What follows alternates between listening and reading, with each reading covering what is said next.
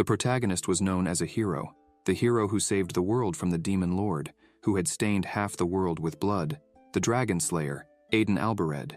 And at the moment the demon lord died, a curse fell upon him. All his companions knew this but said nothing to him. You, who would destroy sin, shall become one.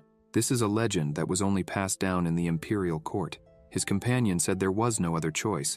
The demon lord is a hereditary being, and those who kill it will become the new demon lord, and so on. The blonde one says that basically Aiden will become the demon lord, and he emphasizes that this is a good thing. So Aiden would sacrifice himself for this country. The other companions have the audacity to say they had no choice, and they won't even apologize. Aiden keeps thinking about this, seeing that they won't even ask for forgiveness. With that, another companion tells Aiden to rest in peace, then she uses a magic seal on him. He looks at the people, thinking they were his friends, his comrades, his colleagues, but everything was a lie. He becomes frustrated and thinks it would be better to die than to be trapped there forever. A complete darkness, a never-ending downward spiral. Aiden always thought it was an infinite fall, but suddenly, a boy wakes up screaming that he wants them to be ruined. Two butlers who were there are startled to see that their master has finally awakened. The boy doesn't know where he is, and a woman crying beside him calls him dear. A man calls him son. The boy doesn't understand why these people are there. He gets up and asks who they are. His mother is shocked, as he slept for 2 days and is already forgetting who they are. She hugs him and says that she is his mother, calling him Aiden Reams. The boy wonders if his name isn't Aiden Reams and not Aiden Albared. So it seems that the protagonist has reincarnated into this boy's body. He feels headaches, and a lot of dark energy comes his way. Aiden wonders whose memories he is recalling. The memories of a person named Aiden Reams are flowing through his mind, and this is when he realizes that he is in another body, 15 years before his death. In the void, the border between worlds, abandoned by his companions, Aiden is sure he died, before he could become the demon lord, and was forced to commit suicide. Remembering this, the protagonist becomes angry, saying that those bastards deserve death, and he will find each of them and kill them one by one. Seeing that the protagonist is angry, the butlers tremble with fear. Aiden stops to think and realizes that the former owner of the body was a troublemaker, harassing women, hitting others. He was a complete human waste. The protagonist wonders why he reincarnated into this particular body and also questions why he was unconscious for 2 days. From what he recalls, he was drunk and soaked by the rain. Aiden thinks that if he weren't the son of a duke, he surely would have been killed already. Sometime later, he was looking at himself in the mirror, finding all of this very strange. He wonders if he is really Aiden Albared. Maybe he just dreamed of that other life. Then he decides to check his powers. He opens the system, and there was his name and titles. His name looked strange, and his titles, King of Mercenaries, Reaper of Witches, and Nemesis of Talos, all were unavailable and would be unlocked sequentially as the protagonist gained qualifications. He sees that the system, the power he gained by eating the heart of a berserker, along with his title, which should be Dragon Slayer, at least the system is still there and confirms that it wasn't a dream. However, he is annoyed that his name is broken, but that doesn't matter. Aiden starts to laugh, saying that this must be a gift from the gods, and now he just needs to find them and cut them apart, limb by limb. Just then, the butler was arriving and starts trembling upon hearing the protagonist say this. Aiden greets him, and the butler, terrified, says he brought a drink for him. The protagonist takes it and thanks him. The butler is scared, not understanding why the protagonist thanked him. He thinks Aiden is plotting something, and this starts to weigh on his mind. He sees that the protagonist enjoyed the drink and is astonished, still unable to believe that Aiden actually said thank you. The protagonist asks the butler if he has anything to say, but the butler replies that he does not. As he leaves, the other butler asks how he managed to get out of there alive. The green-haired butler is still in disbelief, saying that Aiden actually said thank you. The orange-haired butler asks if the protagonist has gone mad. Meanwhile, Aiden is speechless, because all of this is just too crazy. Basically, he has gone back 15 years in time. So what happened to his other self in the past? He wonders if he exists in this present time separately from himself. Then Aiden remembers that by this time, his other self should have already gained independence from Master Valken, the former mercenary king. Aiden calls for Philip, the green-haired butler. Philip responds and thinks that Aiden has never called him by name before. The protagonist says that he wants to ask something. Philip starts trembling already, just from seeing the protagonist. The other butler bids farewell and already laments for Philip, but the protagonist is there, looking all nice, while the butler is scared of him. Aiden wants to know about the mercenary king and asks if Philip knows anything about the mercenary king's apprentice. The protagonist thinks that he was quite famous as the apprentice of the mercenary king. Philip says that he heard the mercenary king disappeared some time ago. Aiden thinks that this indeed happened in his previous life too. However, Philip says that the mercenary king never had an apprentice. Aiden is confused by this and wonders what his other self is doing. Where is he? In the past, in a slum, young Aiden thinks he will test this guy. So he bumps into the man and moves to another place. But when he bumped into the man, he took the opportunity to steal his money pouch. However, the man followed him. He asks Aiden how he dares to steal from him. This man was the mercenary king, Valken. Valken grabs the protagonist's arm and says that he has a pretty resilient body, and from now on, Aiden will be his disciple. Valken tells him that he will train him to become the best mercenary, and that's how Aiden met Master Valken. From him, the protagonist made a name for himself as the disciple of Master Valken, and later, after killing the mad dragon, Aiden was called the dragon-slaying king. Back in the present, Philip emphasizes that he never heard that the mercenary king had a disciple. The protagonist is confused because the mercenary king's disciple doesn't exist here. At the protagonist's home, the butlers were talking, saying that the young master has been different lately. The one on the right agrees, saying that the last time Philip spilled wine, Aiden didn't throw anything at him, even thanking and being friendly with them. They still find this very strange. They heard that people change after an illness, and it seems to be true. They say that lately, Aiden seems a bit down, and his eyes are very empty. The protagonist is completely bored because there is nothing to do. All his meals are prepared by cooks, and he doesn't need to clean anything either. With this free time, he searched for Aiden Albared, but as expected, he doesn't exist. So his betrayal, his resentment, and his vengeance, he doesn't know what to do now, until suddenly he hears something. It was the knights training. He thinks that there are many knights in the duchy. Suddenly, someone arrives and asks the protagonist why he is there. This is Carl Reams, Aiden's younger brother. Unlike the former owner of this body, who was an idiot, Carl is diligent and has already become a knight.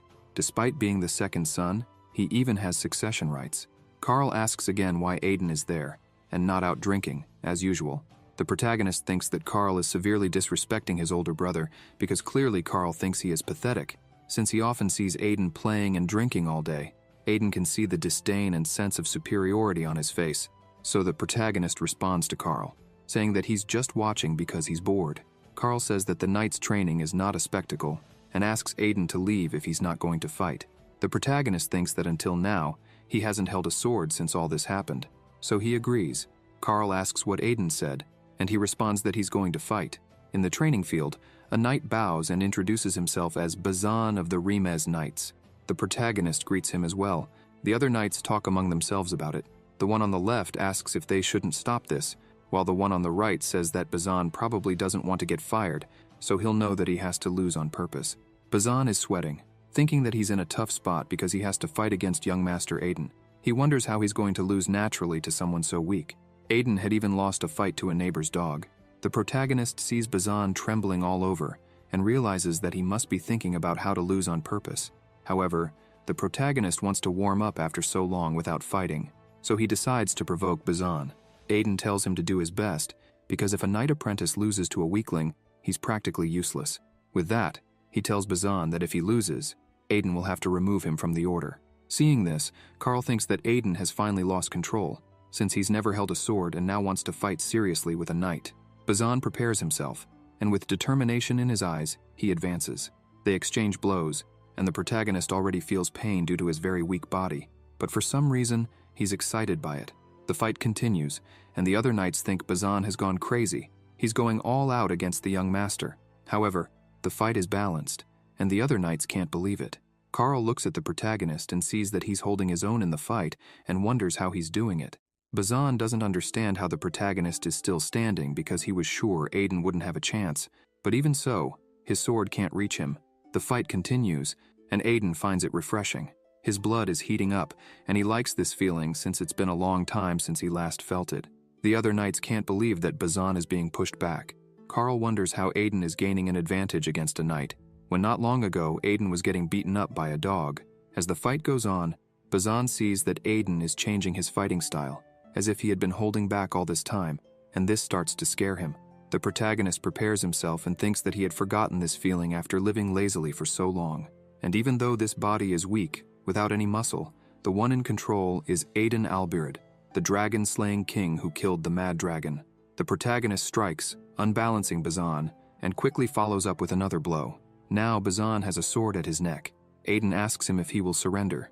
With that, the protagonist wins, and everyone there can't believe that Aiden defeated Bazan. The protagonist thanks Carl, saying that he really enjoyed the fight. He says goodbye and mentions fighting again later, urging everyone to do their best in training. Carl wonders if this is really the Aiden he knows, and the knight beside him thinks the same. As night falls, the protagonist complains that his body is too weak to handle a duel. But even so, he smiles because today's duel allowed him to release a lot of the frustrations he had. He realizes that he has a good opportunity. The heavens have given him another chance for revenge. However, those people are so talented that they can be called a one-man army. Considering that they also have high status, it definitely won't be easy to defeat them. The Night King and heir to the Great Duchy of Esta Silbeta, the iron-blooded saint chosen by the cult of assassination Spica, the great archmage Shara, and the second in command of the immortal empire, and the great alchemist Calcis. Aiden knows he doesn't stand a chance at the moment, and he'd also have to fight them alone. To achieve his revenge, Aiden must eliminate them before they can join forces.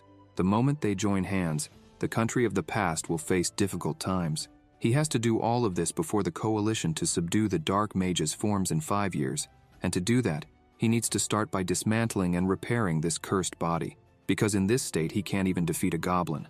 With that, Aiden had already thought of a method that should work. Sometime later, Aiden asks Philip to buy a few things. Philip is shocked and asks if the protagonist really wants to buy those items. He emphasizes that the protagonist has been silent for a while, but now he's planning to do something and asks what it is. Aiden asks if there's something wrong with what he requested. Philip says that even if he buys a high-quality sacred potion, those ingredients are not expensive. But when he looks at the list, it includes troll excrement grass, hellflower, despair flower, and madness bloom. Philip asks if they're all poisonous plants. Aiden thinks and deduces that even if he explains why he wants all this, they'll still doubt him. So there's no other way. Aiden starts to act, saying that knowing what they're for is dangerous. He asks if Philip will play along if he tells him, and if he's been bored because Aiden has been calm these days. The protagonist also asks if they should revisit the old times. Philip runs out of there, saying he'll go buy everything right away. Aiden thinks that he needs to take advantage of everything he can in this life. Although he didn't think of such things in his past life, now he's the son of a duke swimming in money, and the story is different. He's already experienced a body that surpassed mortal limits as a master swordsman before, so he'll be able to reach that level faster than anyone else. He thinks that this method is far from normal, but it's what he has.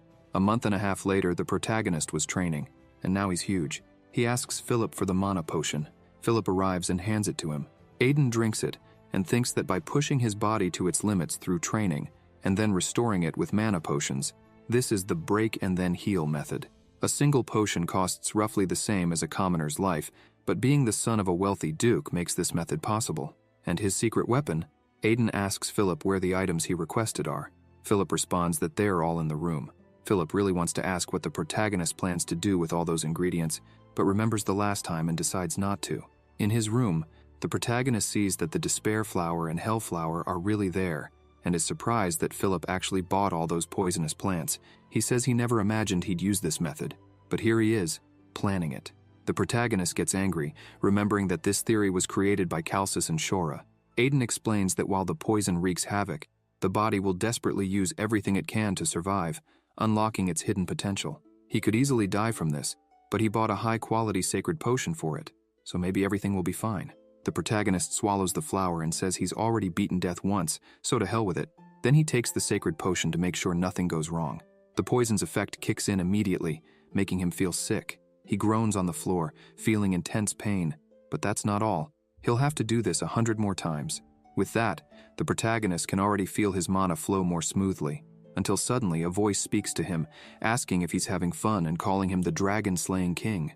Upon hearing this voice, Aiden already knows who it is. He turns around, startled, asking why he's there, and orders him to come out from wherever he is. Aiden could never forget that voice, not even if he wanted to. Suddenly, Philip arrives asking if something happened. The protagonist orders Philip to leave, but the butler says he heard screams. However, Aiden says he won't repeat himself. With that, Philip leaves the room. The protagonist thinks that what he heard was definitely not a hallucination. He asks whoever said that if he is the demon lord, because besides the voice, he knows the protagonist's real name. Aiden asks again why he's there. The demon lord laughs and says he caught the protagonist. He notes that it's been a while since they last talked and calls Aiden the dragon-slaying king, Aiden Albared. The protagonist starts screaming again, asking why the demon lord is there, since Aiden saw with his own eyes his end. The demon begins to mock the protagonist, saying that Aiden missed him a lot, and it's a shame that he doesn't have a physical body, so the protagonist won't be able to hug him.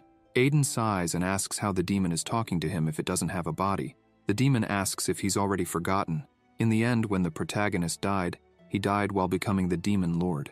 Aiden becomes thoughtful and asks what the demon means by that, and if he is now the demon lord. The demon says that's half true and half false.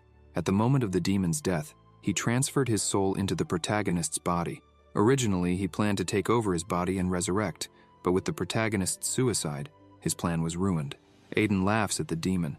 The protagonist thinks for a moment and asks if the demon is saying that its soul exists within him.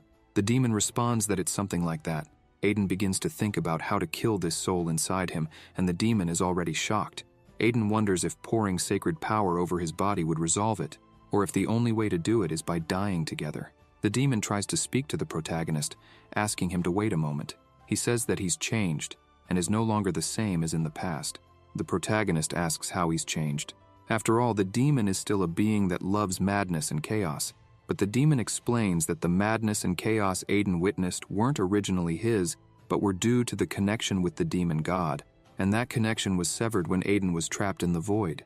The protagonist thinks that this explains why he seemed calmer than the demon lord he saw back then, because at that time, the demon lord would scream about how much he loved the screams and said he would paint everything red with blood. Back then, he was a lunatic who couldn't hold a normal conversation. The demon tells the protagonist that he can still hear everything he says. Aiden then asks about the demon god, as it's the first time he's heard about a demon god. The demon explains that the demon god, also known as the original sin, is a being of pure malice. Even gods are cautious around him. In the past, the demon was cursed to carry out the will of the demon god. Aiden says he understands and then asks one last question. He asks if this situation was also part of the demon's plan. The demon asks what situation. Aiden explains that they went back 15 years in the past and possessed the body of Aiden Remus, and asks if this was the demon's doing. The demon says that when he entered the protagonist's body, he tried to use the dragon mana that Aiden possessed to go back in time. Aiden asks if that's really possible. Then, the demon begins to explain that dragons are beings created as agents of the gods. They can interfere with the laws of the world. Using the power of dragon mana wouldn't be an impossible task.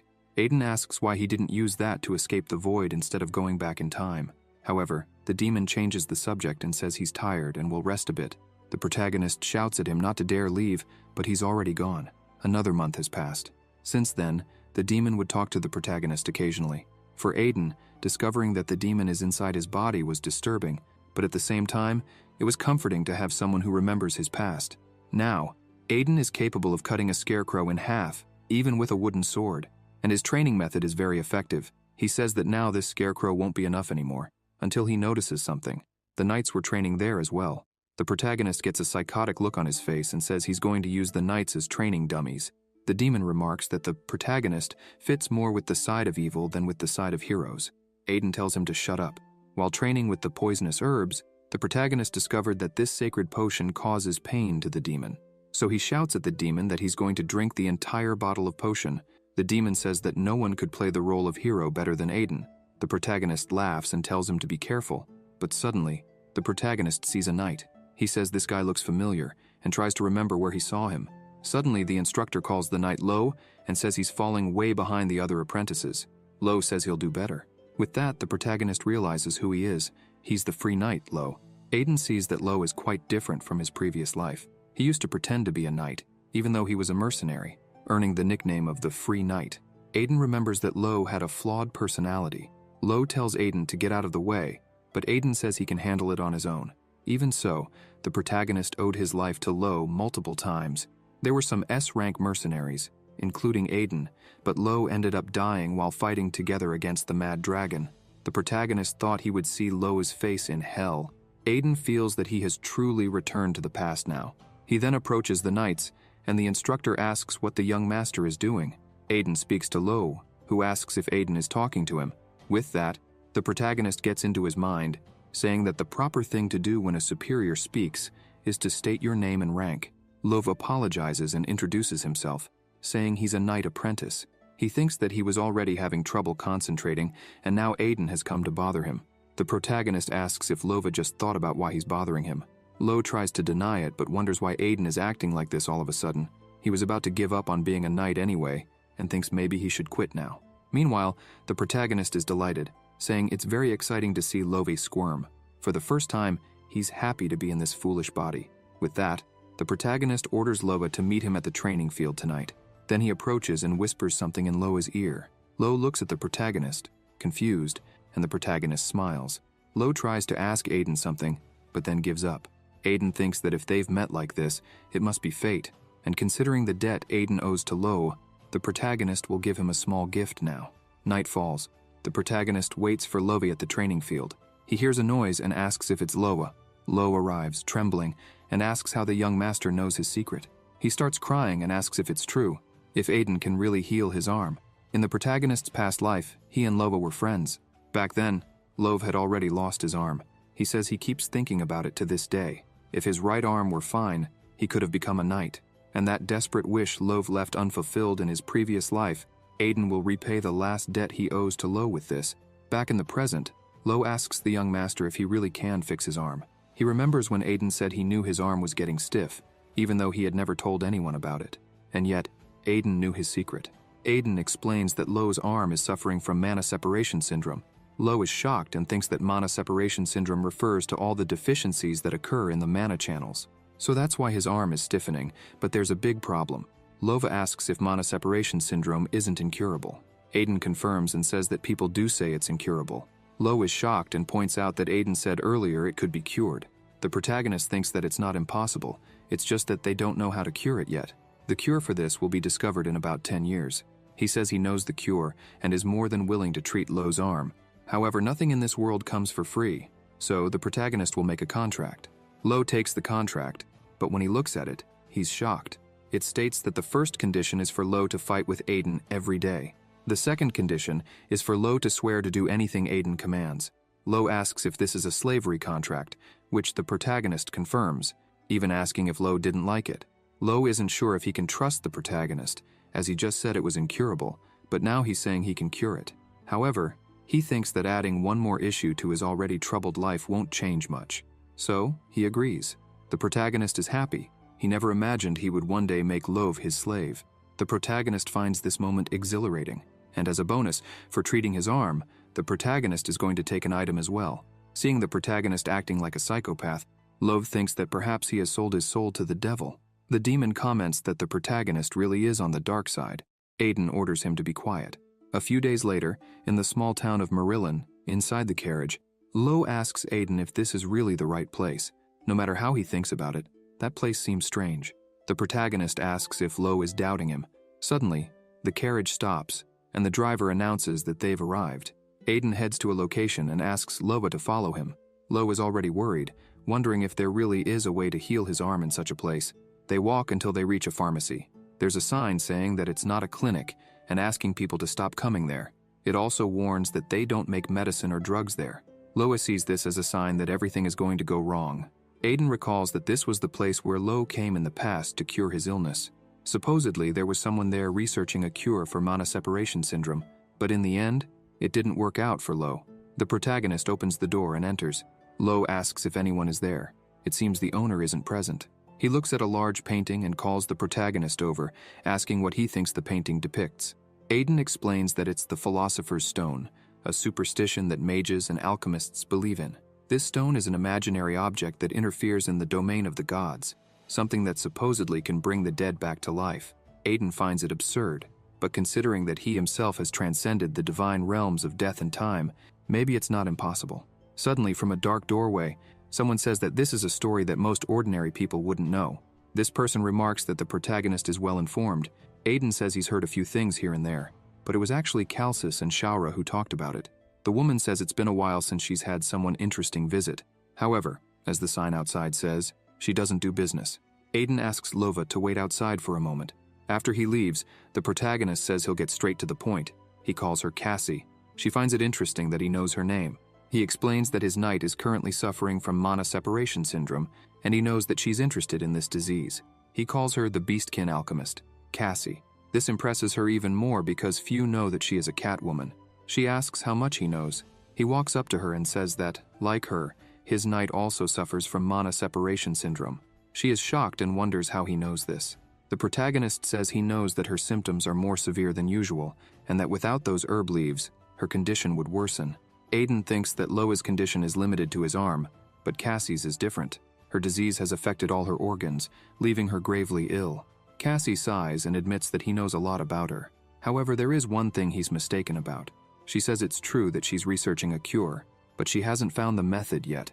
This means she can't cure Lova's arm. Aiden tells her that if she cures his knight's arm, he promises to protect her and support her research in his territory. She was about to speak about the illness, but the protagonist throws a paper on the table and tells her to look at it. She starts checking it and is shocked by what she reads. Aiden explains that it's the cure for mana separation syndrome. He knows this because, in his past life, Calcis talked about it so much that he ended up memorizing it. He doesn't remember it perfectly, which is why he sought out Cassie, because he needed someone who could understand it even with incomplete information. Aiden asks if it's now possible. She's trembling and asks the protagonist for half a month. She's impressed to see that there is a method to cure it. Cassie acknowledges that the protagonist has managed to convince her. Then, Aiden mentions that it would be difficult to obtain the medicinal ingredients listed with the resources Cassie has. She knows that the fact the protagonist brought it up means he wants something in return. Aiden says he wants the ring. Cassie scoffs, saying that he's coveting a woman's ring. He asks her to stop joking because he already knows the true purpose of the ring. She then says that he must also know how important the ring is to her. This is the Ring of Rapidity, the second reason Aiden came there. An artifact that triples your physical speed for 10 seconds, 3 times a day. A very useful item for surprise attacks, escapes, and during battles. Thanks to this artifact, which Lo received as a memento from his previous life, he was able to become S-rank even with just one arm. Such an artifact would be the only means of defense for someone like Cassie, given her physical limitations. With this in mind, Aiden promises to protect her. If she goes to the Duke's house, she won't need the ring anymore. He asks her what she thinks. Cassie says she doesn't mind, as long as she can continue her research. However, she asks if Aiden really wants this, because there will be rumors that he accepted a female beastkin as a guest in the Duke's house. Aiden points out that he's a notorious scoundrel and doesn't care what people will say. This shocks the Catwoman. With that, she agrees to hand over the ring, but before doing so, she asks if he'll take care of her room and food. He responds that it will be better there than in this place where she's staying now. Back at the protagonist's house, they arrive, and Aiden thinks that at first it was strange, but now it already feels like home. Suddenly, Philip arrives, asking where the young master has been. Aiden asks what the problem is. He shouts that it's an emergency. Aiden asks what's happening. Philip says that Carl has disappeared in the Monster Mountain. The protagonist immediately becomes worried. The butler then explains further. 2 days ago, a report came in about someone who went missing on the mountain. Carl formed an investigation team and set out, but he hasn't returned yet. Aiden thinks that the Monster Mountain should only have insignificant monsters. He asks about the search team, and Philip says they'll be leaving soon. Aiden is terrified because if Carl disappears, he will have to take over as the heir of the duchy, and all his plans for revenge will be ruined. Therefore, Aiden has to save Carl. He informs Philip that he will join the search team, and then asks the butler to show Cassie to her room. The protagonist tells Cassie that he will ask her for a favor, while Philip is shocked by her being a Catwoman. At the place where the search team is gathered, the protagonist arrives and asks to join the team.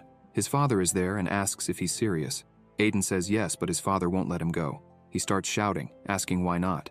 His father explains that Carl and dozens of knights disappeared at the same time. This isn't a simple missing person case, and that's why he won't let his other son go to such a dangerous place. Aiden starts to fake it and cries, saying that Carl is his little brother, and if something happens to him, his father is surprised by this. While the protagonist cries, he thinks that if something happens to Carl, his plan is ruined, and the demon calls him disgusting. The protagonist tells the demon to shut up, until suddenly, his father hugs him and says he can't believe Aiden cares so much about Carl.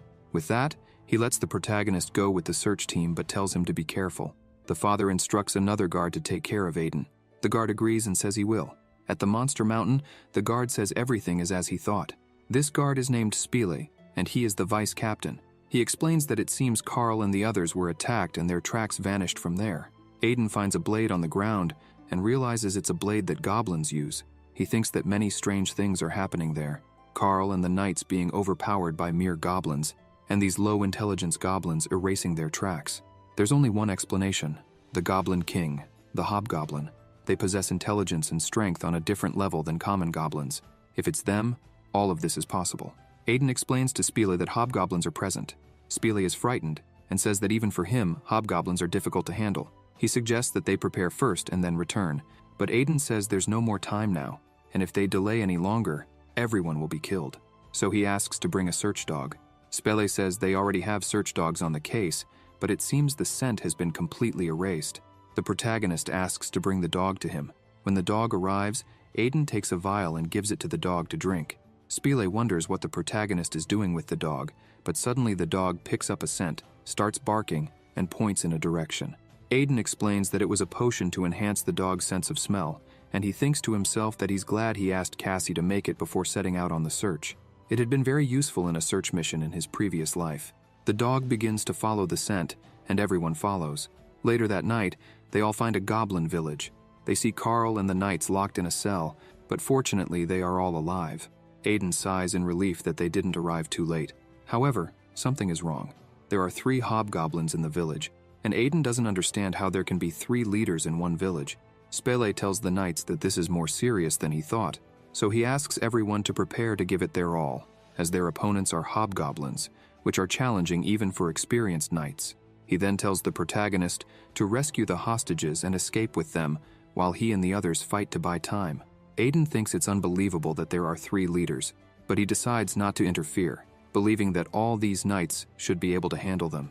With that, Spiele draws his sword and shouts for everyone to attack.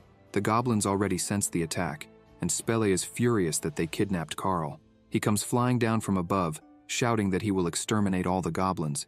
The captives are overjoyed to see the knights there. Then, Aiden runs and unlocks the cell, already asking if everyone is okay. Carl is shocked to see his brother there. The protagonist unties everyone and explains that the knights will cover them so they can escape. But suddenly, Carl asks Aiden to be careful, as there is a monster there. Carl suddenly starts screaming that there is a monster behind the protagonist. And indeed, there was a giant monster behind him. The monster attacks, but Aiden manages to dodge. It was then that he realized that the reason for there being 3 hobgoblins was because there was a creature of a higher classification than hobgoblins there. The worst monster among humanoid demons, a troll. With that, the protagonist orders Carl to take everyone and get out of there quickly. Carl shouts to his brother, saying that he's no match for the troll. Aiden replies that he knows it's a troll, but that he's not going to die, emphasizing that he's the older brother. Carl thinks that this has nothing to do with it. Aiden grips his sword tightly and charges at the troll. The troll also attacks, but the protagonist dodges and cuts the troll's leg. However, the wound quickly heals. Aiden expected this, knowing that the troll's regenerative power is tremendous, and he wouldn't be able to win with his normal strength. With that, the protagonist takes something out of his pocket, and the troll is already attacking again. Aiden jumps, and the troll tries to hit him.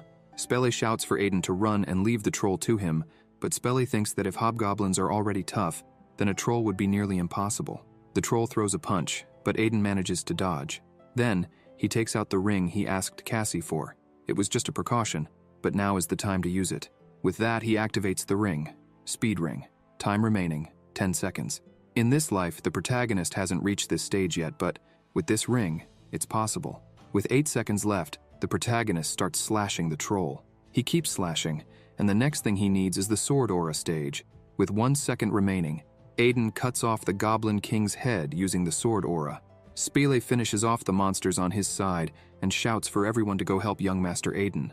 And when he sees Aiden, he can't believe that Aiden is using the sword aura, as even he himself can't master it. However, the protagonist was already unconscious from the effort, collapsing onto a tree. The pigeons get angry with him. Aiden knows that the problem with using the sword aura for 10 seconds is that it becomes very difficult to move afterward, so he decides to use the speed ring with caution. However, it was very effective. Meanwhile, the others were searching for the protagonist. The next day, the protagonist's father was talking with Spiele. He asks to ensure that the mourning families and victims receive the maximum compensation, and asks if it's true that Aiden defeated the troll. Spiele confirms that yes, he did, and that he and all the other knights witnessed everything. The father becomes pensive, as Aiden not only used sword aura, but also defeated a troll. He wonders if this is truly the son he knows. That night, the protagonist was cultivating. He reflects that even though it was only for a moment, using the sword aura, Aiden already felt an increase in his mana capacity. However, this time he clearly realized something. The protagonist is still weak, so he decides to become stronger so that he can seek revenge. Suddenly, the demon appears in front of the protagonist in the shadows. The demon says he greatly appreciates the protagonist's determination to kill. The protagonist is startled for a moment, but recognizes the voice. The demon laughs and says, "That's right, it's him, the Lord of the Underworld." Aiden starts laughing at his appearance, and the demon gets angry about it. The protagonist laughs even harder. The demon says it's because the protagonist is weak that he has this appearance. Aiden asks how he is able to appear. The demon responds that only he can see him, as the two are one. As the protagonist grows stronger, the demon can manifest into this form. Aiden asks if he's going to have to keep seeing the demon from now on, and emphasizes that he doesn't like that. The demon says that's rather rude to say to his savior. The protagonist recalls that the demon said the demon lord is a curse passed down by the demon god, so he notes that the demon was freed from that curse because the link with the demon god was severed. With that, he asks the demon for his original name. The demon becomes sad, as it's been so long since he lost his name that now he simply exists. Aiden takes the opportunity to name him Curse. The demon asks if his name is going to be an insult. The protagonist agrees, since he is a curse that was placed on him, and thus the name will be Curse. The demon finds this a bit silly, but the protagonist tells him to shut up. The demon just smiles and sighs, saying the protagonist can call him whatever he wants. A week later, the protagonist goes to Cassie's room. He enters and asks if the treatment is going well. She asks if the troll master has come to visit. Aiden thinks he's only being called that because he killed a troll, and in that way, it seems like they're saying he resembles a troll. He even wonders why they don't call him Troll Slayer. The protagonist asks where Love is. Cassie responds that he's next door, in the room. He goes there and sees Loa. He seemed depressed, but when Lo turns around, he is crying with happiness because his arm is moving normally. He quickly runs and kneels in front of the protagonist, thanking Aiden for recognizing and treating his condition. Lova says that even though he's just a humble being, he swears to dedicate his life to the protagonist. Aiden smiles suspiciously and thinks that's right. From now on, he'll treat Lo like a slave. So he says he'll accept the promise. But Aiden turns and asks Cassie if she hasn't treated herself as well. She replies that her mana separation syndrome is a bit unusual and that she needs a little more research, maybe another month. The protagonist agrees and says she did a good job. Cassie says it was all thanks to the method Aiden gave her and calls him Trollmaster again. Lo laughs at this and the protagonist gets irritated. He then shouts at Lo, saying that if he's healed, he should get out because there's a lot of work today. Lo is happy with this and asks for any work. Elsewhere, Lo was struggling with physical exercises until a man arrives. This man sees the troll that the protagonist killed and realizes that given its condition, it should fetch a good price, as trolls are rare materials. Aiden asks if the income from selling the troll can be used to buy the herbs listed on the paper. The man begins by saying that his group of merchants has everything, but when he sees the paper, he says these aren't herbs, but poisonous plants. Aiden gets close to the man and says that if he says they're herbs, then they are herbs. The man then says they are definitely herbs, and that he will get them for the protagonist. The protagonist is pleased, thinking that easy money is very good, while Lo is almost dead in the background. Hearing this, the demon comments that it seems the protagonist's mercenary habits haven't changed. Suddenly, Philip arrives and explains that the Duke is calling for the protagonist. Aiden is surprised, so he decides to go see what it's about. Upon opening the door, he is immediately taken aback. His father is standing there with a big smile, but there is also a giant man present. Aiden wonders what this man is doing there. The man looks at the protagonist and remarks that, judging by his appearance, it seems the rumors about him killing a troll are indeed true, and he greets him. Aiden recalls the past when he encountered this same man. The redhead had said that the protagonist stank. Aiden thinks he has no pleasant memories of this guy. The demon asks if the protagonist knows him. He knows this man a bit. He's an old man who despised mercenaries. So the protagonist introduces himself as well. This man is the protector of the northeastern border, Margrave Tyrede Cetus. Cetus asks if the protagonist knows him since he called him by name and title. Aiden confirms, after all, this man is Margrave Cetus, one of the few in the Empire who has reached the stage of Swordmaster. A Swordmaster is a transcendental stage that all knights dream of. Those who surpass the realm of talent and enter the realm beyond humanity. They can cut mountains with a sword and make the air tremble with their breaths. The protagonist was one of them in the past, and this is the stage he needs to reach again. Cetus laughs and says that the protagonist is well-mannered, contrary to the rumors. He even praises the protagonist's father for raising such a good son. The father asks if it's okay for Cetus to leave his territory now, since there have been rumors of orcs there. Cetus says it's not just in his territory. There have been suspicious movements at the Assassin's Tower in the Death Wasteland, managed by the Assassin Cult. Aiden remembers that the Assassin Cult, the traitorous Ironblood Saint, was from there. Cetus comments that unusual monster movements are occurring in 3 places at the same time: in Cetus, at the Assassin's Tower, and there in Remis. The father says that now that Cetus has mentioned it, it really does seem strange. Cetus says he's thinking of forming an investigation team and asks if the Remis will help. The father says yes. Cetus smiles and says there's one more thing. He approaches the protagonist and asks if Aiden would help the Knight's Order. The protagonist thinks this came out of nowhere. Cetus says he's heard a lot about the protagonist, since he reached the stage of sword aura in less than half a year of wielding a sword. Initially, Cetus thought it was absurd, but upon seeing Aiden in person, the giant redhead can tell that he can transform Aiden into the greatest swordsman on the Western continent, and he promises this in his own name. The father tries to intervene, but Cetus tells him not to worry, as he will take good care of Aiden. Then, he asks the protagonist and urges him to choose. Aiden was somewhat serious, but soon gives a smile. Then Aiden responds by saying he appreciates the offer, but he'll have to decline. Cetus asks if the protagonist knows what it means to join the Knight's Order. The protagonist says yes, and that this order is the most recognized in the Empire, emphasizing that he's confident he can become a swordmaster on his own. Aiden thinks that he's already been through this stage in the past, so reaching it again is just a matter of time. The protagonist looks at Cetus and says right to his face that even now, if the two of them were to fight, he could at least scratch him. This shocks Cetus. He feels challenged and finds it a bit rude as well. Everything starts to tremble. It's Cetus exuding his power. The protagonist smiles and comments on this ability to make even the air tremble with his killing aura, but that was expected of a swordmaster. Cetus smiles, not believing that Aiden is resisting his aura ability. Then, he asks the protagonist if he can keep his word. The protagonist says yes and asks if they should bet on something. Cetus asks what kind of bet. Aiden only did this because he already knows Cetus and knows that he likes to gamble.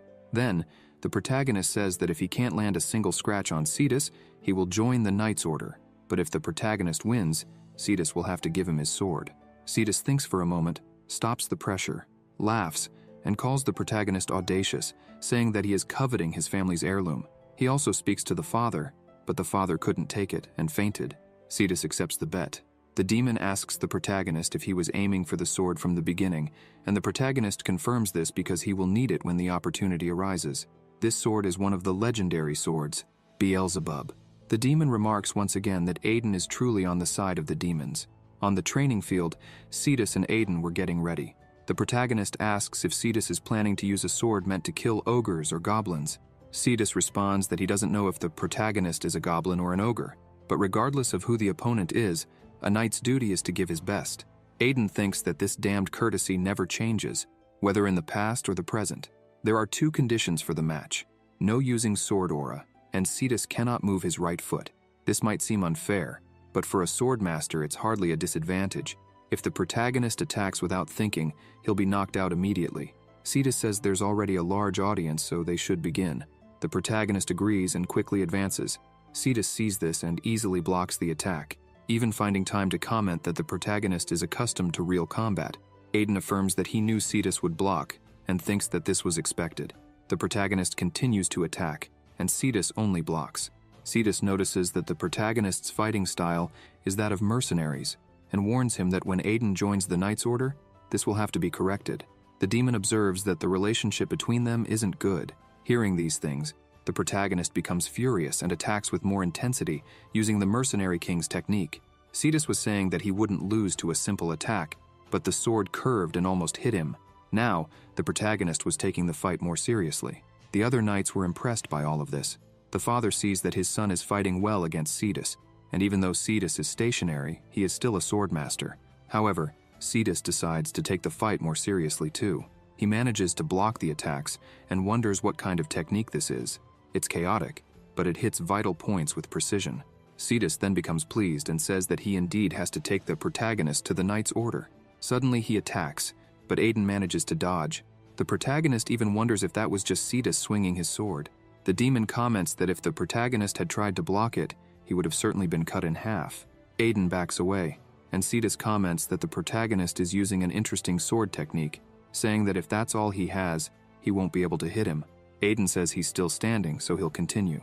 Cetus responds that he's not disappointed, but he already welcomes the protagonist to the Knight's Order. With that, the protagonist also thanks Cetus. Suddenly, the protagonist disappears. This shocks Cetus. Even he, a sword master, can't see the speed the protagonist reached. With that, Aiden manages to wound Cetus. Cetus realizes he was deceived because Aiden hid his abilities. The protagonist smiles and says he will make good use of the sword Beelzebub. The other knights didn't understand what happened but cheer for Aiden for being able to wound Cetus. The protagonist is happy with this as well. The demon asks if the protagonist wasn't bothered by using the ring, but he says no. The demon comments that it seems the protagonist is more connected to the underworld than a dragon slayer. Aiden gets angry with him and asks if he should take the sacred potion again. So the demon rephrases, saying that the protagonist is a hero. Cetus says he's very impressed and that Aiden is a very good opponent. The protagonist responds that it was luck. The demon tells the protagonist to stop pretending to be humble. However, the protagonist was thinking that this was a shock to him, as he thought he would rip off one of Cetus's arms, but it was only a scratch. With that, Cetus hands over his sword as promised. Aiden thanks him and says he will take very good care of it. He thinks this is a great prize. The demon notices and comments that the protagonist's expressions are crude. Later that night, the protagonist was examining the sword, and the demon congratulates him on obtaining it. Aiden is already suspicious and asks what's going on, since not long ago, the demon was calling him a cheat. The demon laughs and says that the protagonist doesn't know how to use the sword properly. Aiden asks what he means, and the demon replies that he knows the secret of the legendary swords that humans are unaware of. The protagonist starts to ask what this secret is, but the demon just laughs, saying he won't tell for free.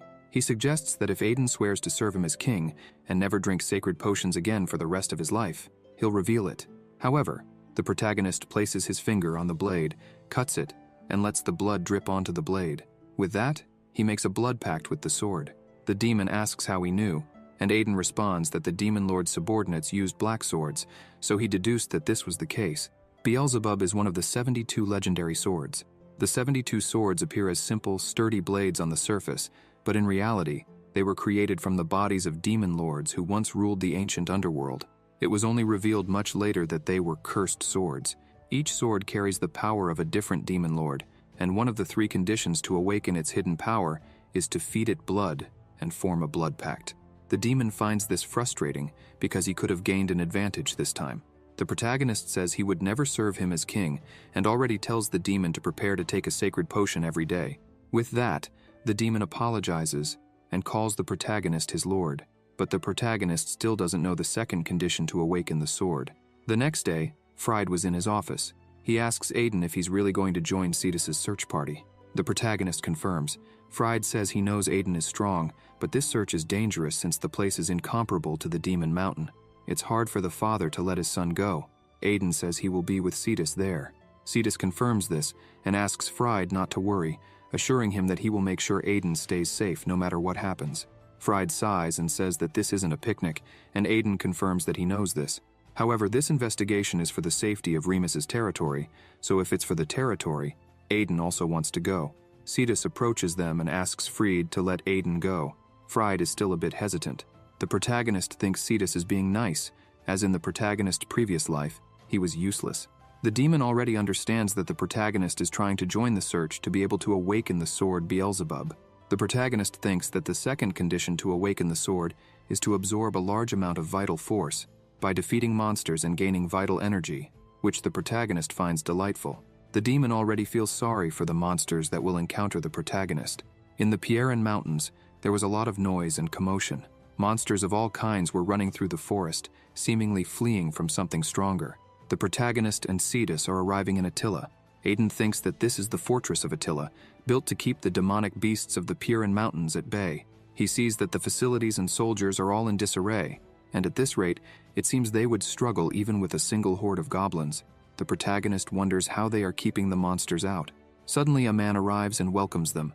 He introduces himself as Dasvalt Timon, the Viscount and head of the fortress of Attila. Timon greets Cetus, but when he refers to the protagonist, he makes a strange face and calls him Trollmaster, somewhat mocking him. Even the knights were mocking the protagonist, saying that he's a ruffian and that he's called a troll, not because he killed one, but because he looks like one. Lovi gets angry, but Aiden tells him to calm down. The demon comments that this is unusual for the protagonist since it's not normal for him to stay calm after hearing such words. Aiden thinks that fighting won't help anything, and he's heard this so many times that it doesn't even bother him anymore. Cetus asks if the air here is so fresh because there are many insects making noise. He uses his fear ability and asks Timon if that's right. Timon, sweating nervously, says yes, and the other knights, also sweating, just try to play it off. Aiden smiles and thinks that Cetus definitely knows how to be a jerk. A while later, the three were walking, and Timon comments that he's heard about monster attacks in each territory. Aiden takes the opportunity to ask if anything has happened there in Attila, but Timon just ignores him. This irritates the protagonist. Cetus asks if there are monsters living right in front of the fortress, and asks Timon if he's not afraid of something happening. Timon says there's nothing to worry about. He mentions that the orcs have settled in the middle of the mountain range, and perhaps it's because of the orcs that the monsters aren't coming down to the territory of Attila. Aiden wonders if the monsters are killing other monsters from a distance. Suddenly, the demon calls out to the protagonist and warns him that something gigantic is approaching. Aiden wonders what it is since he hasn't seen anything yet, but then he's suddenly surprised. He shouts that the monsters are approaching and that they need to close the gates immediately. Timon laughs and tells the young master to stop joking, but Cetus orders Timon to close the gates now.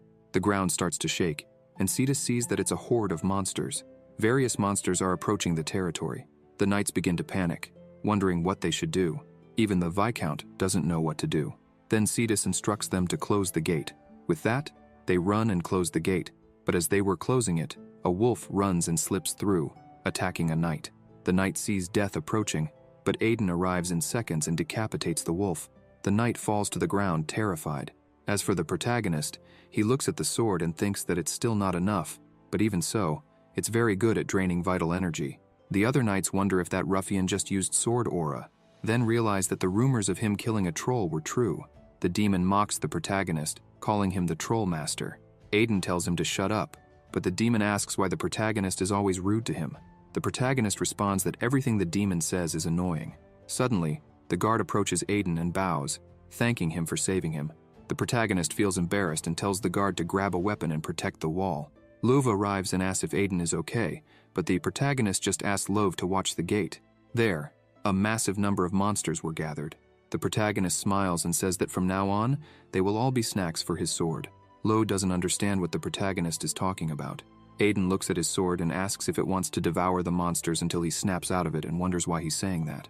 The demon laughs and comments that Aiden can't help these crazy thoughts because the sword Beelzebub is the sword of gluttony.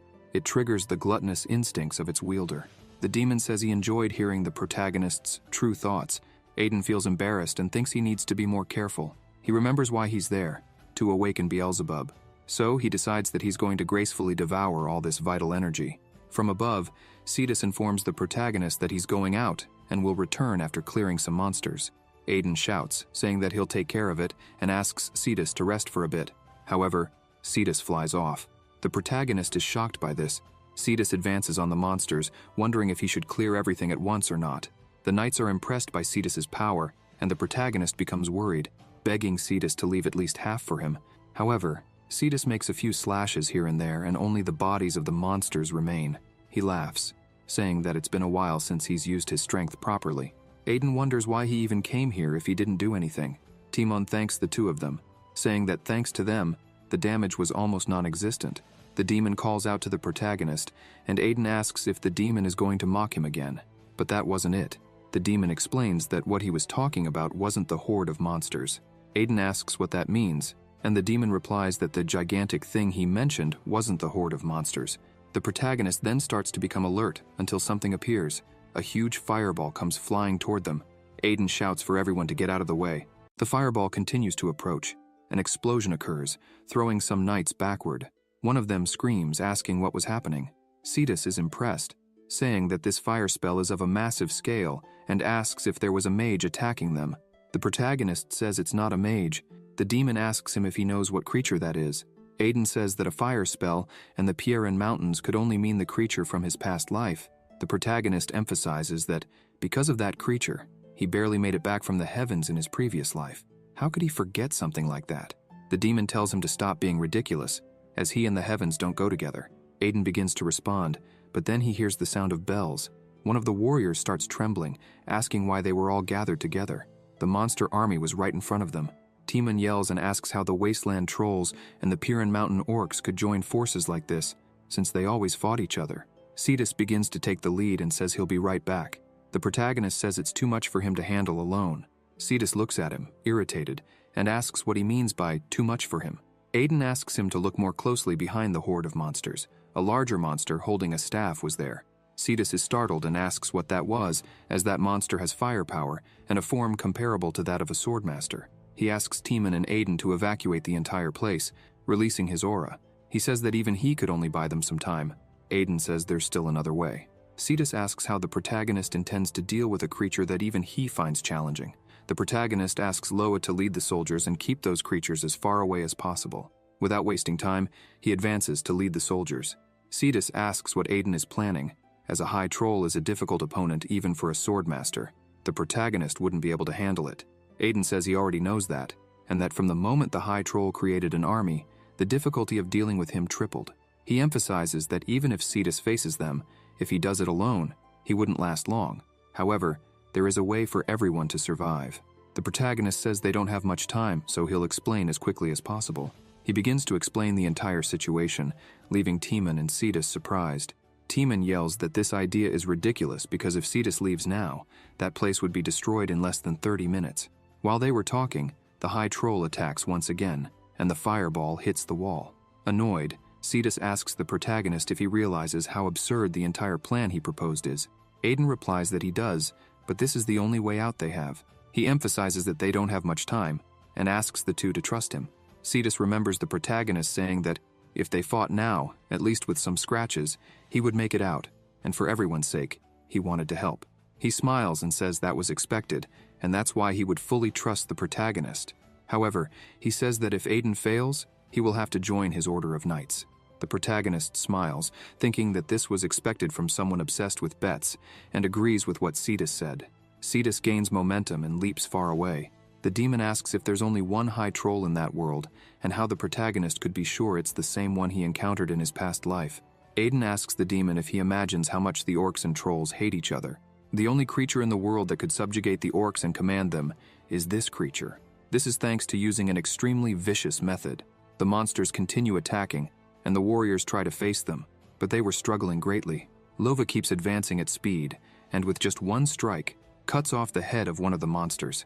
The protagonist is elated seeing this, thinking that Lova became strong enough to easily defeat trolls. It seems the herbs he gave Lova had a significant effect. The demon says that apparently, the protagonist's peculiar method really worked. Aiden emphasizes that these trolls can't be killed just like that. The high troll begins using his magic on the troll that lost its head. The protagonist says there's a reason why an army led by a high troll is called an immortal army. The high troll continues using his magic and reciting some words, while the warriors shout that they had defeated one of the trolls. A flame shoots out from its neck and connects to its head, bringing it back to its body. The troll comes back to life with even more rage. Aiden says that the high troll can revive the trolls repeatedly, and that to stop this, they need an aura sword of a swordmaster or an archmage to annihilate them at once. The protagonist starts walking and says there's still another method. He begins to stroke his sword, saying that his baby must be hungry since she didn't eat earlier. Therefore, he's going to feed her several trolls. The demon comments to Beelzebub that he must be going through tough times. Lo was standing alone in front of some monsters. He thinks that after eating the protagonist's herbs, he thought he'd become strong enough, but he thinks he couldn't believe his life would end like this since he didn't even get to repay his master. The troll attacks him, and he prepares for death, apologizing to his master for failing. Suddenly, the protagonist appears on top of one of the troll's heads and says that Lova did a good job. He attacks the troll with the sword, making it scream loudly. Lova asks his master to be careful, because even if he manages to cut off the head, the trolls wouldn't die. Aiden says to his sword that it's time to eat. He thinks that he may not have the power of a swordmaster or the strength of an archmage, but he has the authority of Beelzebub's gluttony. The troll starts screaming and shriveling. The gluttony of Beelzebub's sword absorbs the existence of its target, and once it does, the target is completely obliterated. The high troll watches this, confused. A dark aura begins to surround the protagonist as he laughs and says that trolls are really delicious. Just one of them has a life force equivalent to dozens of wolves. He starts to feel even hungrier and looks to the side. The monsters become frightened of him because he was laughing uncontrollably. consumed by gluttony, and says he wonders if orcs are as good as trolls. He asks Beelzebub if he doesn't want to taste them too. After absorbing 4 trolls, he continues smiling and hungry, saying that it still wasn't enough. He states that the trolls were full of vitality inside, but no matter how much he ate, it always seemed like he wanted more. The trolls and the High Troll begin to tremble at the sight of this. The High Troll becomes enraged and uses his magic once again. Aiden dodges all the attacks and continues advancing, saying that the High Troll seems very angry. The demon tells the protagonist to stop running and fight the High Troll head-on, like a true dragon slayer. Aiden responds that if it were in his previous life, he would have done exactly that. The High Troll keeps attacking non-stop, furious with everything. The protagonist comments that, unfortunately, at this moment, dodging and fleeing is his only option, because if he gets hit by that fire magic, he would be roasted instantly. He remembers the favor he asked Cetus and thinks he needs to buy time until Cetus returns.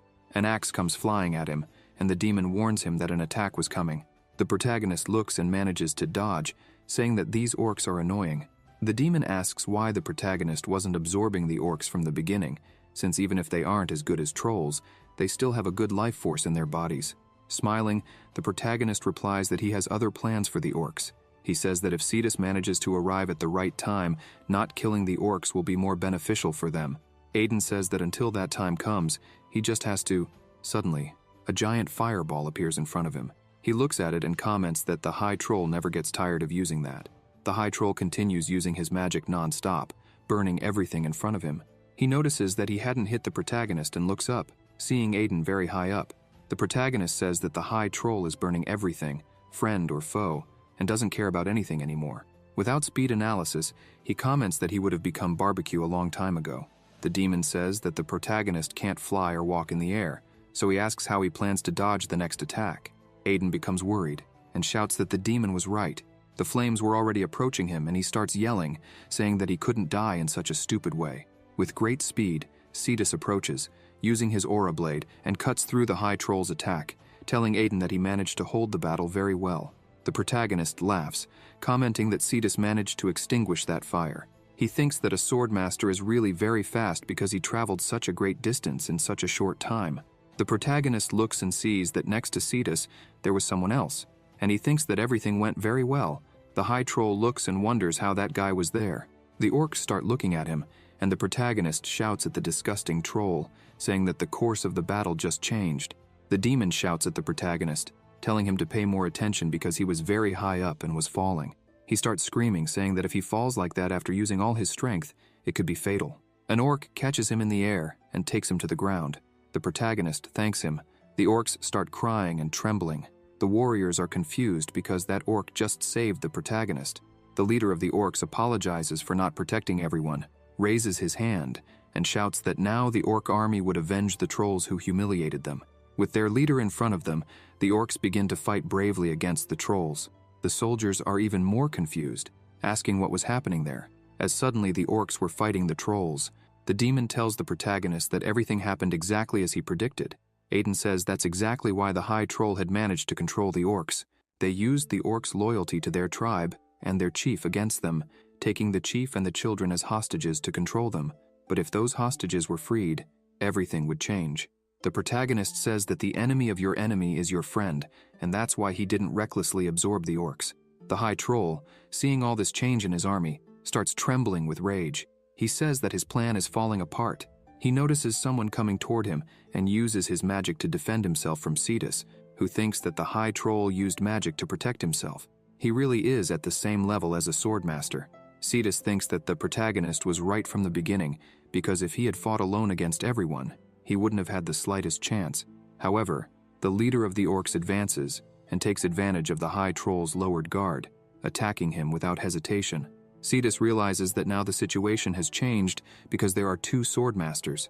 The High Troll screams in pain and anger. Cetus says that it's time for the High Troll to stop screaming and die quietly.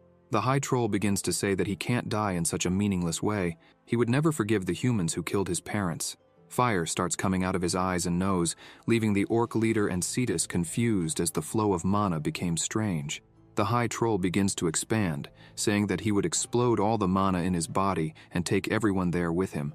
Cetus thinks that not even he can stop this. He steps in front of the knights, thinking they wouldn't withstand the flames. Cetus turns around and shouts for everyone to get out of there as quickly as possible because it was going to explode. While everyone was panicking and running, Aiden passes by them, advancing straight toward the High Troll.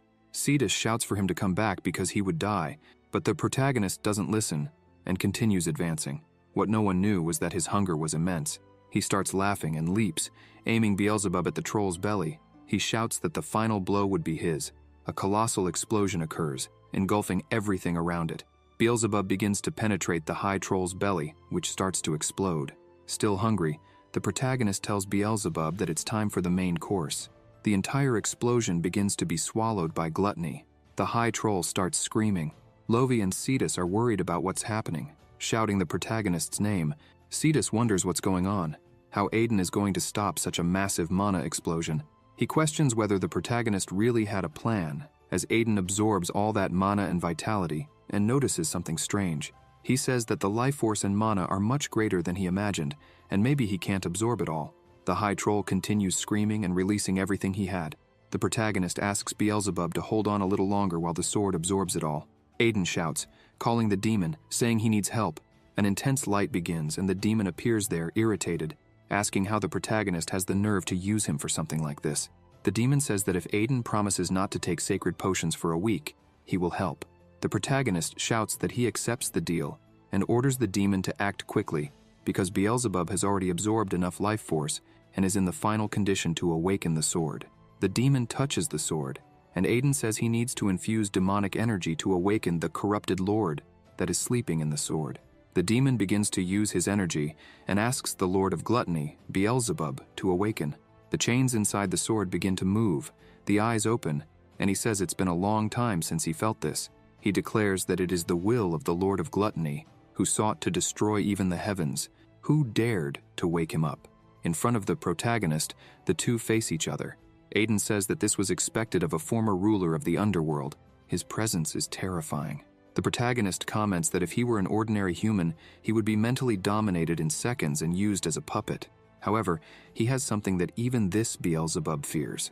The demon starts to smile and says it's been a long time since they last met. The demon says that Beelzebub wanted to know who woke him up. As soon as Beelzebub sees the demon, he is scared and asks why he is there. The demon says that it's time to stop this conversation and orders Beelzebub to hand over the authority. Beelzebub becomes sad and says he can't believe that after so many years of sleeping, as soon as he regains consciousness, this happens. The demon gets angry and shouts, asking if he's going to give the authority or not. Beelzebub, scared and without a choice, hands over the authority. The protagonist thinks that the Underlord defeated all the former kings of the underworld, becoming the most powerful ruler of all time. No wonder Beelzebub fears him. The protagonist tells the Underlord that he could be more useful, but he says that the protagonist should just keep his promise not to take the potions. Aiden responds that he will keep it and continues to absorb all the energy. The protagonist orders Beelzebub to devour. His face appears on the sword, scaring the High Troll, who begins to be pulled in. Beelzebub starts to swallow everything around him. Cetus says he can't see anything and asks everyone to be careful. Lo clings to a tree as a very strong gust of wind was pushing them. Aiden shouts for the High Troll to become his new strength. The High Troll responds no and tries to fight against the gluttony, but he didn't have the strength to escape. A few seconds later, everything was calm.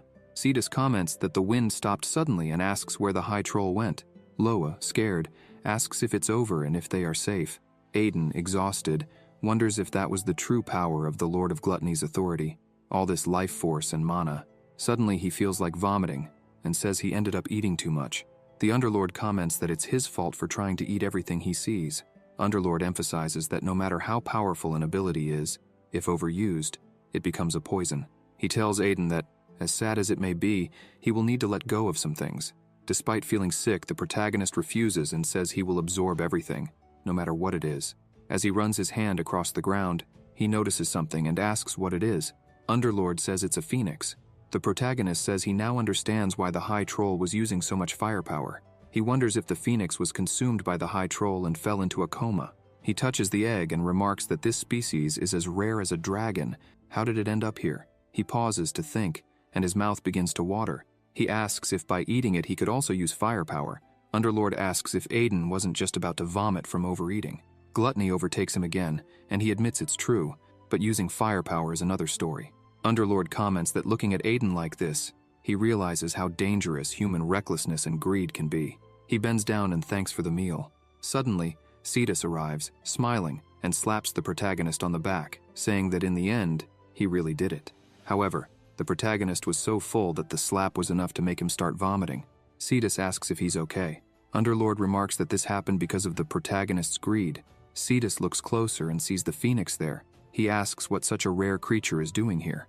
After vomiting, the protagonist feels sad, saying he lost some strength and mana and that he needed to eat that phoenix. However, the egg begins to crack and a bright light starts to emerge from it. Aiden watches in awe as the phoenix's wings unfold and it flies away. Underlord says the phoenix woke up after absorbing the mana that the protagonist had vomited onto it. Cetus comments that that's the legendary phoenix. The warriors say they were very lucky to see a phoenix in person. While everyone is amazed, Aiden is furious, saying that it's all Cetus's fault because he lost a once-in-a-lifetime opportunity. Suddenly, the phoenix returns and lands on the protagonist's head. People start shouting that the phoenix landed on the young master's head. The protagonist wonders why it's sitting on his head. The phoenix looks at the protagonist and starts using fire on him, which frightens Cetus and Loa. Aiden asks if the phoenix knew he wanted to devour it and now wants to burn him alive. However, he starts looking at his body and realizes it isn't hot. He asks what's happening. Underlord explains that this is the phoenix's blessing and that with it, he will have resistance to most flames.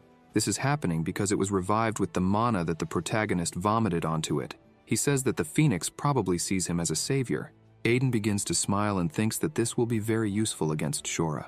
After giving the blessing to the protagonist, the phoenix starts flying freely again. Cetus rushes over, shouting and asking if the protagonist is okay, as he was on fire a moment ago.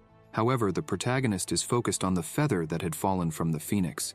He holds the feather and smiles, saying he's fine. Cetus comments that ever since he met the protagonist, he has been experiencing unbelievable things, one after the other. Aiden replies that he's just as surprised because it's the first time he's gone through something like this too. The protagonist notices the orc leader standing there, watching them, and asks if he really is the leader of the orc tribe and why they are still here. Did he want to keep fighting? The orc says that the oath was broken and that the price must be paid. The price is his death, so he asks the protagonist to take his head. Aiden is completely confused and asks what oath he's talking about. This is how Aiden learned about the Orcs' Day. A long time ago, the head of the Remes family and the orc chief fought a duel over that land. The orc chief lost the duel and swore to return to the mountains and never descend again. They then settled in the mountains and protected the land. The protagonist thinks that's why the orcs didn't descend and live there. Aiden remembers Timon saying that the monsters don't reach them because of the orcs living in the mountains. Aiden looks at the orc chief and thinks that they are a race that values their oaths more than their own lives. The orc leader says that his head will be enough and begs them to forgive his clan. The protagonist turns around and says he doesn't need his head and asks him to return to the mountains. This leaves the orc chief confused.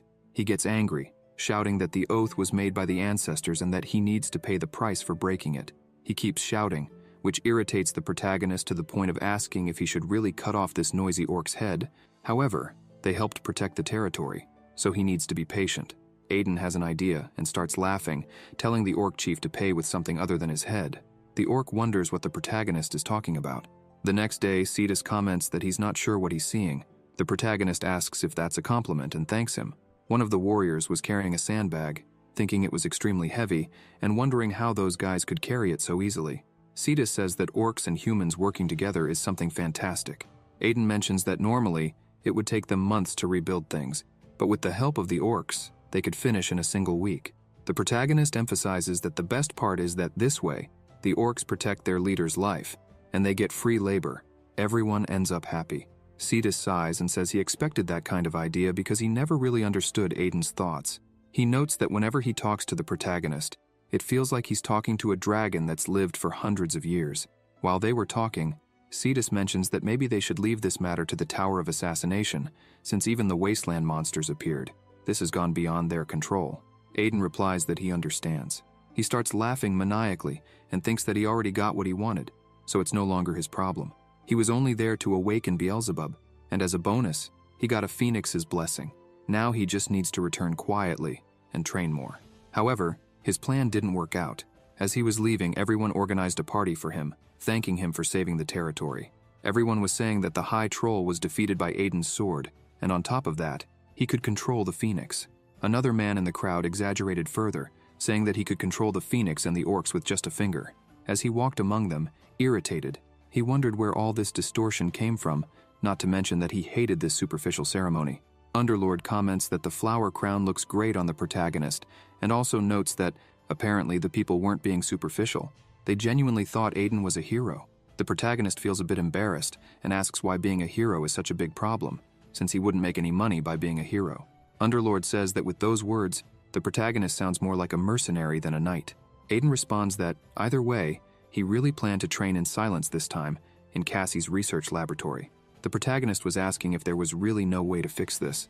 Cassie apologizes and says that at the moment, there are no possibilities to resolve the situation. She explains that the mana vein syndrome in his body is more serious than she imagined, and emphasizes that it requires a much more delicate remedy than the one used to treat the knight. Aiden looks at her and asks how much the remedy would cost, as he's willing to pay any price. She replies that money isn't the problem. They need an alchemist skilled enough to create a high-quality elixir. Cassie mentions that an alchemist of that level could only be found at the imperial court. Even so, she expresses her gratitude to her master for everything, smiling, and says that if she had stayed there, she would have died after spending her whole life searching for a cure. Aiden stands up and asks if it would really be possible if they had the alchemist. She questions if he didn't hear that this type of alchemist, but he interrupts her, saying that he knows an alchemist and asks her not to worry because he'll take care of everything. She can stay there and wait, as he'll bring the alchemist. Cassie reflects that, in the beginning, she had doubts. Out of nowhere, Aiden appeared and offered to show her how to cure the mana vein syndrome. He even provided the funds for the research. Then came acceptance. Even knowing that her body wouldn't last much longer, she had no choice but to accept the protagonist's offer. The third feeling was despair. She was devastated to discover that the method to cure her body was incredibly difficult. Until now, all the humans she had met had warm words, but their actions were cold. However, this man named Aiden has cold words, but his actions are warm. She thinks it's been a long time since she felt such warmth. Sighing, with her head down, Cassie comments that this is interesting, and with tears in her eyes, she smiles, saying she will ask him to bring a good alchemist. After all, her research is perfect. As the protagonist leaves the room, Underlord comments that Aiden was acting on behalf of someone else. He notes that he's heard that a sudden change in a person can be fatal, so the protagonist should be careful. With a serious face, Aiden responds that he's just fulfilling a promise because promises are very important to mercenaries. He says that anyway, he was thinking about visiting that alchemist. The protagonist comments that Cassie doesn't have much time left. 3 days later, in Markellen City, a fair was taking place. The protagonist was walking among all the people, thinking that the largest free trade city in the Empire was a very lively place.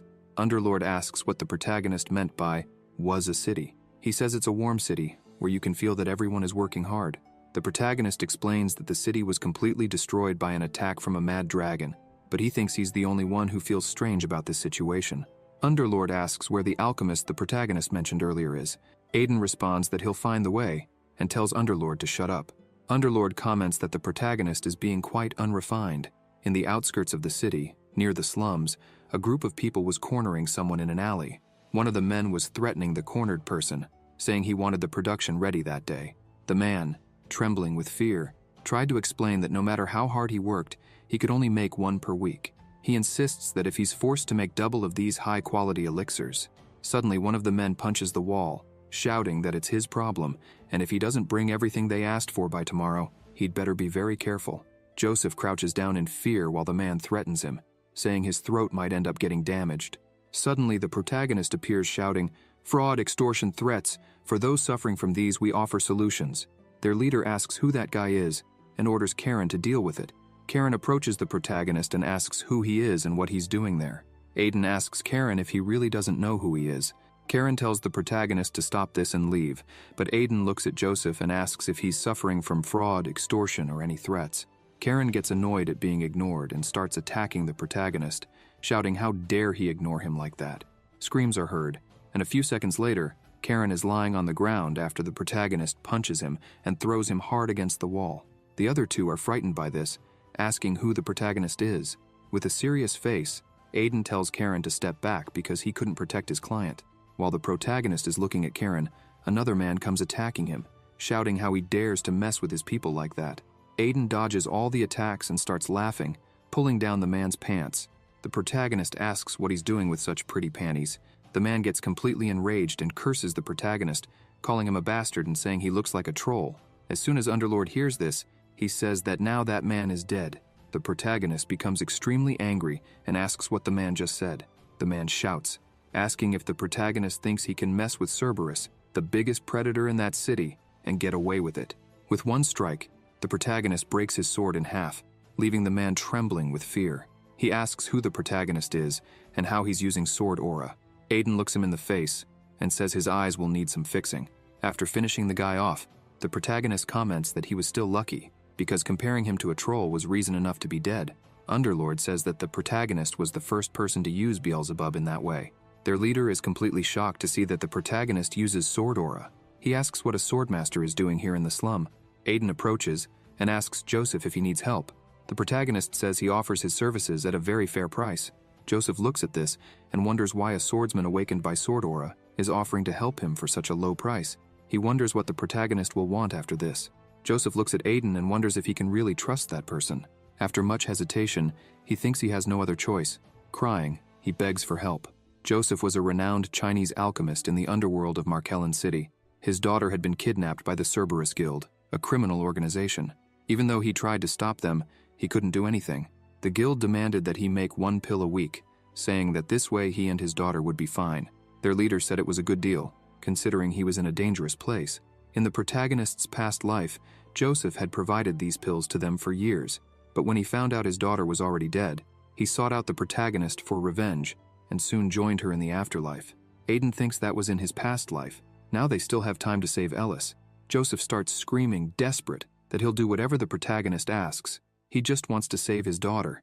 Aiden starts laughing and says he'll save her, but Joseph needs to keep his word so that the protagonist can get anything done. Underlord comments that Beelzebub said the protagonist is the first person he's seen with a greater gluttony than his own. However, the protagonist says this is a fair deal. Aiden turns around and asks their leader to stop right there. The man freezes in fear, and the protagonist appears in front of him, asking if he really thinks he was spared for no reason. The protagonist says he has some questions for him, but he already knows that the thug won't answer willingly, so they'll start differently. The man shouts that there's no need because he'll answer anything. At the Cerberus Guild headquarters in the guild leader's office, he's laughing and saying that with Joseph's 2 pills, they'll make a good profit. This man is named Ankle, the leader of the Cerberus Guild. He wonders if he should take a pill since they're so good for the body. Suddenly, someone starts to open the door. Ankle gets irritated and asks who dares to enter without knocking first. As soon as he looks, he sees one of his henchmen. He asks if he managed to bring Joseph's pills. When Ankle looks closer, he sees that his henchman is badly injured and asks why he's in that condition. The protagonist enters the room, saying that he's finally found him. Ankle asks who the protagonist is and if he's the one who did that to his henchman. He emphasizes that he doesn't know what the protagonist wants, but entering a tiger's den like this is foolish. Under the table, Ankle was activating his security system, a mana-powered emergency alarm artifact. He starts laughing, thinking that his men would arrive quickly. However, time passes, and no one shows up. Ankle wonders why no one is coming. He thinks that maybe the artifact is broken. Ankle starts shouting, asking if there's anyone outside because there's an intruder in his office. The protagonist asks if Ankle is talking about his guild members. Aiden says that the last time he checked, all the members were sleeping very soundly. With a serious look, the protagonist says that he won't let Ankle sleep so easily, and demands to know where Joseph's daughter is. Ankle starts laughing and asks if the protagonist is a mercenary hired by Joseph. He tells the protagonist not to regret this because he's the strongest in the guild. Ankle slams his foot on the table and rushes to attack the protagonist. A few seconds later, a cell is unlocked. Ankle, with his face all battered, says that Joseph's daughter is inside. Aiden looks around and comments that he can't believe they locked a girl in there. They really are a bunch of trash. Ankle explains that Joseph's daughter is not an ordinary child. He opens the cell and says that she may seem calm now, but suddenly she appears enraged and, using some aura, kicks Ankle in the face. He rolls on the ground and with a cold, angry look, focused on Ankle, she says she's going to kill him. The protagonist looks at Ankle on the ground and thinks Ellis is impressive. Even though he left Ankle on the brink of death, she's still quite strong. Underlord comments that this child is using an interesting power. The protagonist looks to the side and sees that she's attacking him, but he easily defends himself. She keeps attacking repeatedly, while the protagonist only defends himself and asks Underlord if he said she has an interesting power. He replies yes, emphasizing that the power she's displaying is the same as that of an annoying person. Aiden looks at her and thinks that, in any case, it's none of his business. His goal is just to save her and take her back to Joseph. As she continues attacking non-stop, she screams that she wants to go back to her father's house. The protagonist says they will see her father. As soon as she hears this, she stops attacking and asks if she really will see her father. Aiden kneels down, smiling at her, and says that her father sent him to rescue her. So they're going home now. With her hands injured and trembling, she asks if she really can go back to her father's house. The protagonist responds yes and calls her to leave. She simply hugs him tightly and starts crying uncontrollably, saying she was very scared and missed her father. Aiden says that being alone there must have been really frightening, but now she's safe and can see her father. Underlord observes the situation, surprised, saying he didn't imagine the protagonist still had empathy in that head of his. Aiden asks Underlord what he thinks the protagonist is. He replies that the protagonist just seems a little different from who he was in his past life. After returning home, Ellis ran and opened the door, calling out for her father. Joseph, upon seeing his daughter, began shouting as well. They embraced tightly, and she began to cry uncontrollably upon reuniting with him. Joseph, also in tears, apologized to his daughter, saying he was deeply sorry for what had happened. As the two hugged and cried with happiness, the protagonist watched from the doorway, satisfied with what he had done. After some time, Ellis fell asleep on the couch. Joseph sat at the table and thanked the protagonist for everything. Aiden said it wasn't over yet. He started to laugh and remarked that the most important part was still to come, the time for the client to settle the account. Joseph smiled and stated that he would compensate him for everything, asking how much he wanted. The protagonist asked how much he thought his daughter's life was worth. He replied that Ellis was worth more than his own life. While she slept, Joseph said that if the protagonist wanted money, he would spend his entire life paying it off. Aiden, disheartened, commented that he already had plenty of money. He asked if Joseph had something else, like alchemy skills. This left Joseph a bit frightened, uncomfortable. Joseph asked if the protagonist really wanted that. Aiden responded that what he needed most now was an alchemist with the most precise skills possible. Joseph said he understood and remarked that the protagonist had helped him because he knew about his alchemy skills. He emphasized that after the protagonist received the help, he would have to pay the price. Joseph took out a chest and opened it, revealing a fantastic elixir. The protagonist looked at it and thought, this is it. This was what he had learned in his past life. Joseph said that this was the best elixir he had ever made. He asked the protagonist to try it, as he had made it with all his alchemist skills. Mouth-watering, the protagonist asked if he could really use it. Joseph replied that yes, it was part of the payment for the help the protagonist had given. Underlord told Aiden to wipe the drool off his mouth because of the elixir, saying it was disgusting. The protagonist commented that he was only saying that because he hadn't tried the elixir. If he did. So, Aiden took the elixir, and an extremely good energy and sensation took over both him and Underlord. Their eyes sparkled with energy. The protagonist thought this was expected. That elixir was top quality. Just by taking that elixir, his mana capacity doubled. Aiden looked at Joseph and said that the elixir was excellent and incomparable. Joseph smiled and said he would use it as payment, continuing to make those elixirs for the protagonist. Aiden refused and said that wasn't what he needed. He asked what Joseph thought about joining the Duke's house. The protagonist asserted that if they accepted, both he and his daughter would be safe for the rest of their lives. Joseph was very surprised by the invitation and asked who the protagonist really was.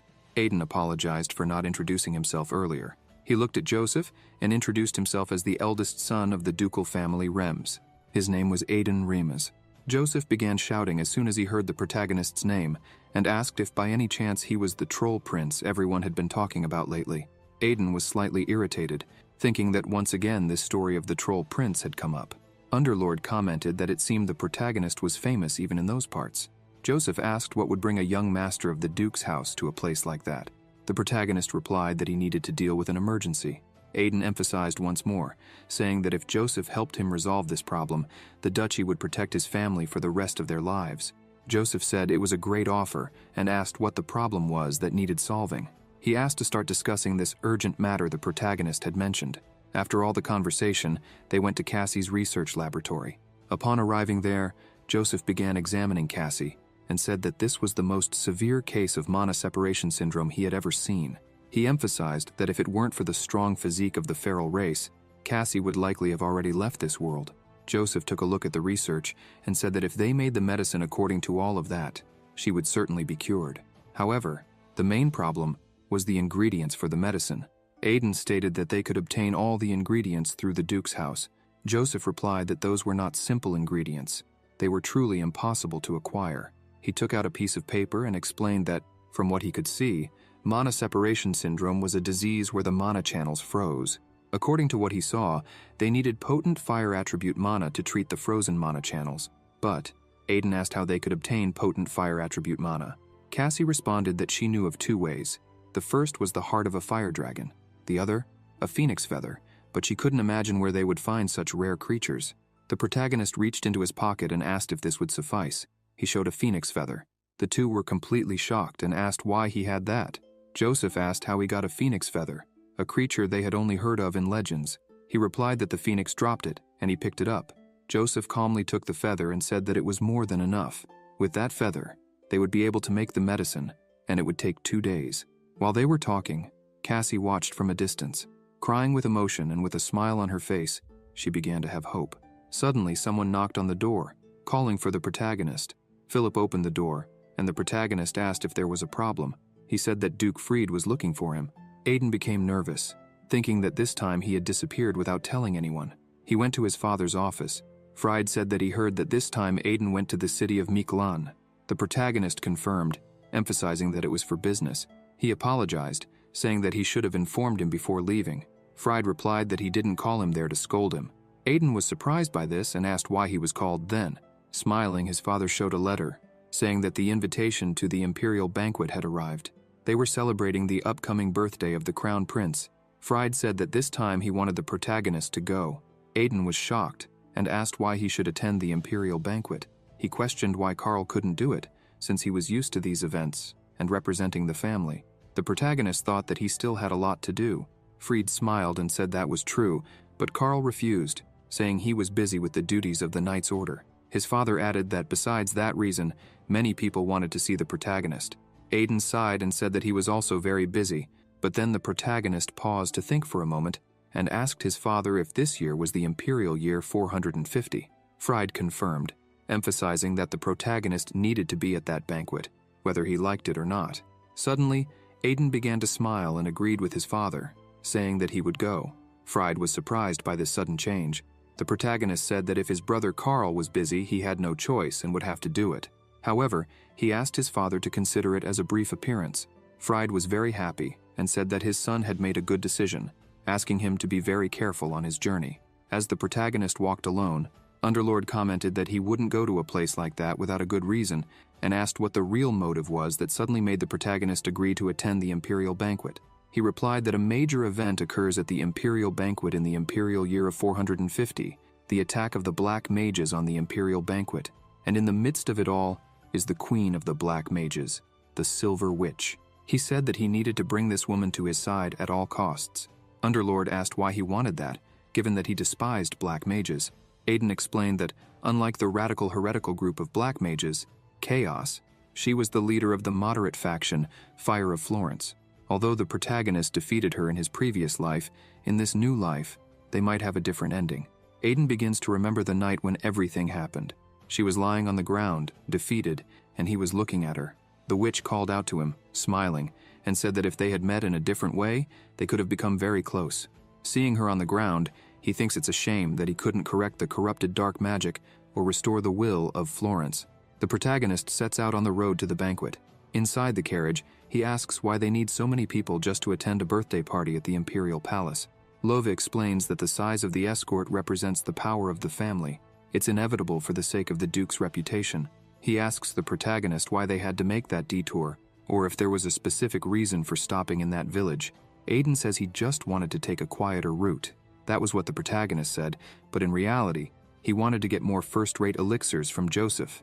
However, there was a small problem. Joseph says that even if he wanted to make elixirs now, it wouldn't be possible because they need ent tears, which come from tree spirits. This is used as an ingredient for high-quality elixirs. Joseph comments that they are going extinct, and people can't even find traces of them, let alone a tear. The protagonist thinks that he's never seen one in his life, so he doesn't know much about them. He thinks that guy would definitely know. Aiden smiles and thinks he'll pick up a gift in the meantime. He tells everyone to go ahead straight to the village. He needed to stop somewhere first. Lo shouts that he would go with him to escort him. The protagonist looks at him and says that he's weaker, so he would go alone. Lo cries and agrees with the protagonist. As he walked alone, Underlord asks if he was sure there was someone to meet on that mountain. Aiden replies that he never said he was going to meet a person. He looks ahead, smiling, and thinks that this is the place. To this day, he still can't understand his master's thoughts. In front of him was a large heart-shaped stone. Underlord comments that this heart-shaped stone looks quite artificial. The protagonist remembers that his master said that it was a gift for a disciple who would come one day. Aiden keeps thinking that this is what his master said. He really had some unique tastes. Underlord asks if the protagonist was really saying that was a gift because to him, it was just an ordinary stone. Aiden starts to walk towards the stone and says that his master liked to exaggerate with the packaging. He draws his sword and says to his master that he would take it again, once more. The protagonist strikes, cutting the heart in half.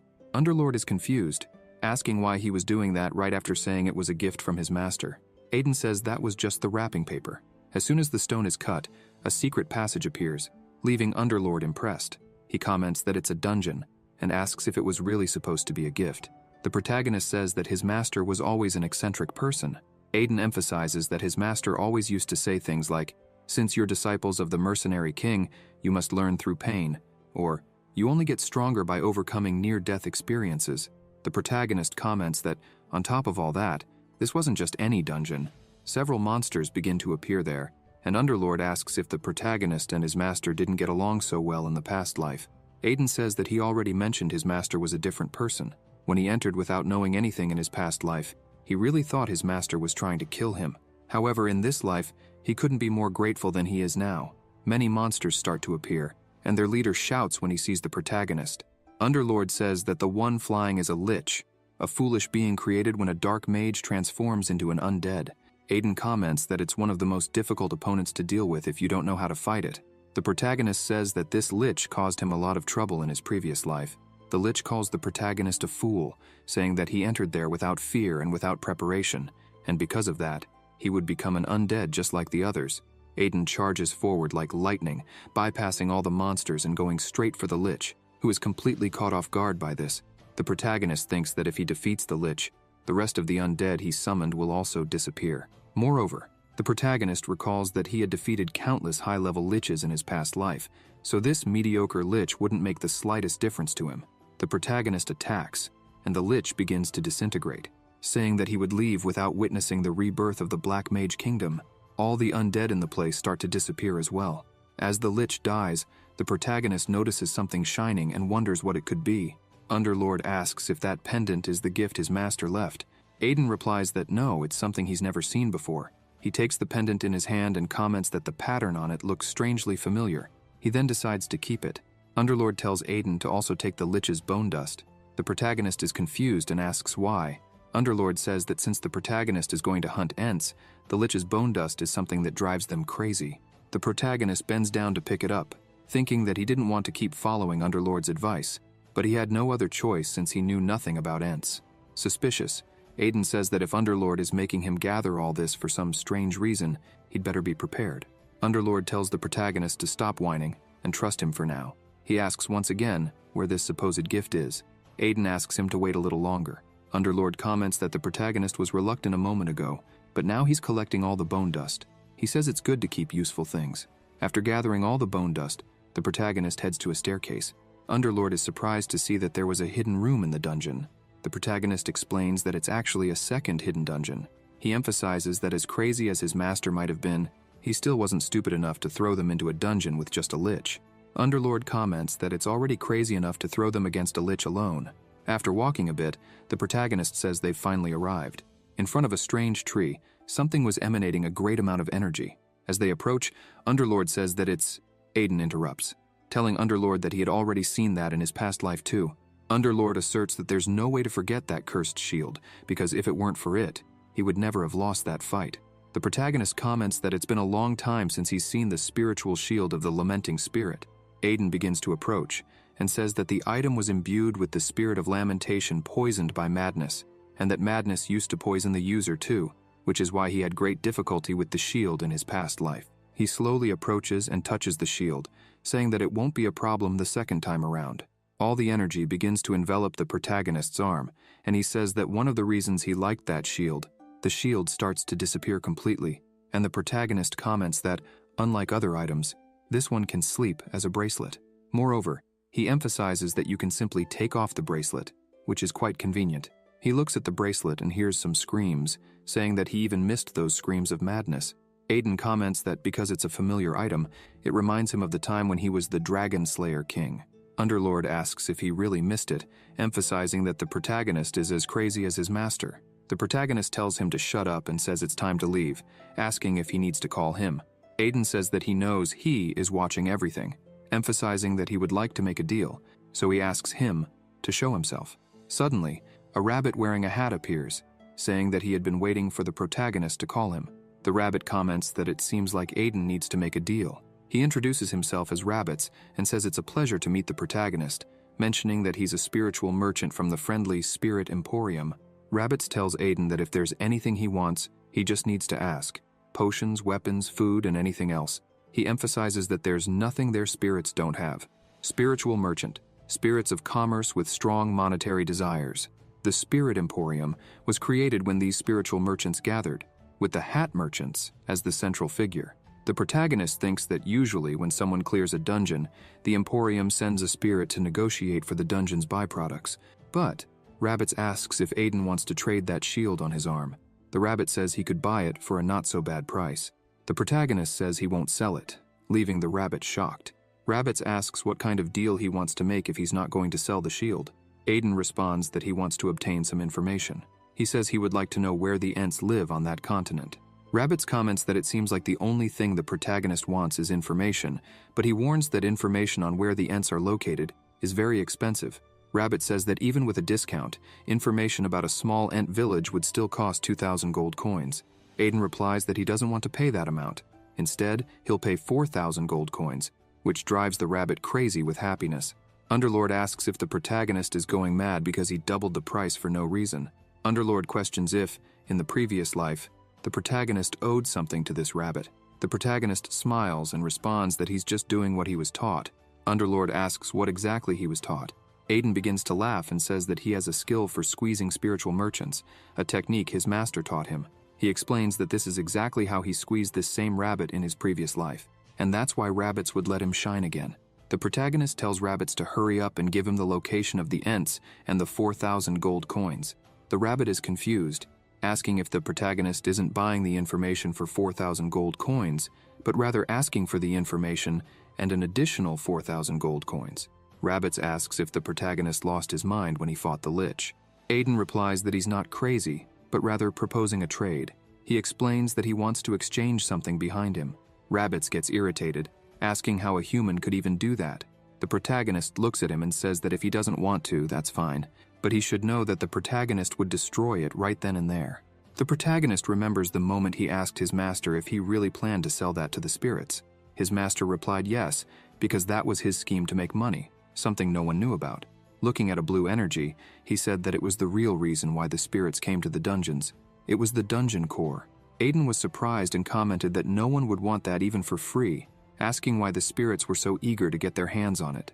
His master said that he didn't really know the reason, but in any case, when a person conquers a dungeon, everything inside that dungeon becomes theirs. His master emphasized that this meant the core was also his, and he could sell it or do whatever he wanted with it. The protagonist asked, what if the spirits don't buy it? His master said that in that case, he just needed to destroy it. After recalling all this, Aiden smiled and said he would break it if the spirit didn't want to buy it. Rabbits got irritated and started trembling. The protagonist ordered him to choose quickly whether he would buy it or not. Nervous, Rabbits began to think and wonder how that human knew about the dungeon cores. Everyone leaves them behind. Why doesn't he do the same? Reluctantly, Rabbits thought that if people found out he bought a dungeon core, they would curse him. But if he didn't take the dungeon core, the Hatter would fire him. Aiden grew tired of waiting and said he would break it since it was taking too long. The rabbit shouted for him to wait and then said he would buy it. Aiden started laughing and said he should have said that right away. Underlord was impressed and said he was curious to see where the protagonist would extort money from next time. Rabbits handed a bag full of money to the protagonist, who looked at it with a smile on his face and said it was a good deal. He began to leave and said that someday they would meet again. Rabbits shouted, wishing they would never meet again, but then the rabbit became serious, cursing the protagonist and asking if he really thought he would get away with deceiving a spiritual merchant. With a terrifying look, Rabbit said he wanted to see if the protagonist could make it back from the village of the Ents, as no human had ever returned from there. Meanwhile, Aiden was happily walking with his money. Lova was waiting for him in the carriage with the escort. He began to worry, thinking that it had been more than half a day since the protagonist had left, and maybe he should go look for him. Suddenly, he noticed someone approaching, and upon closer inspection, saw that it was Aiden. He went up to the protagonist and said he was worried, asking why he took so long. Aiden told Loa to stop with that strange worrying. He began to recall how Loa used to be, and thought that he couldn't get used to him being so polite now. The protagonist asked if everyone had rested enough because they were going to the imperial capital right away. That night, at the entrance of the dungeon, a person was walking there and said they had finally found it. But as soon as they began to enter, they were surprised, wondering why there was no one there. They walked up to the lich's remains and knelt down, saying it had vanished. The witch looked and said it should have been right there. The next day, in the imperial capital Immortalitium, the protagonist's carriage was arriving. The carriage stopped, and the protagonist got out. The butler bowed, welcoming him and saying he would be Aiden's guide to the guest room where he would be staying during his visit. The butler was a bit irritated to see the protagonist. He had been expecting Carl to show up, but the delinquent Aiden came instead. However, the butler thought that if the protagonist was notorious even in the imperial capital, he must not be a common delinquent. They couldn't afford to offend him in any way. Already inside the castle, Aiden reached his room and threw himself onto the bed, saying that even the imperial palace's guest beds were good.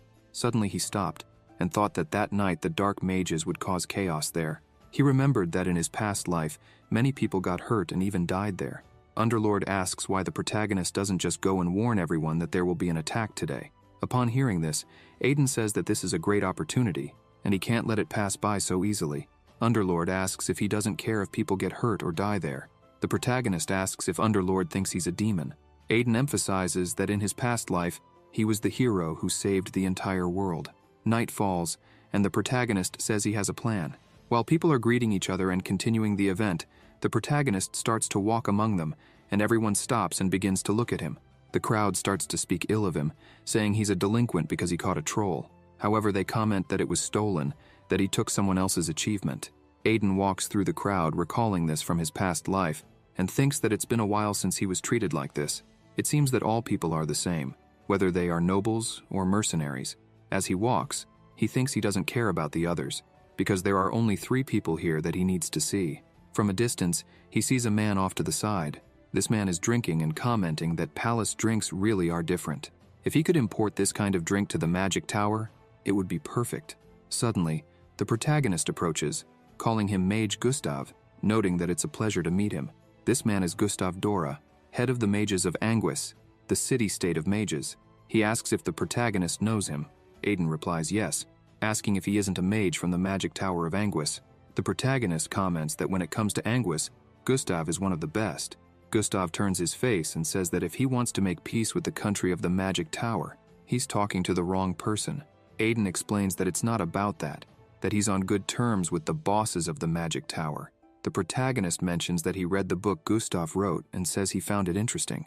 This catches Gustav's attention, who asks if he really read it and found it interesting. The protagonist replies that he couldn't help but be intrigued by the presentation of a new direction he'd never seen before. Gustav touches the protagonist's shoulder, and with a sparkle in his eyes, begins shouting about the recognition of the greatness of magical engineering. Unlike those old men from the magic tower, Aiden has an excellent vision. The protagonist smiles and comments that he's never seen a field of study as useful and superior as that one. Aiden thinks that's what he would say if he hadn't fallen asleep every time he tried to read that book. He thinks he barely made it past the first page. Gustav gets excited and starts talking non-stop about his book.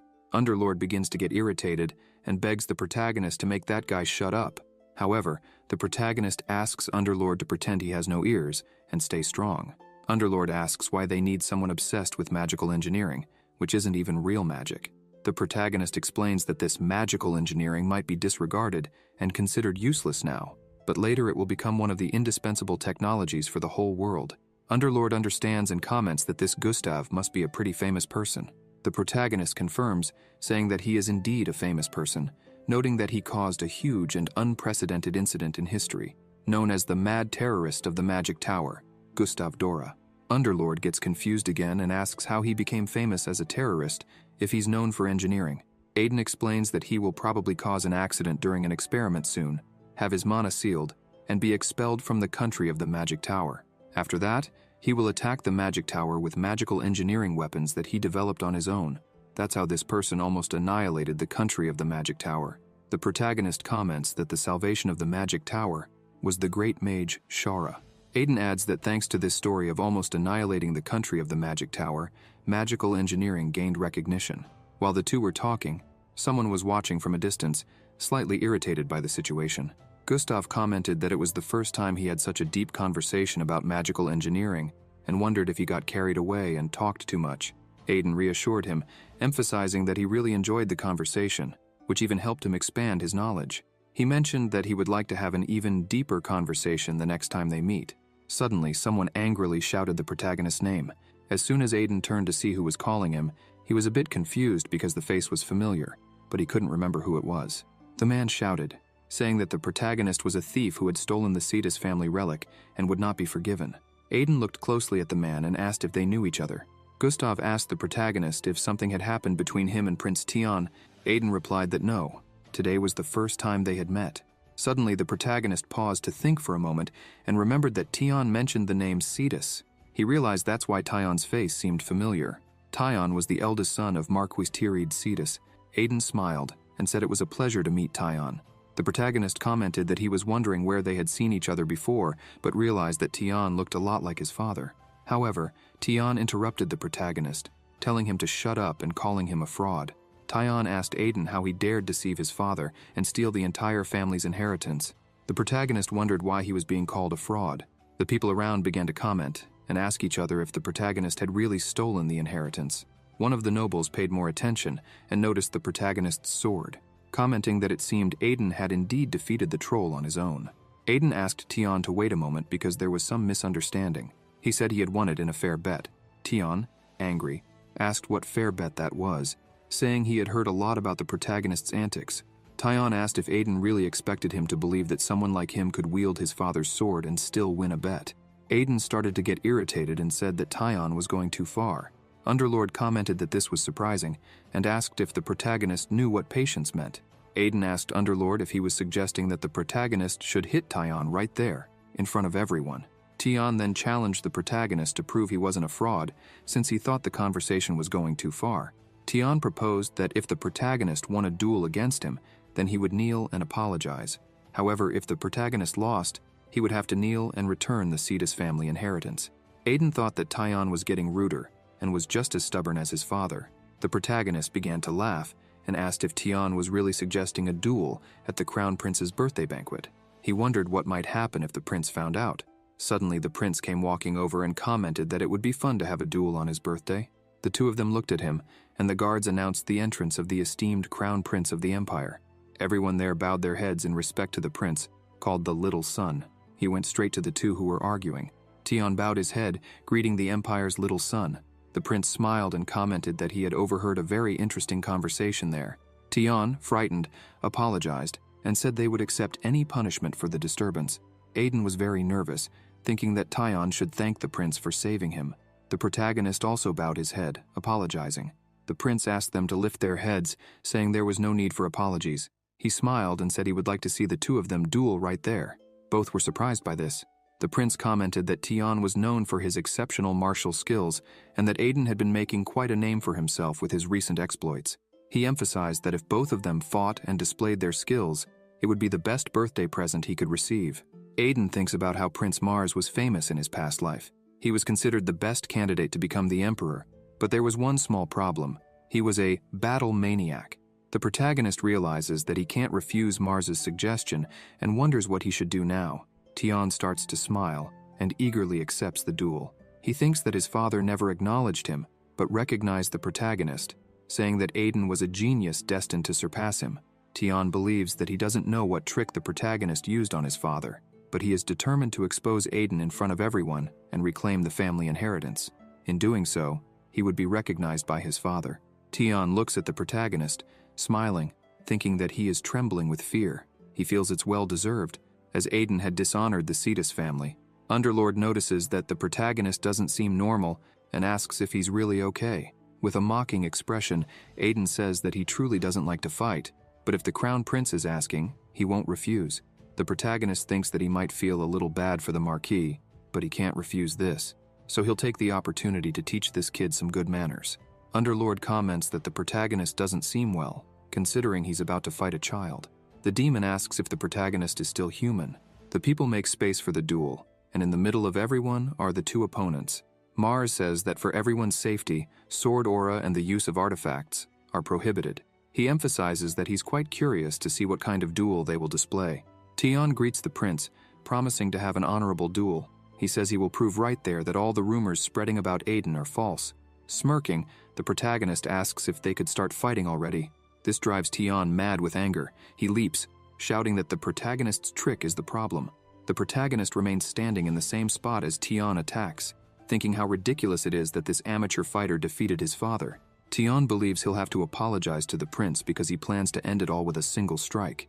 In the midst of his attack, the protagonist simply strikes Tion's face with his sword, leaving Tion incredulous. The prince is surprised and begins to smile. One of the nobles asks how Tion lost so easily. Aiden steps back a bit and apologizes, saying he was surprised and accidentally slipped. He was just lucky. He smiles and comments that it's hard to judge someone's skill based on an accidental outcome caused by mistakes on both sides, so he would like to disregard this round. Mars agrees and says he would disregard it, asking both to focus a little more. With a mark on his forehead, Tion agrees, thinking he let his guard down. He acknowledges that even though the protagonist is a vagabond, he knows a bit about swordsmanship and must know how to use a sword. However, Tion is bothered by something else. He wonders what that disgusting expression on the protagonist's face was when he was struck. The two return to their positions, and Tion warns the protagonist that this time he will go all out. Mockingly again, the protagonist says he doesn't care whether Tion fights or runs. Extremely irritated, Tion thinks that the protagonist is trying to provoke him, but it won't work a third time. Tion grips his sword tightly and advances without hesitation. However, Aiden dodges all the attacks with ease. The protagonist thinks that this is what was expected from the Marquis's son. His sword is honest and fair just like him, but the protagonist parries one of the blows and comments that compared to the Marquis's, Tion's sword is very light. Tion yells, asking what Aiden was saying. With a serious expression, the protagonist says that the Marquis's sword was heavy and precise, while Tion's sword was merely trying to imitate the Marquis's. This sends Tion out of control. Aiden looks intently at Tion and says that regarding the swordsmanship the protagonist used against the Marquis, which Tion was so eager to see, now he will get to witness it. The protagonist stops merely defending and quickly shifts to attack, leaving Tion frightened. Tion thinks the protagonist is very fast, but manages to block the attack. He places his sword in the perfect position to block the protagonist's strike, thinking that his father was defeated by such weak swordsmanship as the protagonist's. However, Aiden's sword curves and continues advancing, leaving Tion confused. The protagonist's blow lands directly on Tion's face. As he falls, Tion wonders how he couldn't stop that attack. Underlord comments that he thought Aiden would go easy because of his connection with the Marquis, but it seems the protagonist is taking this more seriously than ever. Aiden says that a stubborn knight like Tion won't stop until he's knocked out. In other words, if the protagonist doesn't make him pass out, he'll keep coming back until he dies. Tion thinks he's losing to such weak swordsmanship. He shouts that this is impossible and stomps his foot on the ground. Aiden smiles, surprised that Tion is holding up well. Tion charges with everything he has, consumed by his anger, shouting that he is the eldest son of the Cetus family and destined to be the leader of the family. But before he could even finish speaking, the protagonist uses his mercenary king's sword, the Nightbreaker, striking Tion so quickly that he had no time to react. Tion begins to fall to the ground, unconscious. A man rushes over and catches Tion, commenting that it seems his friend caused some problems while he was away. Aiden turns around and says it's all fine, he was feeling a bit rusty anyway. The protagonist thinks that this man is an acquaintance of Tion, so now he won't have to work so hard to find him again. This man is one of the 3 people the protagonist came there to see. The man greets Aiden, saying it's a pleasure to meet him. This man is the younger brother of the traitor knight Sylvetta Cius. His name is Dyer Cius. Dyer smiles and introduces himself to the protagonist, saying he is from the Cius Archduchy, the sword that guards the northern continent. The house of Archduke Cius, known as the strongest knightly family, often says that no one who inherits this blood fails to become a master swordsman. They are famous for selecting their lord based solely on martial skills. The protagonist thinks that if he had been reborn into that family, he would have already become a master swordsman. Looking at Dyer, he thinks that this person is one of the geniuses born once every 100 years in that family. Underlord comments that he's heard the name Sias a few times, but Dyer is the first time he's heard it. While everyone was watching the protagonist, Underlord asks if this isn't the best moment for him to approach Dyer. The protagonist responds that it's not. A better moment will come, and until then, he wonders what intense gaze he's feeling on his back. All the nobles were there, asking if the protagonist remembered them and trying to get as close to him as possible. This leaves Aiden shocked. Suddenly, one of them calls the protagonist Master Troll, and he shouts in irritation, asking who said that. After a while, the protagonist runs out of the event, wondering if all those people would follow him there. Underlord asks the protagonist if he doesn't find those nobles disgusting, since not long ago they were despising him. After the confusion, they started admiring him. Aiden asks what's there to hate about that, because humans are all the same. He emphasizes that this is how humans behave. They cling when they need someone and discard when that person loses their usefulness. The protagonist asks Underlord not to trust him too much either. After all, he's human too. Underlord responds that it doesn't matter that Aiden is human. He trusts the protagonist completely. Aiden feels embarrassed, saying that was touching and unexpected.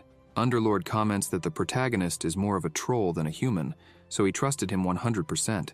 Aiden gets irritated, saying that Underlord was in for it now. When they get back, the protagonist will set aside 100 bottles of sacred potion for him to drink. While he was fuming, someone starts to approach. Suddenly, a woman asks Aiden if that swordsmanship he used earlier was the mercenary king's. This leaves him startled. He looks at her, realizing that she recognized his master's swordsmanship.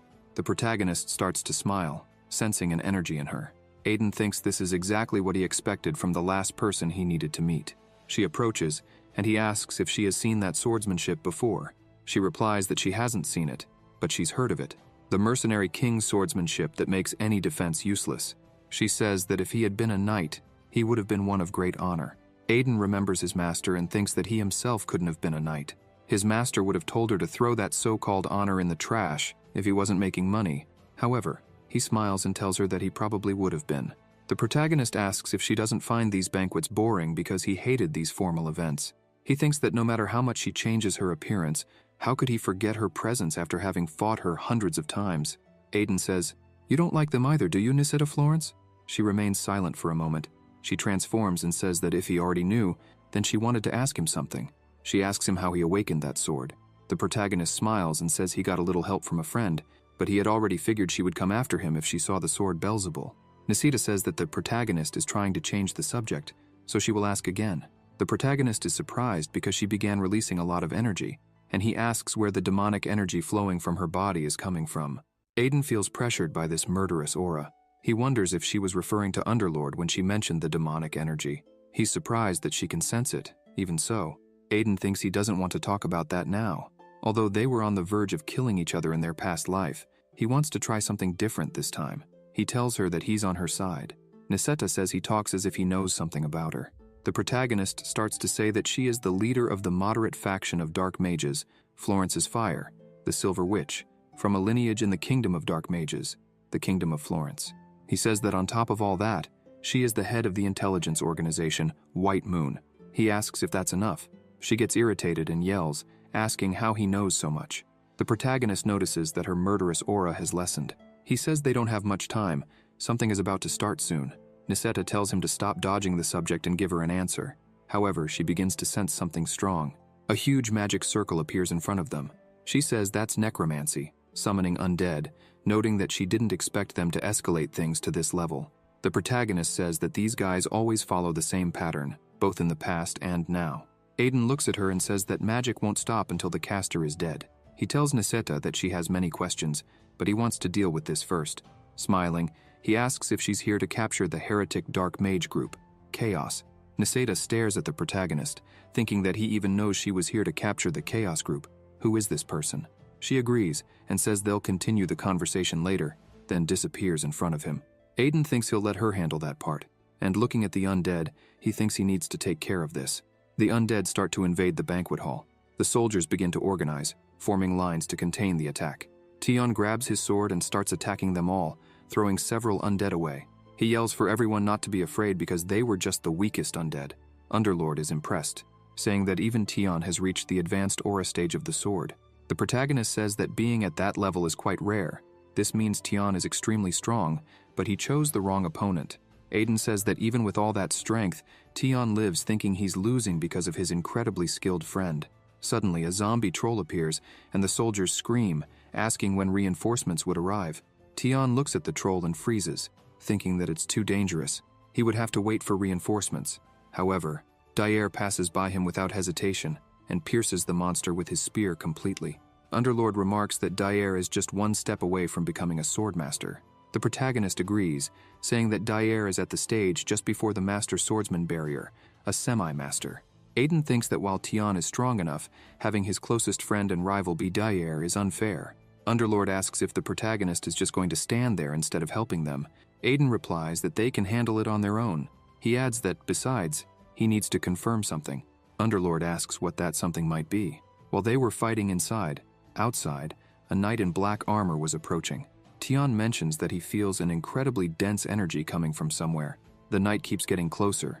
As soon as the Black Knight sees Dyer, his eyes turn red. He grips his sword tightly and prepares to attack with incredible speed. Dyer watches him approach. The knight leaps to strike him. A powerful explosion occurs. Dyer, sweating and trembling with fear, looks ahead and sees the protagonist defending him with his shield. Aiden looks closely at the knight and thinks that the one responsible for ruining this banquet has finally appeared. The strongest of the undead, the Death Knight. The protagonist reflects that, on top of everything, he suspected something was wrong and was right.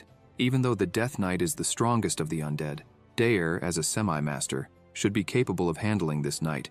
Aiden had always wondered why Dyer lost that fight, but now it's clear. The Death Knight was strengthened with dark magic to have power beyond that of a semi-master. The protagonist realizes that without the spiritual shield, he too would not have been able to block that attack. Now it's clear why Dyer lost. The Death Knight mutters Dyer's name under his breath. The protagonist is startled, wondering what he just said.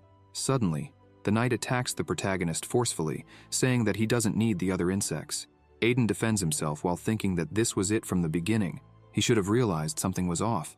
He should have noticed that the undead weren't moving to attack, but to separate Dyer and the other soldiers. In other words, everything was planned to kill Dyer. The knight continues to attack the protagonist, who finds himself facing an opponent at the semi-master level, a difficult task just to block. Aiden, realizing the right moment, shouts to Dyer that the time is now. Dyer, emerging from behind the protagonist, charges forward with his spear enveloped in aura, but the knight blocks the attack with ease. As he steps back, Dyer comments to the protagonist about the knight's strength, who stopped his spear as if it were nothing. Aiden, feeling the opponent's power, confirms that the knight is at a semi-master level, which leaves the protagonist thoughtful. He starts to ponder why they targeted Dyer among so many important people, and concludes that the person who would benefit most from Dyer's disappearance is the one who sees him as a thorn in his side. This leads him to suspect Silbetta, his younger brother, who has always been considered a genius, while he, the eldest son, was seen as just an ordinary knight. The protagonist becomes angry, realizing that Silbetta is involved, and that in the past, he underestimated his brother, believing that he became the king of knights by luck. However, this situation shows that Silbetta claimed the position with cunning and possibly with secret alliances, including the Dark Mages. Aiden reflects on the corruption of things as he investigates further. Dyer, still confused, asks the protagonist how they should deal with this. The protagonist, confident, reveals that he has a tactic for defeating stronger opponents, a personal technique he calls provocation tactics. Although skeptical, Dyer agrees to try it, as they have no other option.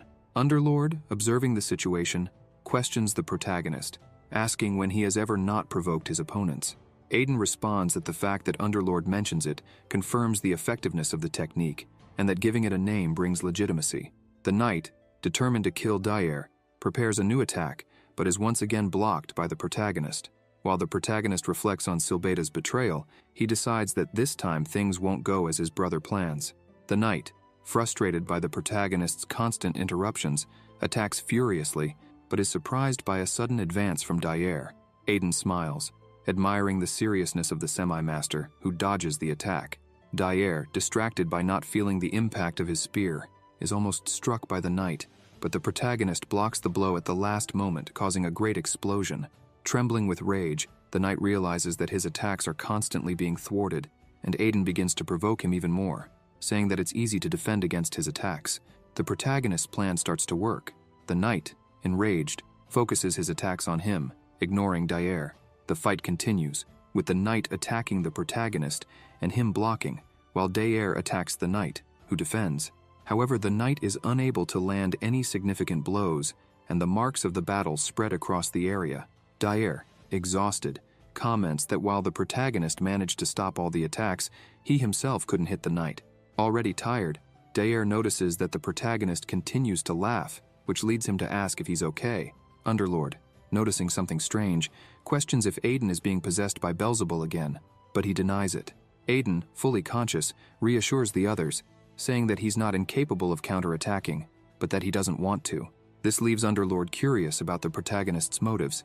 Aiden explains that the Death Knight cannot be hurt with direct attacks alone, which is why he needs the shield. Underlord asks if the protagonist's plan involves attacking with the shield, while a powerful aura begins to circulate around him, who keeps an enigmatic smile on his face, saying that it's simple. The spiritual shield of the Wailing Spirit is imbued with a spirit tainted by madness.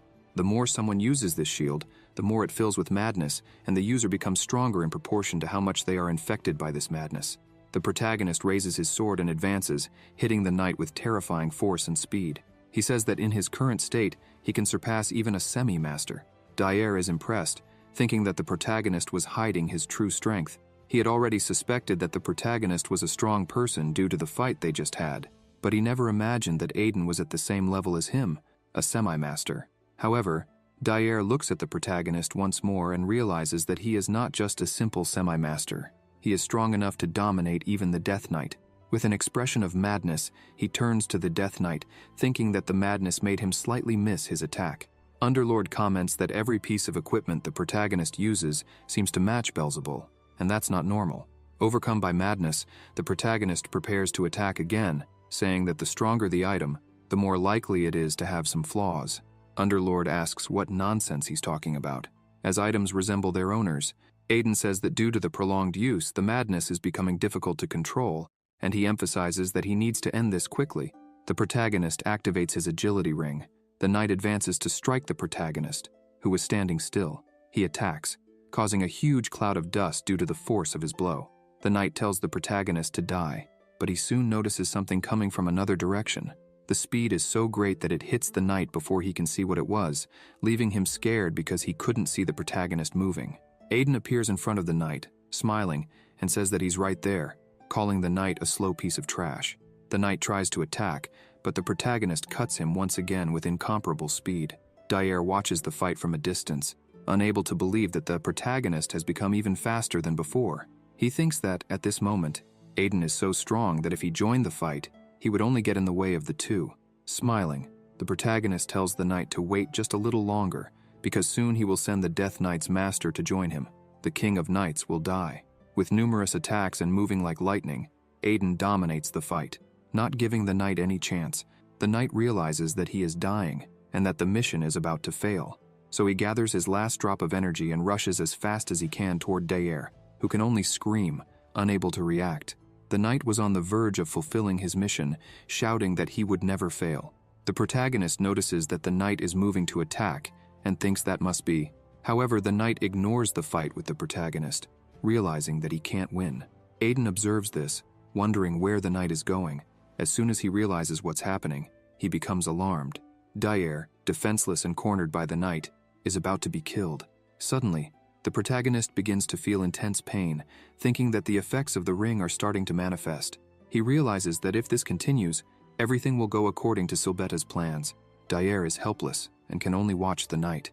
Suddenly, someone appears shouting. Tion bursts in, shouting for the knight to stay away from Daer. Feeling some fear and thinking that Daer is much stronger than him and yet is in this situation, Tion questions how he could do anything. However, Tion doesn't hesitate, grips his sword tightly, and charges forward, shouting that he can't let his friend and rival die in a place like this. At that moment, Tion remembers Aiden's words. Your sword is much lighter compared to the Count of the Frontiers. The Count's sword is heavier and more precise. With this in mind, he positions himself and uses the aura on his sword, slicing the knight in half. The knight looks to the side, worried about the mission, but it's now too late for him. The mission has failed, and the night begins to disappear. All the other undead also start to vanish, and they realize it's over after having taken down the Death Knight. The guards wonder if Tian really managed to defeat the knight with a single blow. Suddenly, they all rush to Tian and start shouting that he defeated the Death Knight, saying that this was expected of someone who inherited the blood of a master swordsman. Dyer calls out to him and says that he has finally become a semi-master, and even saved everyone's lives. Dyer emphasizes that Tian is indeed a worthy rival, and that he will repay this someday. With his head bowed, Tian agrees and shakes Dyer's hand. Everyone starts shouting and celebrating the victory. Dyer says that above all, they couldn't forget to mention the person who held off the knight alone for so long. When he turns to call the protagonist, he notices that he's no longer there. Dyer asks where he might have gone. Tian wonders if he really killed that knight, because the feeling of the strike, the protagonist was walking alone and trembling, thinking that forcibly increasing his power was severely harming his body. He thinks that now that all the work is done, he needs to go home and rest. Underlord asks Aiden if he shouldn't enjoy the victory a little. Almost fainting, the protagonist responds that if he doesn't rest now, he'll end up resting forever because he's in no condition to enjoy anything. Besides, it's too early for him to feel the joy of victory, as this was just the first step. The protagonist thinks that he never imagined that the hardline king, Silbetta, was conspiring with the dark mages, and this makes him wonder what else those scum might have done behind his back in his previous life. Underlord comments that at least the timing was perfect, and almost everything went according to Silbetta's plan. The protagonist says that he already knew that, and that she did her job. He thinks that she is incredibly strong, and thanks to her, they managed to deal with those chaos guys in time. The summoning spell was broken, and the Death Knight disappeared just in time. It could have been really bad if she had taken a few seconds longer. Suddenly, Lo comes running and shouting from a distance. He asks the protagonist if he's okay since the undead suddenly attacked from outside. Trembling like an old man, Aiden asks if he looks okay, and questions where Lova had been until now. With his face all battered, Lova apologizes, saying he was fighting the undead. The protagonist replies that he did well, and that now they need to rest. Lova agrees with that. The next day in the guest room of the Imperial Palace, the protagonist was sleeping like a log. He hears a noise and wakes up, getting up and saying that he passed out as soon as he entered the room yesterday, and has no idea how long he slept. Niseta comments that he really can sleep for a long time, nearly scaring the protagonist to death. She says that no one would get there no matter how much he shouted, because she had put a sound barrier around the entire area. The protagonist isn't surprised, thinking that he expected this, but didn't think she would show up the very next day. He asks how she managed to get in there, and she walks up to him, saying that entering a place like that is easier than twisting a goblin's neck. Niseta then says that now it's her turn to get answers. She begins to release her aura again, and asks how he knows so much about her. Aiden thinks it's not good to face a murderous intent like this right after waking up. She says that if he tries any tricks, she'll kill him immediately. The protagonist responds that he wants to maintain a healthy and friendly relationship with her because they have the same goal. She questions how a noble of the Empire could have the same goal as hers, and asks if he even knows what her objectives are. The protagonist starts laughing and says it's because he despises the dark mages. While he smiles, she becomes serious and starts releasing her aura again, scaring the protagonist. She asks him to repeat that he hates dark mages one more time. Aiden lowers his head and says that nowadays it seems like dark mages have forgotten their principles. This calms Niseta down and surprises her. The protagonist continues, saying that a long time ago, someone showed him dark magic in its original form. He explains that it was a power created to purify lands contaminated by dark mana and to fight against monsters from the underworld. Aiden asserts that current dark mages are following the wrong path, emphasizing that they need to correct the course of the renegade dark mages.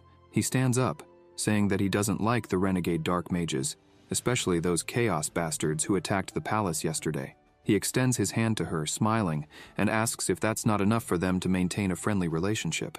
Niseta is impressed, thinking that an imperial noble knows the essence of dark magic and even recognizes the dark mages. She wonders if this is really true, or if he's just trying to trick her to get out of the current situation. Aiden says she can think a bit more about it, and in return, he'll give her some useful information. She looks at him and asks if he really thinks he knows something she doesn't already know, given that she's part of the intelligence organization. He insists that he does, because only he knows what he's about to say, something that hasn't happened yet. He approaches her and begins to speak in her ear. At that moment, his door suddenly opens abruptly. Lova shouts, telling the protagonist that he has a visitor. Tian says he needs to talk to him. However, they are embarrassed when they see the protagonist so close to Niseta. They quickly close the door, apologizing, and run out of the room. Aiden shouts that they got the wrong idea and tries to explain the situation. The protagonist goes outside the room to talk to Tion. Embarrassed, Tion asks if Aiden had finished handling his matters. The protagonist replies that nothing had happened. They were just having a brief conversation. Aiden looks at Tion, thinking he misunderstood everything, but he managed to tell Niseta everything before sending her away. During the conversation, Niseta questioned what he said, asking if the protagonist really thought she would believe that there would be a drought in Barkin, known as the Land of Abundance. She asserts that this territory is an agricultural place that hasn't had a drought since the Empire's founding, and suddenly Aiden says a drought will hit this place. The protagonist yells at her, saying she just needs to believe him.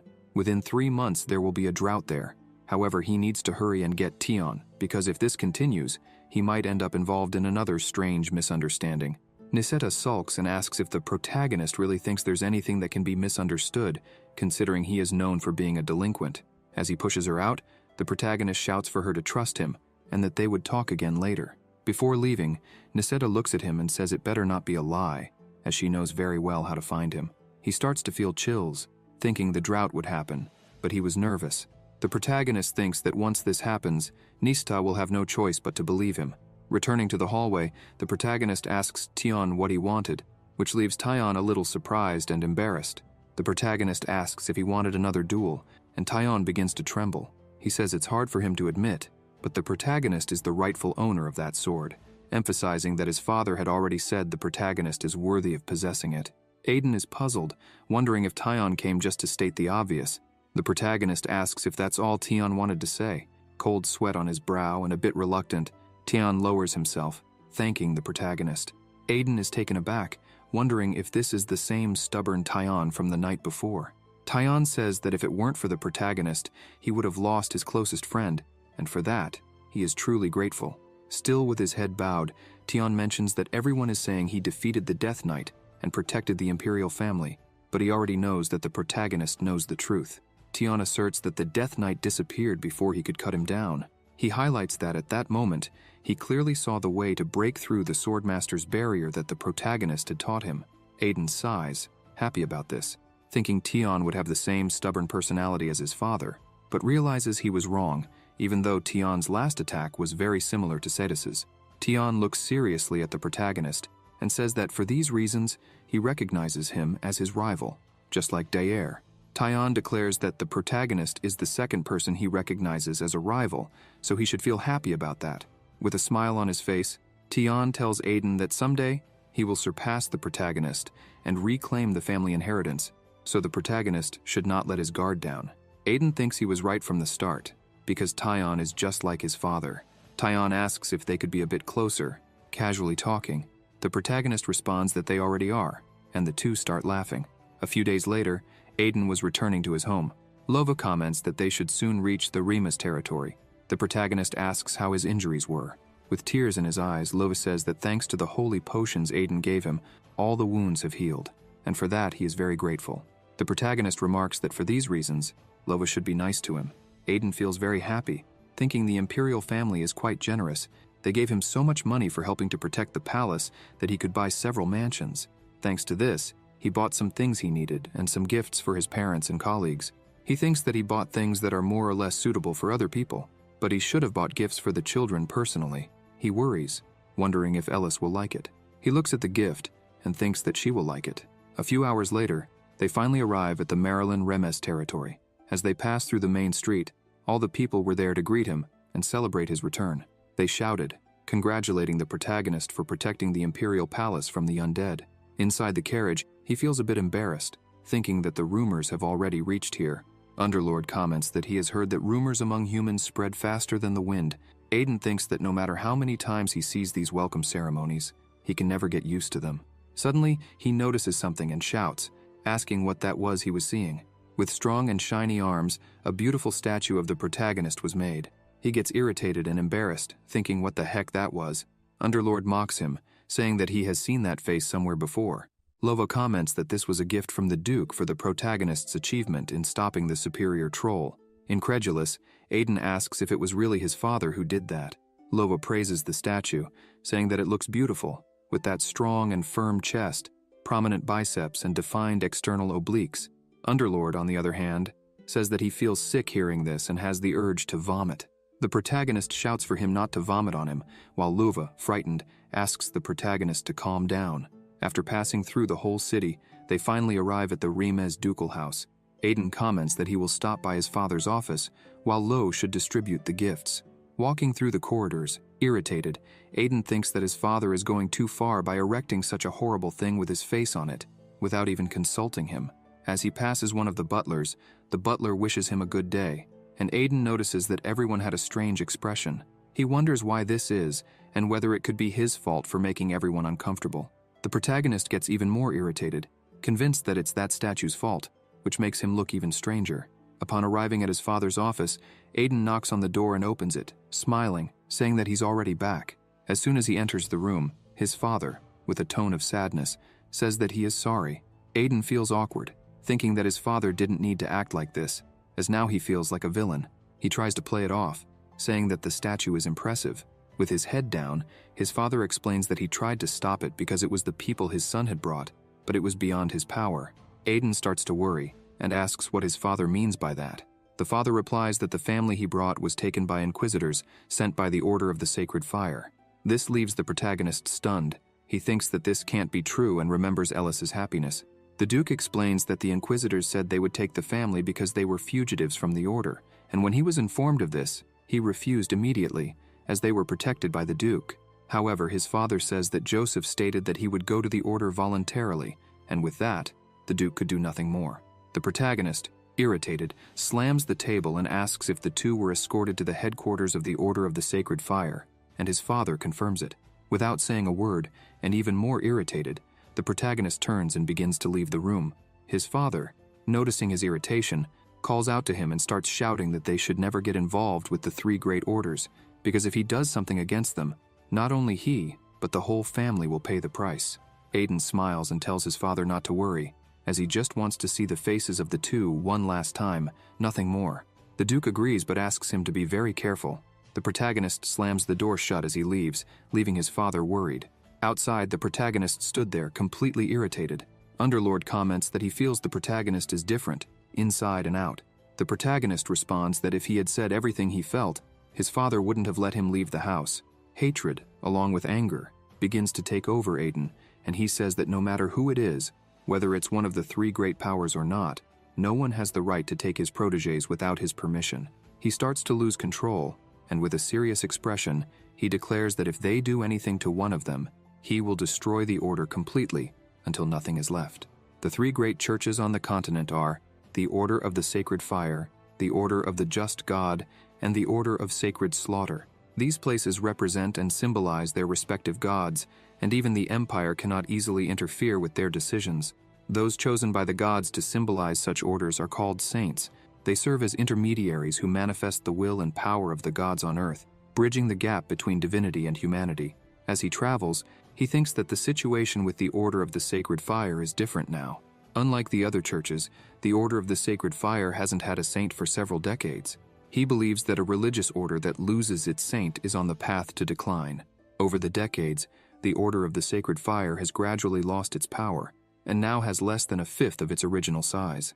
Suddenly, the carriage stops, and the driver says that they've arrived. The protagonist steps down, stretching, while Lova gets out vomiting. Aiden looks back and thinks that in his previous life, while he was a mercenary, he always traveled in carriages like this, and it brings back good memories. Aiden thanks Pobol, saying that they arrived so quickly thanks to him. Pobol smiles and says that it was nothing since the protagonist is one of his most valuable clients. The protagonist thinks that using shortcuts known by merchants brought them here much faster than usual. He thinks that's precisely why he continues to use this company, even after selling that troll. Aiden looks at Lova and says that if he keeps this up, he's going to vomit everything he ate yesterday morning. Lova says he's fine and asks the protagonist not to worry about him, but he continues vomiting. Seeing that Lova wasn't well, Aiden tells him to stay there and rest. The protagonist looks at the church and thinks that even though it's weakened, it's still one of the three great churches. It remains as huge as ever. Aiden tells Pobol that he was right. Pobol says that the protagonist insisted on coming here, but a man was desperately shouting at the church gate, pleading for them to heal his son, who was in critical condition. The guards prevent him from entering and tell him that the church is closed at the moment, asking him to seek another church. The protagonist thinks that at this time, the main sanctuary of the Order of the Sacred Fire should be full of people receiving treatment. However, instead the Muns, the battle priests, are blocking the entrance. Aiden thinks that the order to close the sanctuary around the time when Joseph and Ellis were taken is definitely connected. Pobol asks the protagonist how he intends to get inside. The protagonist smiles, saying that he always finds a way. Suddenly, he starts laughing in a frightening way, making Pobol suspicious and wondering what he was planning to do now.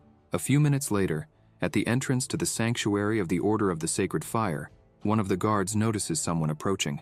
The protagonist comes close to them and says that his name is Aiden Rimes of the Duke Remi's house and that he has internal business, so he wishes to enter.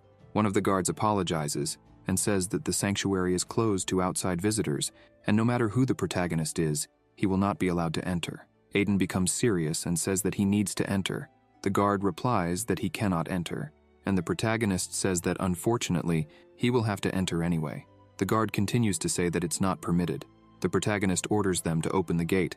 The guard starts to get irritated and taps the protagonist on the shoulder, saying that he's already warned that no one is going to enter. The moment he touches the protagonist, the guard begins to see everything moving too fast and spinning. The protagonist had slammed his head into the ground with force. The other guard is terrified and shouts, asking how the protagonist dared to attack a member of the order. Even a duke's family would be punished for such an act. However, the protagonist doesn't care and charges at the other guard, delivering a blow to his neck and knocking him out instantly. Pobol watches from a distance, scared, thinking that you can't teach an old dog new tricks. The protagonist tells Underlord that he must be very careful now. Underlord asks why the protagonist suddenly started worrying about him out of nowhere. Aiden responds that it's because that place is full of sacred energy. Underlord retorts that it must be an extremely unpleasant place. Two more guards notice the gate opening and wonder if it's time to change shifts. However, as soon as they take a closer look, they see that it's the protagonist entering and shout, asking who that person is, since they were told not to let anyone in. Aiden is impressed, saying that the interior is quite large. Underlord asks if he knows where Joseph and the little girl are. The protagonist smiles and says no, asking how he would know that. Underlord is surprised and asks how he was planning to find them then. Aiden responds that he has a way. The guards begin to gather and shout that there's an intruder, declaring that they must band together and stop him. If necessary, they are allowed to kill him since he invaded the sanctuary. Underlord, concerned, asks if the protagonist is thinking of fighting all of them at once. Aiden replies that he's not crazy enough to turn the entire order against him. He just needs to ring the Bell of Lamentations, activating the Ring of Agility. Once again, the protagonist's speed surprises everyone as he passes by each guard as if they were nothing. As he runs, Underlord asks what the Bell of Lamentations is. The protagonist explains that it's one of the laws of the Order of the Sacred Fire. When someone suffers a grave injustice or has an incurable critical illness, they can ring the Bell of Lamentations to meet the High Priest without any interference. However, people started ringing the bell for trivial reasons, so it was moved to the top of the building to prevent this from happening. More guards arrive, but the protagonist continues advancing without difficulty. Underlord asks if it wouldn't be easier for the Order to simply get rid of the bell. Aiden responds that he has no idea since he doesn't have a crystal ball, but he thinks it's because it's part of their laws. The guards begin to realize that the protagonist is heading toward the bell and shout that they must stop him at all costs. As he runs, Aiden thinks that the bell is farther away than he imagined. It looks like he'll have to activate the Ring of Agility for the third time. He looks at the bell and thinks that he's almost there. The Bell of Lamentations is getting closer and closer. If he can reach it, everything will be resolved. However, an extremely large guard appears at the last second and attacks the protagonist. The attack is so strong that it causes a small explosion, kicking up dust everywhere. Nonetheless, the protagonist manages to dodge, thinking it was a close call. He realizes that this guard was able to locate him with precision, even though he was moving quickly thanks to the ring. The guard congratulates the protagonist for getting past all the other guards, but declares that he will not ring the bell. He says that the bell is only rung by him, the highest-ranking member of the Order of the Sacred Fire, and that his name is Bali. Underlord asks if Bali is really human. The protagonist replies that he doesn't know either, since it's the first time he's seen a human who looks like an ogre. Aiden thinks that he has no other choice, as he's already used the daily limit of his ring. The protagonist draws his sword and says that if Bali really stands in his way, he'll have to use force. Bali starts laughing, saying that it's really funny for an intruder to make threats. He comments that it seems the protagonist is at the advanced aura stage of the sword. Bali firmly grips his weapon and charges at the protagonist, shouting that, thanks to him, he's having fun. Aiden blocks the first strike, but realizes that Bali's strength is ridiculously overwhelming. The protagonist wonders how someone can have so much strength without mana. In terms of raw power, Bali seems even stronger than Marquis Cetus. Aiden is very impressed, saying he has never seen someone with such brute strength, not even in his past life. Bali starts shouting that no one has ever withstood a single blow from him before, but the protagonist managed to. This means that Aiden is very strong, and Bali emphasizes that he is getting excited about this fight. Underlord asks if it's normal for humans to get crazier as they become stronger. The protagonist replies that it's not, adding that unfortunately, they've only encountered strange people so far. Underlord asks if Aiden knew that he himself was also included in that group. The protagonist gets irritated, saying that compared to them, he is a knight, and tells Underlord to shut up. Bali charges again, saying that the protagonist will fall. The protagonist starts to summon a shield, and thinks that he has no choice. He will have to use everything he has. He plans to block the attack with the shield and then counterattack immediately. However, Bali's attack completely destroys the shield, leaving the protagonist surprised. The blow hits Aiden, throwing him far away as his blood splatters. Underlord shouts the protagonist's name. Bali hits the protagonist so hard that he crashes into the wall behind him, causing a huge cloud of dust. The protagonist is bleeding and groaning in pain, while Bali asks if that's all he had, because it was disappointing, as he thought he would get a good workout today. Bali starts walking away, saying that it was fun while it lasted. He looks at the dust and says that now he will send the protagonist to speak directly with God. Suddenly something emerges from the dust, passing by Bali's head and cutting his face. Bali is shocked, thinking that Aiden can still move even after taking a direct hit from him. He realizes that it was very close. If he had moved an inch more or less, he would be dead now. He looks at the protagonist, thinking that he had hidden in the smoke and thrown a sword imbued with aura. Bali smiles and says it was a good attempt, but it's a shame that the protagonist's last desperate attempt missed the mark. Bali prepares to attack and says that a knight without a sword is already dead. However, the protagonist suddenly starts laughing, leaving Bali confused, wondering why someone would start laughing in the face of death. When Bali realizes what's happening, it's already too late. He looks back and sees that the sword was embedded in the bell. With that, the bell begins to ring. Bali smiles and says he understands. The protagonist's real target was the bell from the very beginning. Aiden says the bell has rung, and that now Bali needs to bring the esteemed high priest. Right after that, he begins to lose strength and collapses, saying that Bali really got him this time. A little later, in the main sanctuary of the Order of the Sacred Fire, the protagonist is already standing, thinking that the healing techniques of the Order of the Sacred Fire are truly incredible, as he feels great. All the accumulated fatigue has simply vanished. Underlord, desperate, calls for the protagonist to get out of there quickly because those humans were too rude. Aiden asks why they were rude. Underlord says that while they were healing the protagonist, they poured pure sacred energy over him, making him scream in pain. Underlord emphasizes that the protagonist was unconscious so he wouldn't know, but it was like torture for him. Aiden comments that this is what he gets for entering other people's bodies without permission. Underlord, irritated, says that one day when he escapes from there, things will get ugly between them. Suddenly there's a knock on the door. A man enters the room with Bali. The old man says he's there to check on how the protagonist is doing. The old man introduces himself, saying it's a pleasure to meet the protagonist, and that his name is Hakal Korton, Vice High Priest of the Order of the Sacred Fire. The protagonist introduces himself as Aiden Remus, of the Duke Remus house. Aiden thinks he's heard a lot about this Hakal, but he seems kinder than the protagonist had imagined. Underlord asks if Aiden also knew this Hakal. The protagonist says yes, noting that this man is the successor to the current High Priest.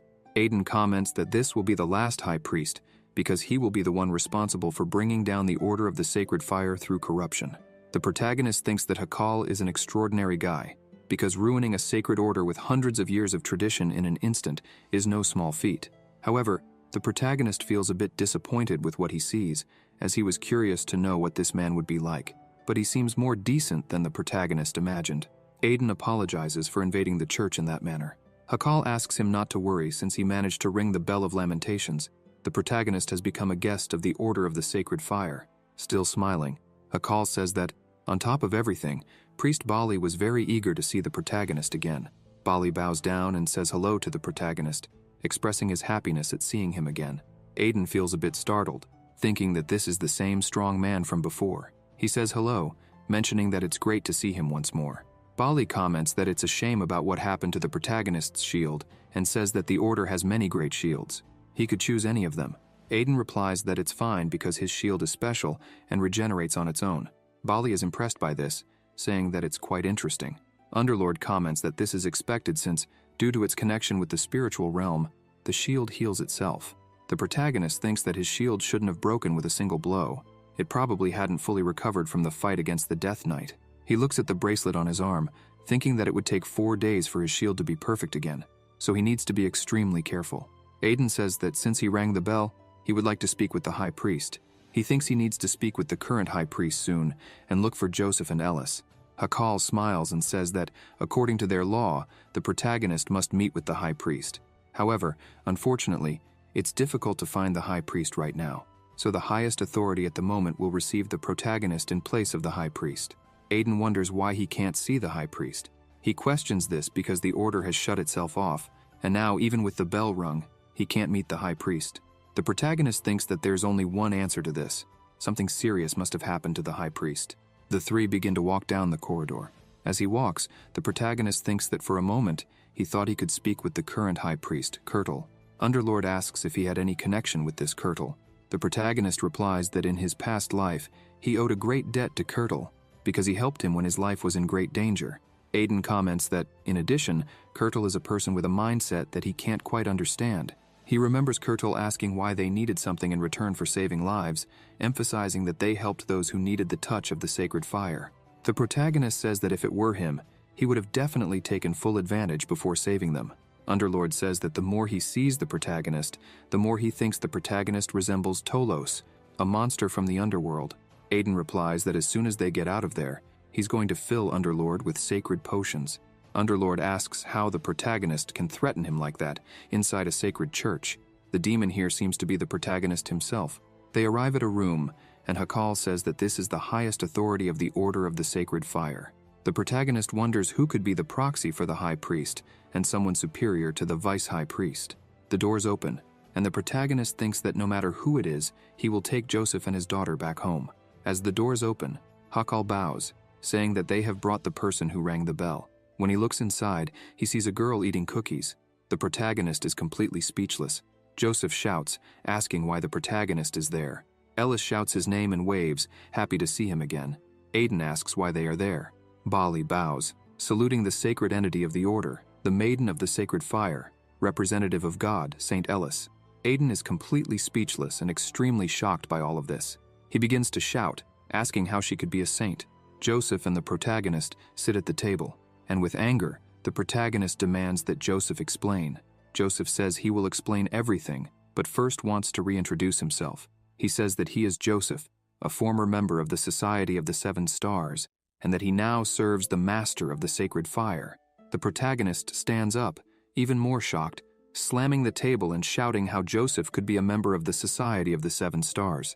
Aiden thinks that the Society of the Seven Stars is composed of the 7 greatest Chinese alchemists of the Order of the Sacred Fire. The protagonist reflects that this is why he never encountered another alchemist like Joseph in his past life. Underlord asks if Joseph is really that impressive because it seems like he's just a bit better than the other alchemists. Aiden responds that the Order of the Sacred Fire monopolizes all Chinese alchemists on the continent. Those with the most skills, who are in the Society of the Seven Stars, naturally hold power, second only to the High Priest and the Vice High Priest. The protagonist asks how someone of Joseph's rank ended up in a place like that with his daughter. Joseph wonders where he should begin explaining. He starts by saying that every 40 years, a saint is born and ascends to the position of High Priest in the Order of the Sacred Fire. The chosen saint fulfills their duties for 40 years as a saint, and after that period, the position of saint is opened, and new saint candidates are born with the stigma. However, 10 years ago, the saint candidates with the stigma began to be killed one by one. From those about to reach adulthood to 1-year-old babies, all were targeted. He says that his daughter, Ellis, was also a saint candidate with the stigma, and asks the protagonist what kind of father would want to see his daughter die. That's why they fled to the farthest place, where even the Order couldn't find them. Joseph comments that recently, something as significant as the murder of the saint candidates happened within the Order. Aiden asks what could be as significant as the murder of all the saint candidates. The protagonist thinks that, at this time in his past life, there were no such incidents in the Order of the Sacred Fire, so he has no idea what is happening in the Order now. A few days ago, at Duke Remus's estate, the church was present, and a man explained that without the Duke's orders, no one could take the guests from the estate. Spile, irritated, asked how he dared obstruct the execution of the Holy Church's judgment, emphasizing that regardless of the Duke's house's prestige, if they obstructed the church's sacred duties, they would have to face severe consequences. Spile ordered the man to hand over the fugitive from the church at that moment. The discussion continued until, suddenly, the door opened. The man turned and said they shouldn't have come out now, but Spile saw Joseph and began to shout. Joseph recognized that person and asked if they could talk for a bit. He thought he couldn't cause problems for Aiden anymore. The two went inside and closed the door. Spile looked at him and commented that it had been a long time. Joseph then asked how he knew he was there. Joseph shouted, questioning why Spile hadn't looked for him earlier if he already knew where he was, and why he was acting only now. Spile lowered his head and explained that he thought Joseph had died after fleeing, but realized he was wrong upon noticing that no other stigma bearers had been born since then. Spile highlighted that he discovered Joseph's location due to the annihilation of the Cerberus Guild, which is why he came to take him along with his daughter. Joseph questioned if Spile needed to be so rude, stating that there were still people in the church targeting those with the stigma, and that he couldn't send his daughter to such a dangerous place. Spile responded that they had no other choice, and emphasized that there was a reason they had to bring the girl to the church at all costs. When the protagonist learned the reason, he shouted, asking if it was true that the high priest had fainted due to illness. Joseph confirmed, stressing that neither the church's sacred arts nor alchemy could cure him. He said the church's reputation was in decline, and with the high priest falling ill, they should feel a tremendous sense of crisis. Joseph stated that in the worst case, even the sacred fire could be extinguished, leading to the church's complete downfall. He explained that in 4 days, they planned to make Ellis the new saint through the awakening ceremony and use her strong, sacred power to heal the high priest. He emphasized that once the saint's position was filled, the sacred fire would burn even stronger, allowing the church to regain its former status. Joseph apologized to the protagonist for causing so many problems without explaining anything. The protagonist listened in silence, hidden under the table. Joseph, concerned, wondered if he was angry. Aiden was also uneasy, questioning what it all meant, as something seemed very strange since the high priest should have been out healing people. The protagonist reflected, certain that Kurtel's illness was supposed to occur only 3 years later, and wondered why a future event had suddenly been brought forward. He began to think that the future might be changing because of him. Aiden then started walking with Bali, and as he walked, he thought that now that he had Joseph's permission to stay there, he needed to find out where the future began to go wrong. Underlord was scared, asking the protagonist if he was really suggesting that they needed to stay longer in that horrible place. Aiden replied that there must be a reason why the past had changed, and he needed to find out. If they discovered this quickly, they could leave earlier. Therefore, he asked for Underlord's cooperation. They arrived at the room where the high priest was. Bali said he could stay only for 5 minutes. When he opened the door, the protagonist felt a terrible stench and, startled, saw that the whole room was strange. Kurtel was lying in bed. Aiden looked at him, thinking he looked horrible, and reflected that in his past life, that kind old man died before he paid his debt. Because of this, he was thinking of paying it in this life, but now he is faced with this. Suddenly, the protagonist notices something, a familiar and sinister energy. Kurtel's body was dominated by that energy. He asks what it is. Underlord asks if he didn't see a lot of that in his past life. The protagonist asks what he's talking about. Underlord says it's a curse, which shocks Aiden, who asks what he just said. Underlord explains that normally it's impossible for a human to see a curse, but since the soul of the great lord of the underworld is with him now, he can see it. Underlord emphasizes that this curse is skillfully and delicately crafted. A fine curse has been accumulating over time, causing Kurtel's body to collapse. The protagonist becomes so enraged by this that he starts squeezing his hand so tightly it begins to bleed. He thinks that curses are the domain of sorcerers, and the fact that it has been slowly accumulating over time means that the high priest faced an assassination attempt by a sorcerer hidden within the church.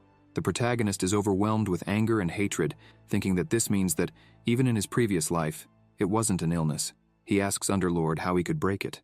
Underlord says that this curse has almost become one with Kurtel's body. Such an elaborate curse is nearly impossible to break, even for the caster. He emphasizes that if there is a solution, it would be a sorcerer who perfectly understands the structure of the curse, or, as Joseph mentioned earlier, injecting an immense amount of sacred power all at once. Aiden thinks this means Ellis is a threat to the one who cast the curse because if the high priest is healed, all the efforts accumulated by the curse will be in vain. With this, he concludes that the chances of the sorcerer targeting Ellis are high. The protagonist thinks he needs to talk to Joseph right now to increase her security. Suddenly, the protagonist hears a scream.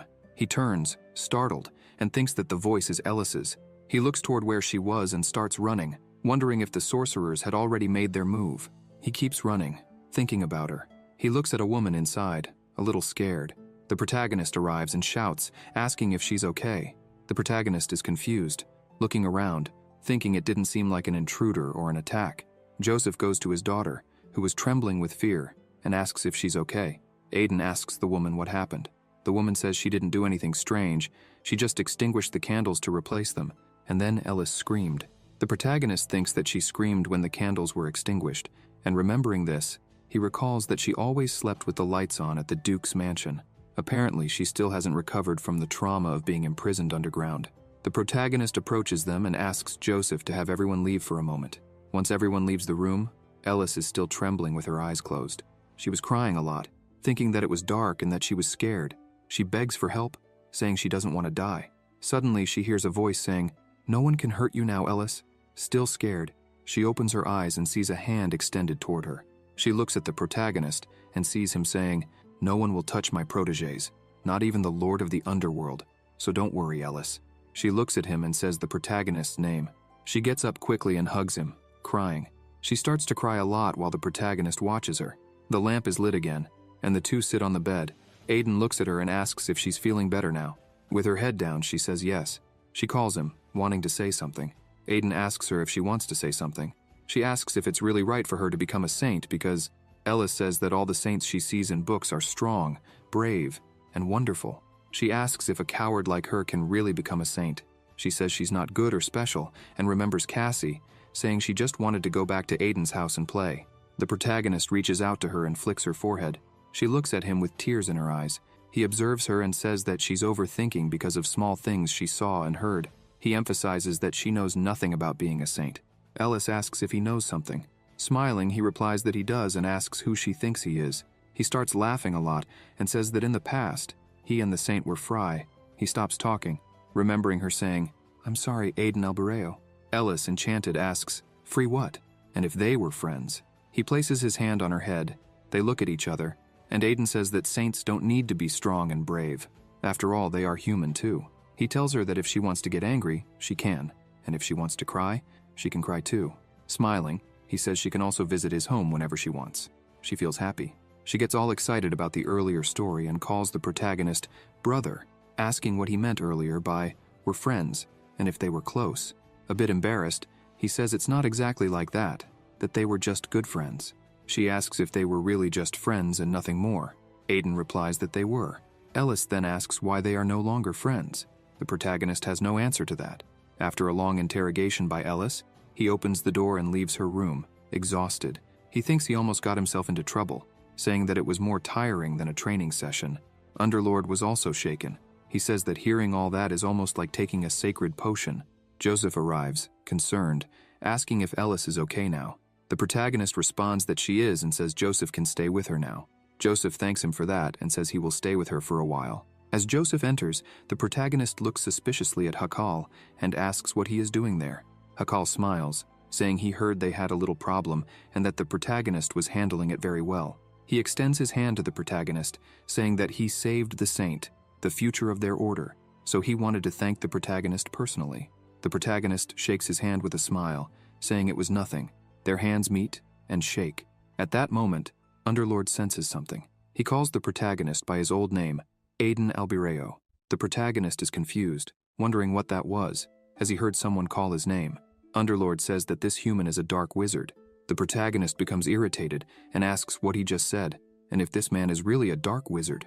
In the underground base of the dark wizard from the Order of the Sacred Fire, Hakal was banging on the table, trembling with rage.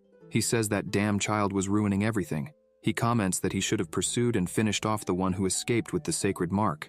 Suddenly someone arrives, asking him to calm down. Hakal turns, shouting, asking how he could calm down. He says that the designation has to be his, that it cannot be taken from him by someone else. He asks when those saints would arrive there. The man responds that they said they would arrive soon and that he would inform him when they did. Hakal says that it doesn't matter that the saint is there. They will kill her, emphasizing that the saint would be killed by an assassin during the saint's awakening ceremony in 2 days. He shouts that this way, he would become the leader of the Order of the Sacred Fire.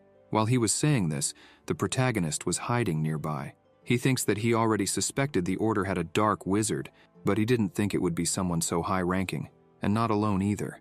Underlord smiles, saying that as soon as they shook hands, he was able to sense the dark magic and warn the protagonist.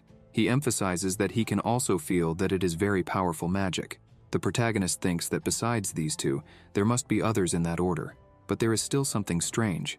Underlord asks what that strange thing is, and if it has to do with the protagonist. Aiden replies that he still doesn't know why Kurtle's situation is worsening compared to his previous life. He wonders if it's because he saved Alice, but he thinks that first, he needs to find out who these saints they were talking about are. Around the village outside the Order of the Sacred Fire, a man was walking nearby. The man says he doesn't know where you are, but that he would guide you inside. Another man was in a dark alley. The man says he couldn't believe he was facing a setback in such an important matter. He asks if the other man couldn't handle that problem properly. The man gets irritated, saying they had to change things because of him. He emphasizes that no one expected a child with a sacred spirit to still be alive. The protagonist observes the man talking from a distance and thinks that's why he changed the plan. He thinks the man's voice is familiar. He's heard it somewhere before. The man stares at the other guy in the alley and says that because he ascended to the position of his holiness, the Lord will also suffer the consequences. Suddenly, the man grabs the guy's neck tightly, asking how he had the courage to threaten him directly. He says that if the guy isn't more careful with what he says, his tongue will be cut out. The guy starts to lose his breath and begs for his life. The man throws him backward and begins to walk away, saying he won't forgive him next time. As the man leaves, the protagonist thinks he will finally see his face. However, Aiden is shocked when he sees the person, as it's the Red Knight, Benin Haima. The protagonist hides, trembling, while Underlord asks if that guy is also connected to the protagonist's past life. Aiden says he thinks so, as that guy was one of Silbeta's dogs. The protagonist thinks that now things are starting to make sense.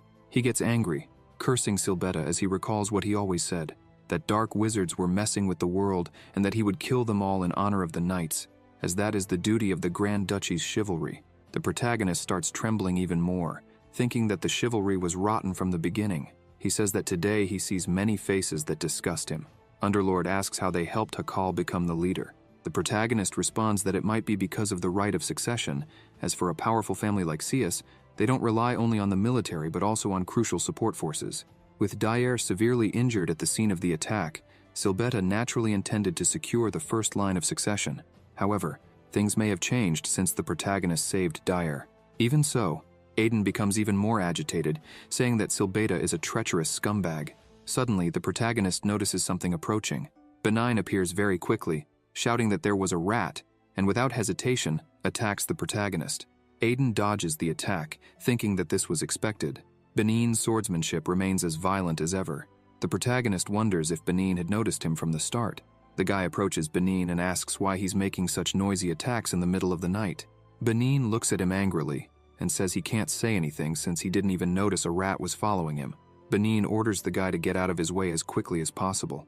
The guy starts trembling in fear and runs away. Benin watches this and comments that if it weren't for his lord's orders, that guy would have died too. Angrily, he turns to the protagonist and calls him a rat. The protagonist was standing still, looking at him, while Benin approached, saying that since he dodged the attack, he must be skilled. Benin asks who the protagonist is, but Aiden responds that he's not really in the mood to say. Benin starts laughing, saying that the protagonist is quite interesting. The protagonist turns his back and starts running, thinking that now is not the time to face this guy. He needs to get out of there. However, Benin advances as fast as lightning. The protagonist notices this, and in seconds, Benin is in front of him.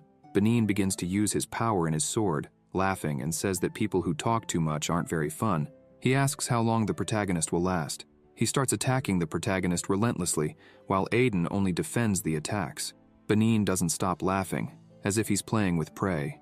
Underlord comments that he's surprised there's a human even closer to a monster like Talos than the protagonist himself. Aiden responds that Benin is one of the craziest people he's ever seen. They continue fighting, while the protagonist thinks this isn't good because Benin is a top-level aura user. Additionally, the protagonist feels weakened since he can't use his shield while he's still recovering. However, there's always a way, and he imagines that Benin must have already noticed this. Benin kept attacking non-stop while smiling, but suddenly he stops smiling and becomes worried, wondering if he's imagining things because the protagonist's sword technique is definitely... The protagonist stops in front of him and calls him by his full name, leaving Benin startled. He asks how the protagonist knew his name and thinks there's only one explanation. Benin starts laughing again, saying that's it. He should have realized it when the protagonist used the same sword technique as his master. He says the protagonist must be one of those idiots from Dair's faction. The protagonist thinks this is a major blow and silently apologizes to Dair. Then he asks Benin if he really thought he'd get away unscathed by involving a sorcerer. Benin attacks the protagonist, yelling for him to shut up and calling him a lapdog of the Lance Knight. However, the protagonist easily dodges the attack. Aiden thinks it was just as he imagined. As soon as Dair's name was mentioned, Benin lost his mind. The protagonist thinks that this is a real mess. Brothers and close people are dying to kill each other. They continue fighting, with the protagonist only defending himself. He thinks the main issue is precisely the Red Knight, who caused many problems with his explosive temper. The more agitated people get, the less rational they become, and the longer it takes for them to understand the situation. They can't even realize what's happening to their own bodies. Aiden defends another attack while Benin starts laughing, shouting, and calling the protagonist Dairi's dog. He asks how much longer the protagonist will continue blocking his attacks, questioning if the protagonist really thinks he can win. Suddenly, Benin's nose starts bleeding. He stops laughing and wonders where the blood came from. He notices that Aiden is coming to attack and blocks the protagonist's strike with his sword, but begins to feel strange. He wonders what this is, as his center of gravity is all wrong, and questions what kind of dirty trick this is. Aiden starts laughing, thinking about his original sword technique called resonance. He thinks that even if Benin realizes it now, it's already too late. Every time their swords clash, the impact creates a mana wave that disrupts the opponent's mana flow. The protagonist thinks that at first, it's so subtle that the person thinks it's a coincidence, but as it accumulates, it becomes a deadly poison. Benin is trembling with his sword in hand. Aiden looks at Benin, thinking that if he were an ordinary knight, he wouldn't even be standing now. This means Benin is holding up quite well. Benin shouts, asking if the protagonist really thinks he could win with those dirty tricks.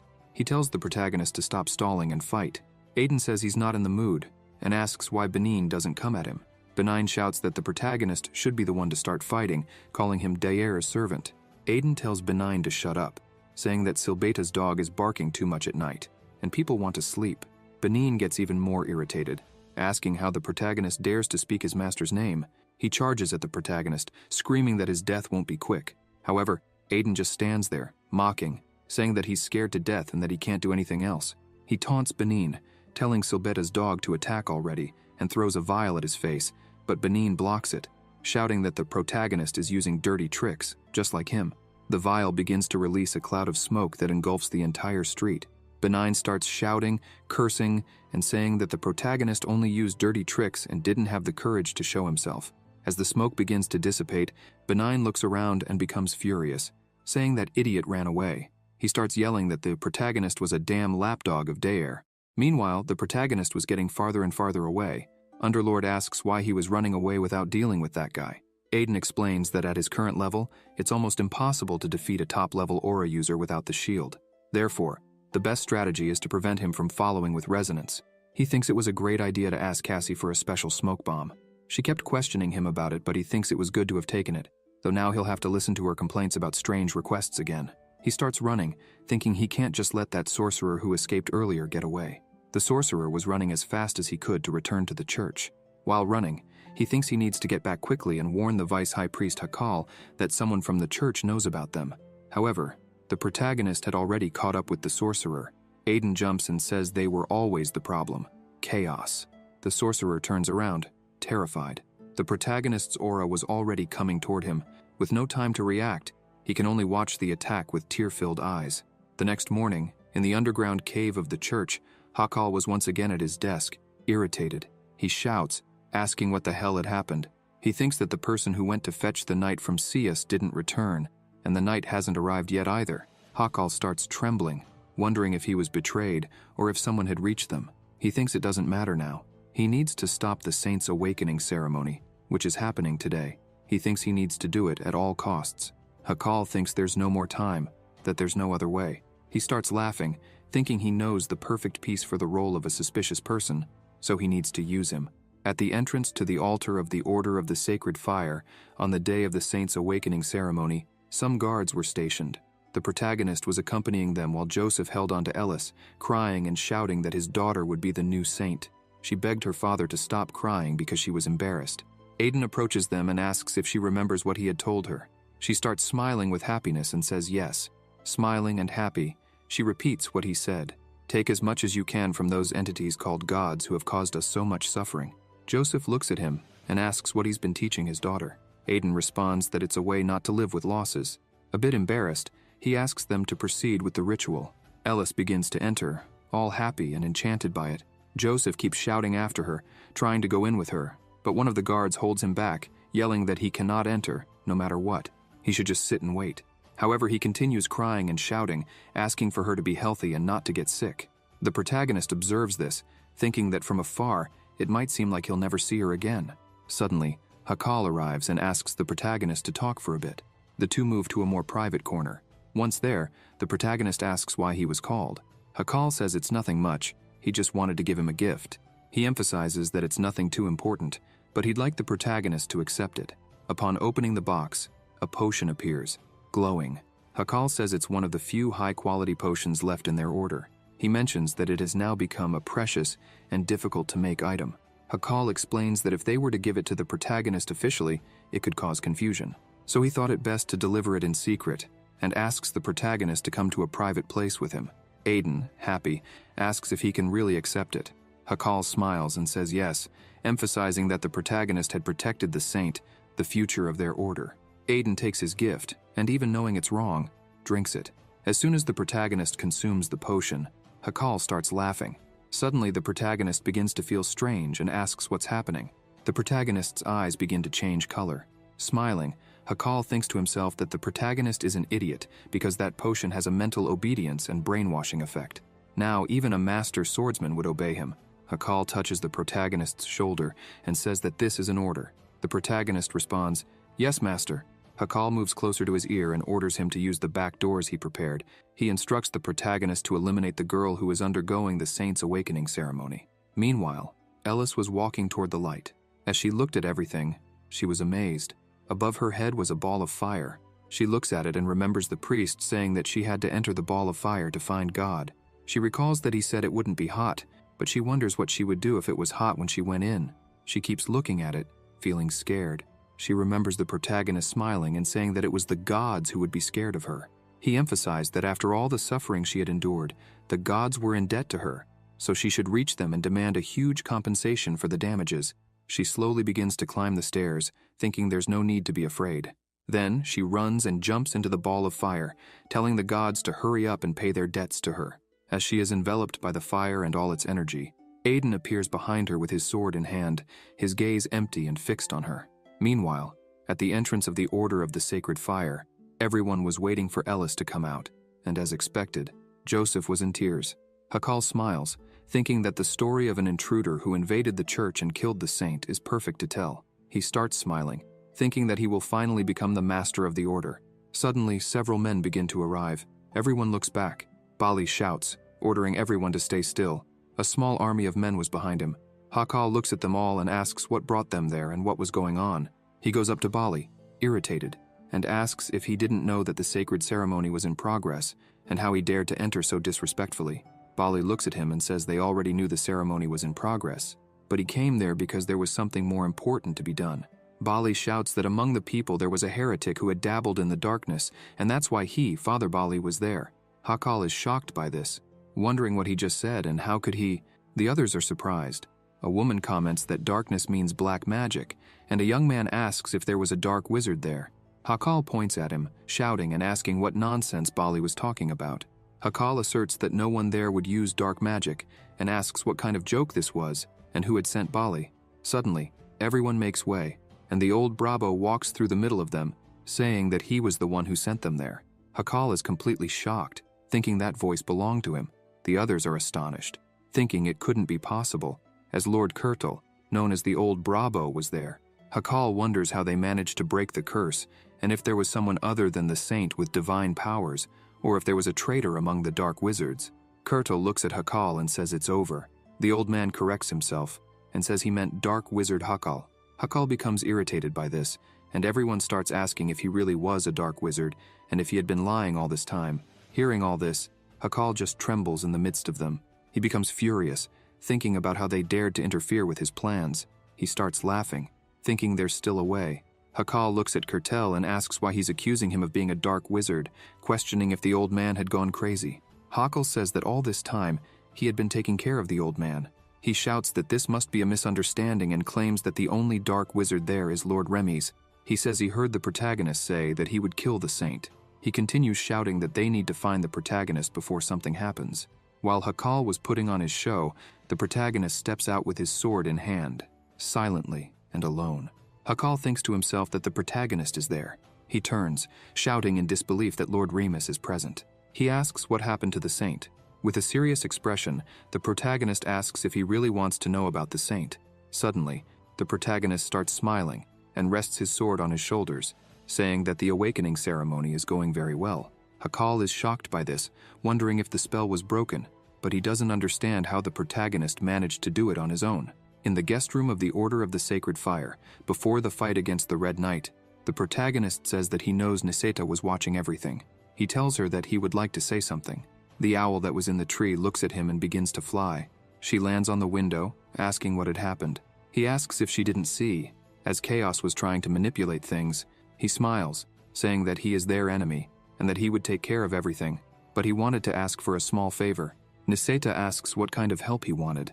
Smiling, the protagonist looks at her and asks her to deliver that thing. The two stared at each other while she reflected on the situation.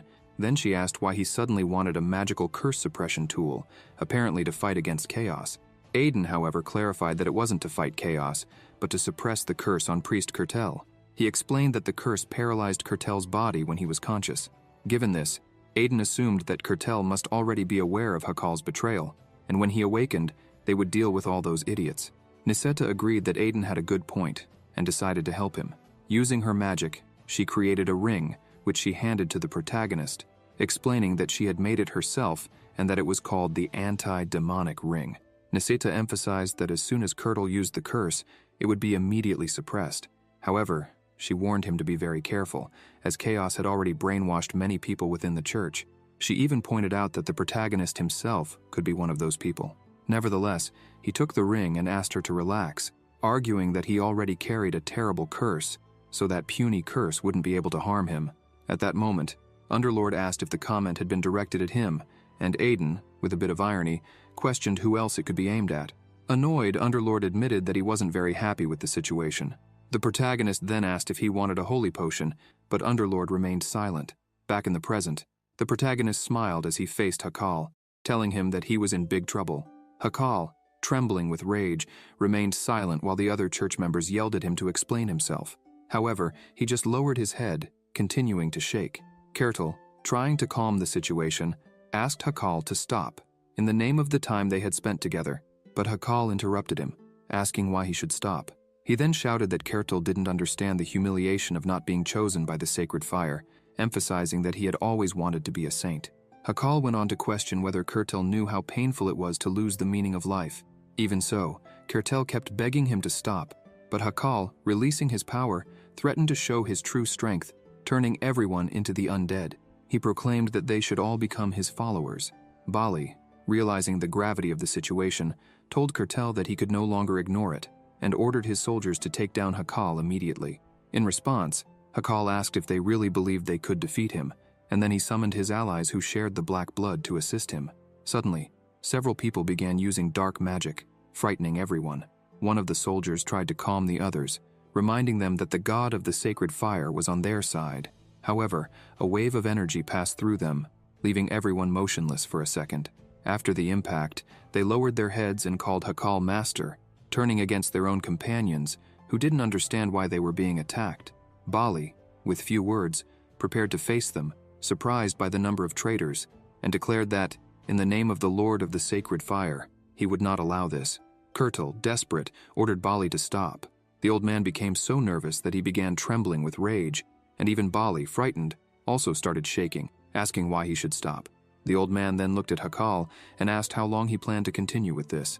Hakal, laughing, said that Kurtal knew nothing, because what he truly wanted was to see them killing each other.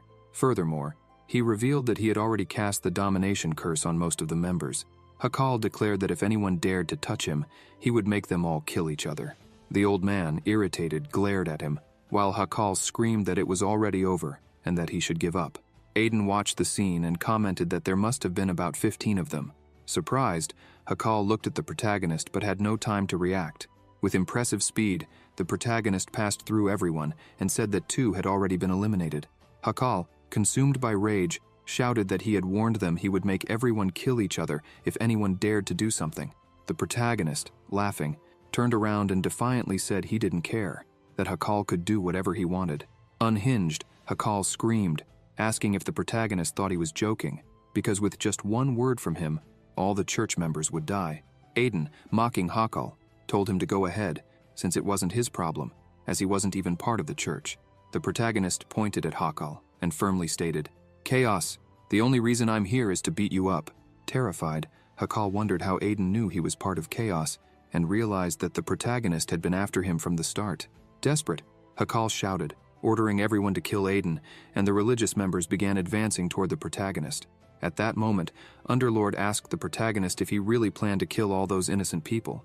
The protagonist, with a slight smile, replied that he wasn't that evil, though Underlord didn't seem entirely convinced. Aiden began grabbing some potions, explaining to Underlord that Hakal had placed curses on several people because they were weak on their own. The protagonist added that if they freed a few, the others would be liberated too. With that, he jumped and charged toward everyone, while Aiden threw 2 vials. The explosion of smoke filled the room, and Hakal, panicking, screamed, asking what that smoke was, cursing the protagonist for using dirty tricks. Without hesitation, he ordered his servants to kill him. In the midst of the smoke, the protagonist closed his eyes and concentrated on sensing his enemies' positions. His movements were so fast that within the dense fog, only screams could be heard echoing through the place. Hakal, increasingly worried, began to notice that the number of his mages was rapidly decreasing.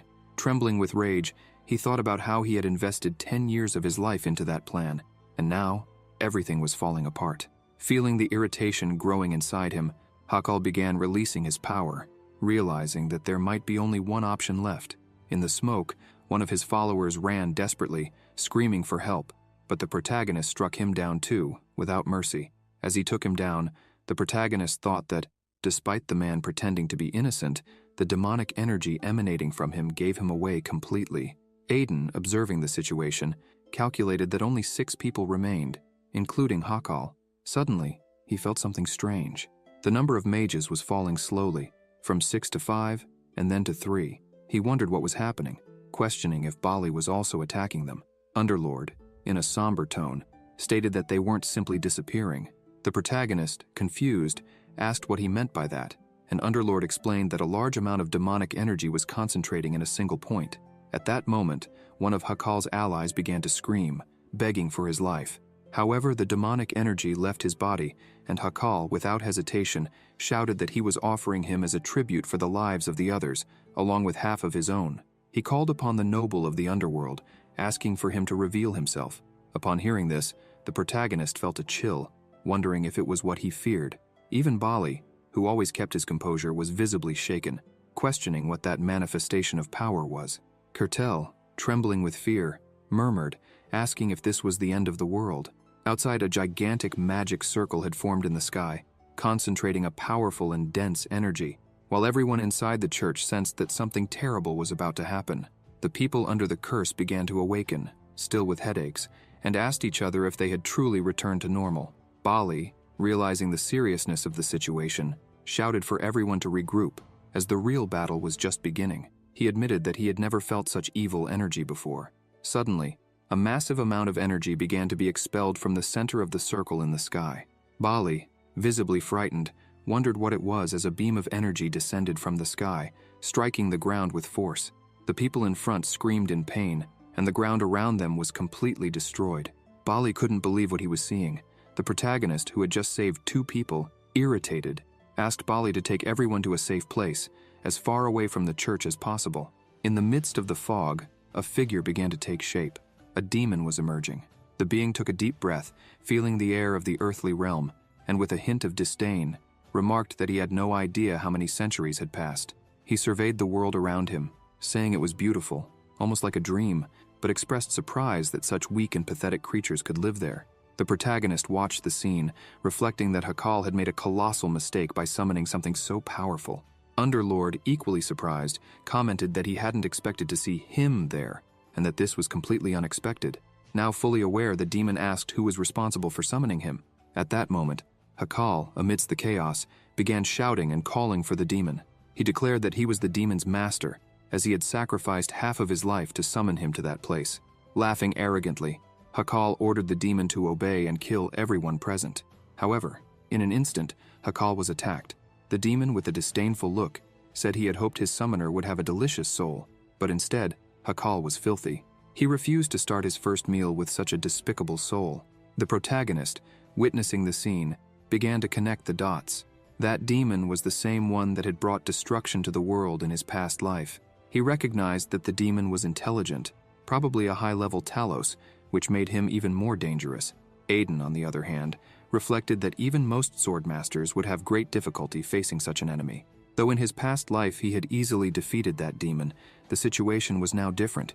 He hadn't yet regained his full strength. The protagonist felt a strange energy around him, and turning, noticed that all the church members were unconscious. Intrigued, he wondered what it was. Underlord, visibly irritated, explained that the demon had a special ability called illusory mist, which drained the life force of people who inhaled the mist, trapping them in nightmares. However, Underlord pointed out that this ability didn't work on the protagonist because he was inside Aiden. Surprised, the protagonist admitted that he thought he knew that guy, but now he was starting to question who he really was.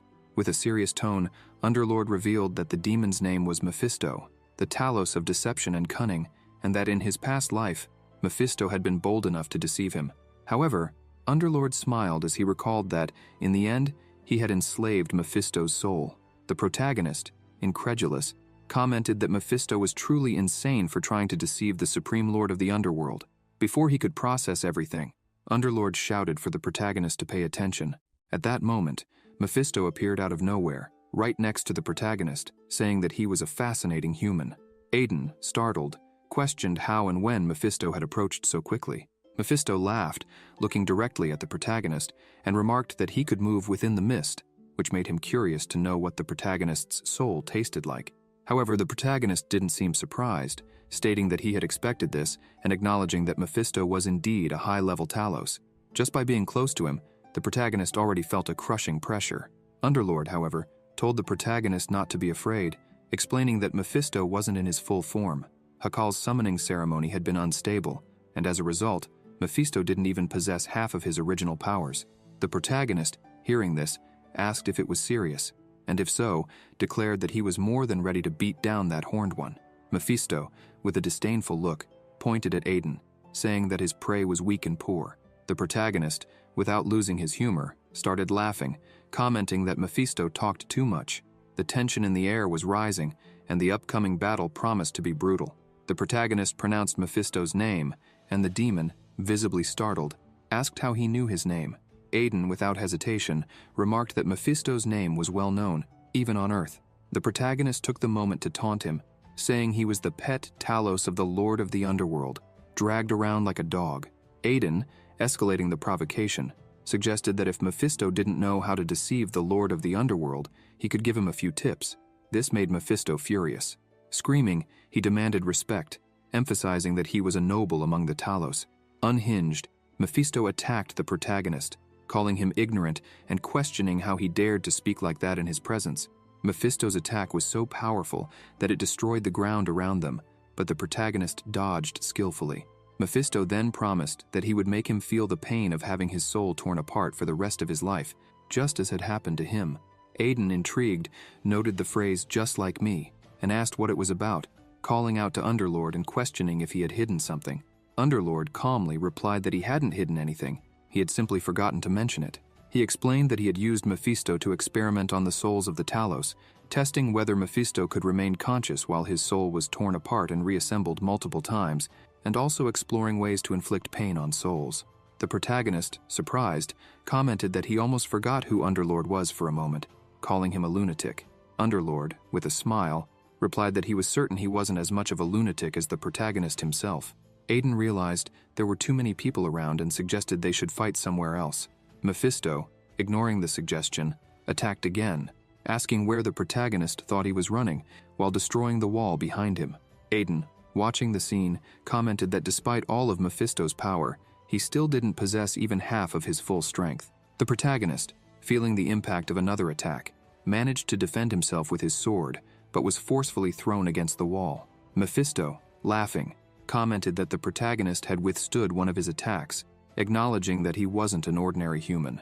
Trembling, the protagonist admitted that he still couldn't use the Shield of Lamentation, and that, to defeat the demon, he only had one option, though he didn't like using it. Thanks to the first-class potion Hakal had given him, all his abilities had improved, even one he didn't expect. Releasing a powerful aura, the protagonist ironically said that maybe he should be grateful to Hakal for that. Mephisto, sensing the change, asked what that energy was. Aiden, realizing what was happening, noted that the power of Beelzebub's gluttony had also improved, allowing the protagonist to manifest the souls he had devoured and turn them into specters. The protagonist then shouted, "Spectral enslavement skill," and Beelzebub started laughing, releasing even more energy. Mephisto, shocked, asked how the protagonist was using that ability, since only warlocks who harnessed dark demonic energy could do so. A giant monster appeared before them, saying, "Master, give me your command." The protagonist, with a determined look, declared that the real fight was starting now. He taunted Mephisto, calling him test subject number 1 of the Lord of the Underworld's experiment. Enraged, Mephisto charged with all his might, cursing the protagonist and vowing to show him the worst of hell. Ellis, mesmerized, looked around and asked where she was, as everything around her was incredibly beautiful. Suddenly, someone began to approach. A man, with an imposing voice, said it had been a long time since he had seen a human, and that he was already feeling like going back to sleep. With disdain, he ordered her to take the divine power and disappear. Ellis, still intrigued, realized that the man was the Lord of the Sacred Fire, the deity master of the Church of the Sacred Fire, one of the 3 great religions. Without hesitation, she looked at him and called him Uncle, asking if he was a god. The Lord of Fire, surprised by her boldness, remarked that she had called him Uncle and had the audacity to point her finger at him. Laughing, Ellis questioned whether he knew how much she had suffered because of him and declared that she deserved a good reward for all the suffering she had endured. The Lord observed her, thinking she was a foolish child for daring to ask a god for payment, and wondered if someone had manipulated her. Amused by the situation, the Lord laughed and decided that, at the very least, it would serve as entertainment. The Lord then stated that he would reward her for this life and the past one, leaving Ellis confused to the point where she asked what past life he was talking about. He began to release a massive amount of energy while saying, "Child whose fate was altered by someone lost, I hope your journey takes a different path this time. I will be watching you." Meanwhile, on the battlefield, chaos reigned. The specter controlled by the protagonist attacked Mephisto, who dodged the blows with agility. The two faced each other, and Mephisto, irritated, complained, saying it was unbearable to see the protagonist daring to use fire magic, though he claimed it was nothing compared to his own power. Suddenly, the protagonist appeared behind Mephisto, who noticed his presence too late. Aiden, with a provocative smile, shouted that the demon was getting distracted by a superior troll, taunting him again by calling him an experimental item. Mephisto, panicking, realized he had forgotten about the protagonist's presence. The protagonist's attack was so fierce that it cut off one of Mephisto's arms and a wing, making the demon scream in pain and fall uncontrollably. As he fell, a cloud of dust rose from the ground. Aiden, not missing the opportunity, sarcastically asked if Mephisto really thought he could win while being so distracted.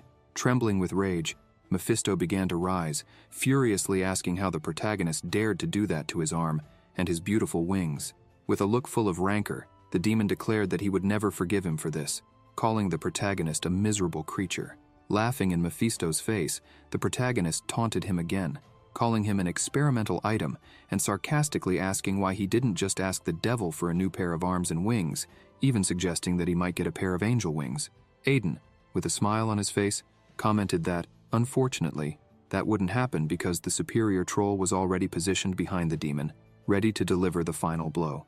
The protagonist, staring at Mephisto, declared that he would die here and now.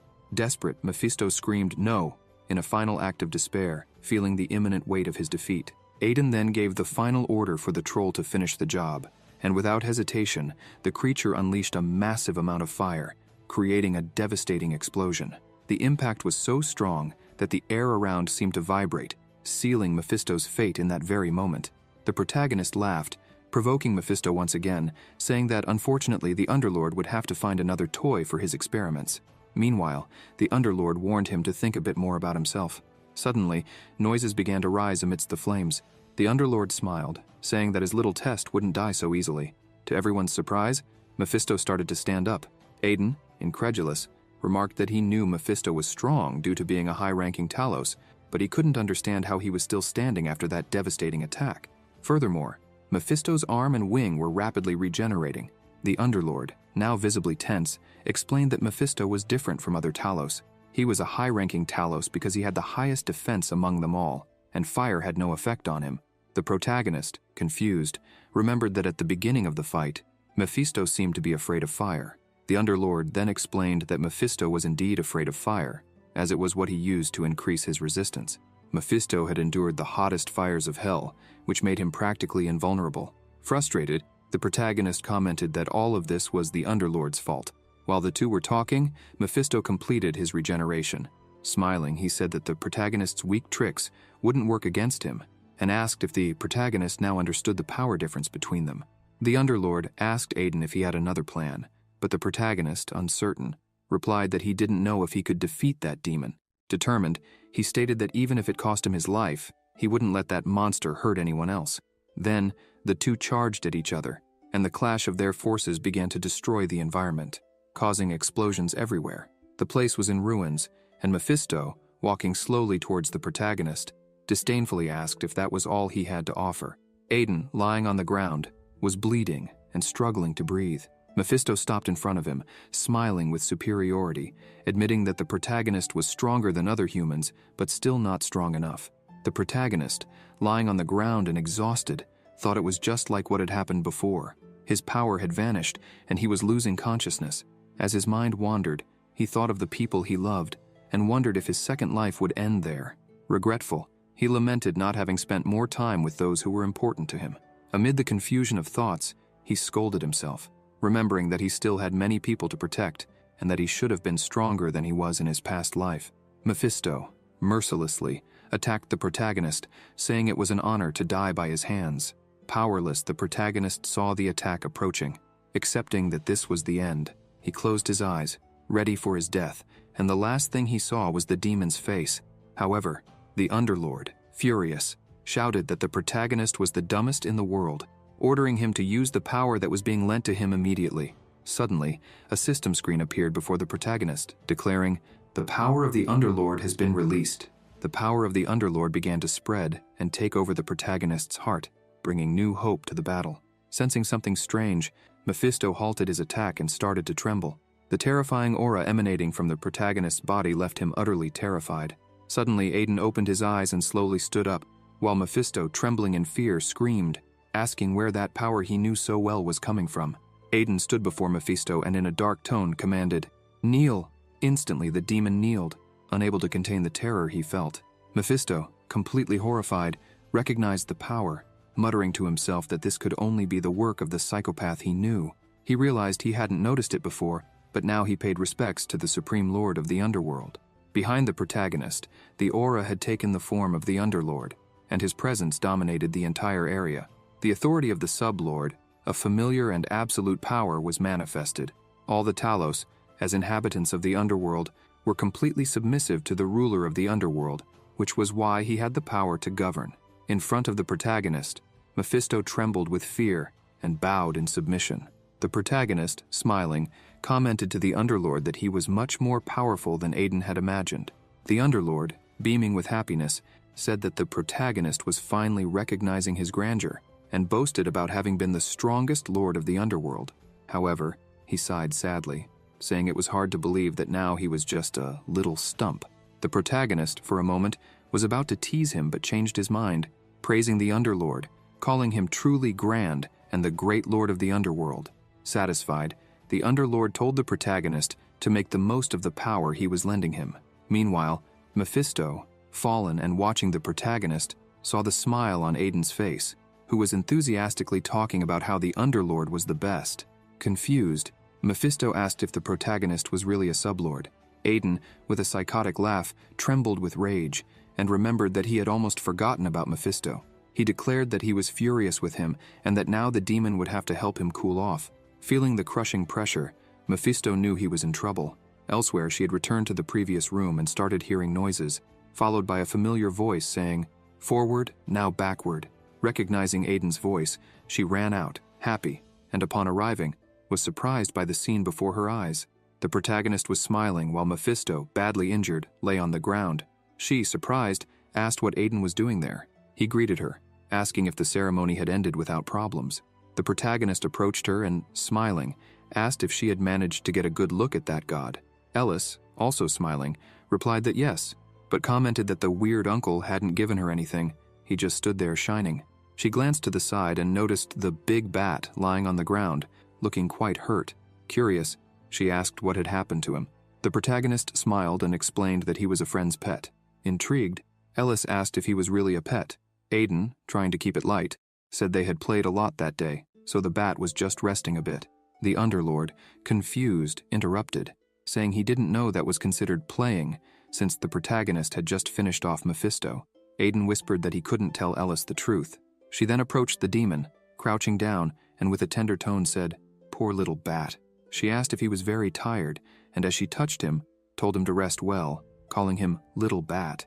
But as soon as her hand touched his body, a great flame ignited. Startled, Ellis stepped back as the flames intensified. The energy was so powerful that even Mephisto, who had endured the hottest flames of hell, began to scream in pain. He begged the sublord, saying his body was on fire and pleading for the resistance test to stop, as he couldn't take it anymore. The protagonist watched the scene seriously and recognized that those were flames of divine power. He wondered if Ellis had awakened a new power. The Underlord, with a tense expression, suggested that Aiden do what needed to be done.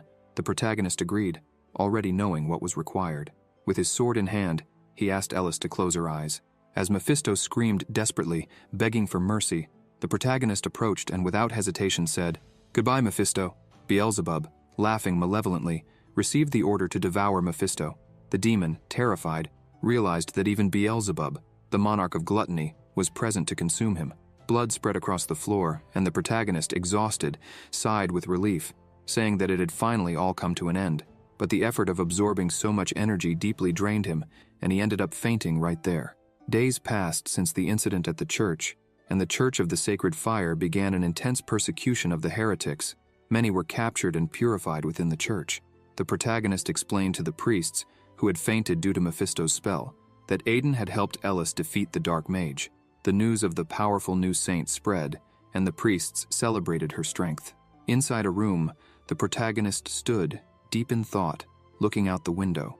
The fight against Mephisto made him realize that he was still very weak. He thought that the people who betrayed him in his past life would have easily defeated Mephisto, even if they faced him now. But he, on the other hand, was still far from such power. Knowing this, he decided that he needed to become stronger. Suddenly, someone entered the room, interrupting his thoughts, and asked what he was reflecting on. Aiden quickly turned around and, surprised, asked the Archbishop how he had arrived unnoticed. Aiden observed Kurtel and thought that the Archbishop had fully recovered thanks to Ellis's divine power. Kurtel approached the protagonist with a grateful expression and said that, thanks to the information he had provided, the church was able to quickly eliminate the heretics. Aiden, satisfied, replied that he was happy to help them. The protagonist, with a smile, commented that he was very good at detecting dark mana, provoking a nervous reaction from the Underlord, who grumbled that it would have been better to let the protagonist die. Kurtel, rubbing his hands as if still a bit embarrassed, explained that the delay was also due to the commotion in the church. Suddenly, the Archbishop bowed before the protagonist, saying that, on behalf of the entire church, they were deeply grateful to him. Kurtel emphasized that without the protagonist's intervention, they would all be dead and would never have found the saint. The church would have been reduced to ruins. Smiling, He declared that the protagonist was their savior. Aiden, with a slight smile, commented that he was merely repaying a debt he had with someone from the church.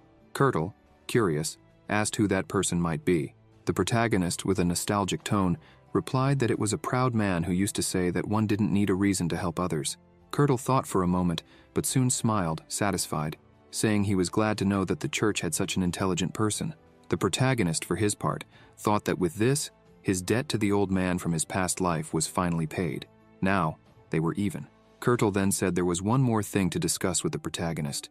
He explained that after hearing from other members the reason the protagonist had come there, he felt the need to discuss Ellis's future. The saint was the future of the church, and by the rules, should remain there to receive the education she hadn't had until now. However, considering the events of 10 years ago and the recent incident, the church had lost credibility, failing to fulfill its mission.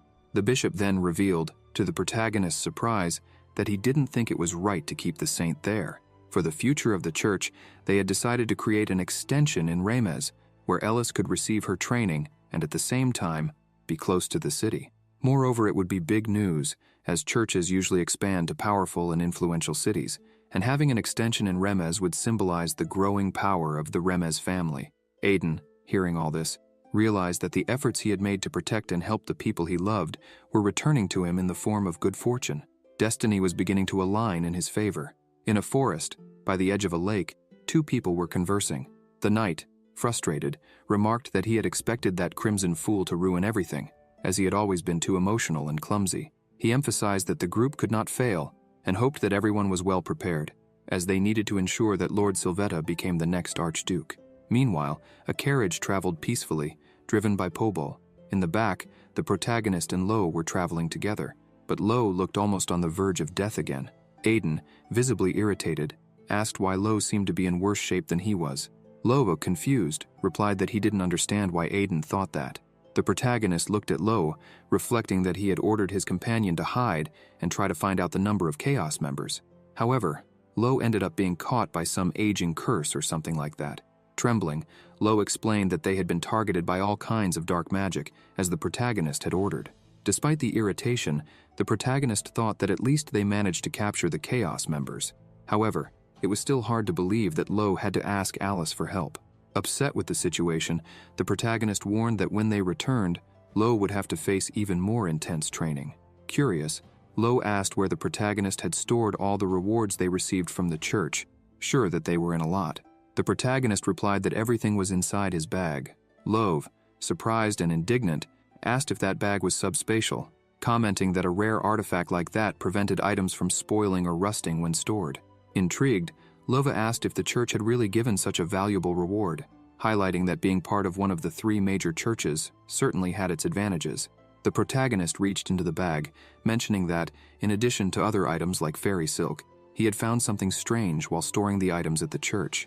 Then, he pulled an egg out of the bag and asked Lova what kind of animal that egg might belong to. Lo, looking at the egg with curiosity, said he didn't know but noted that the size was similar to that of an ostrich egg.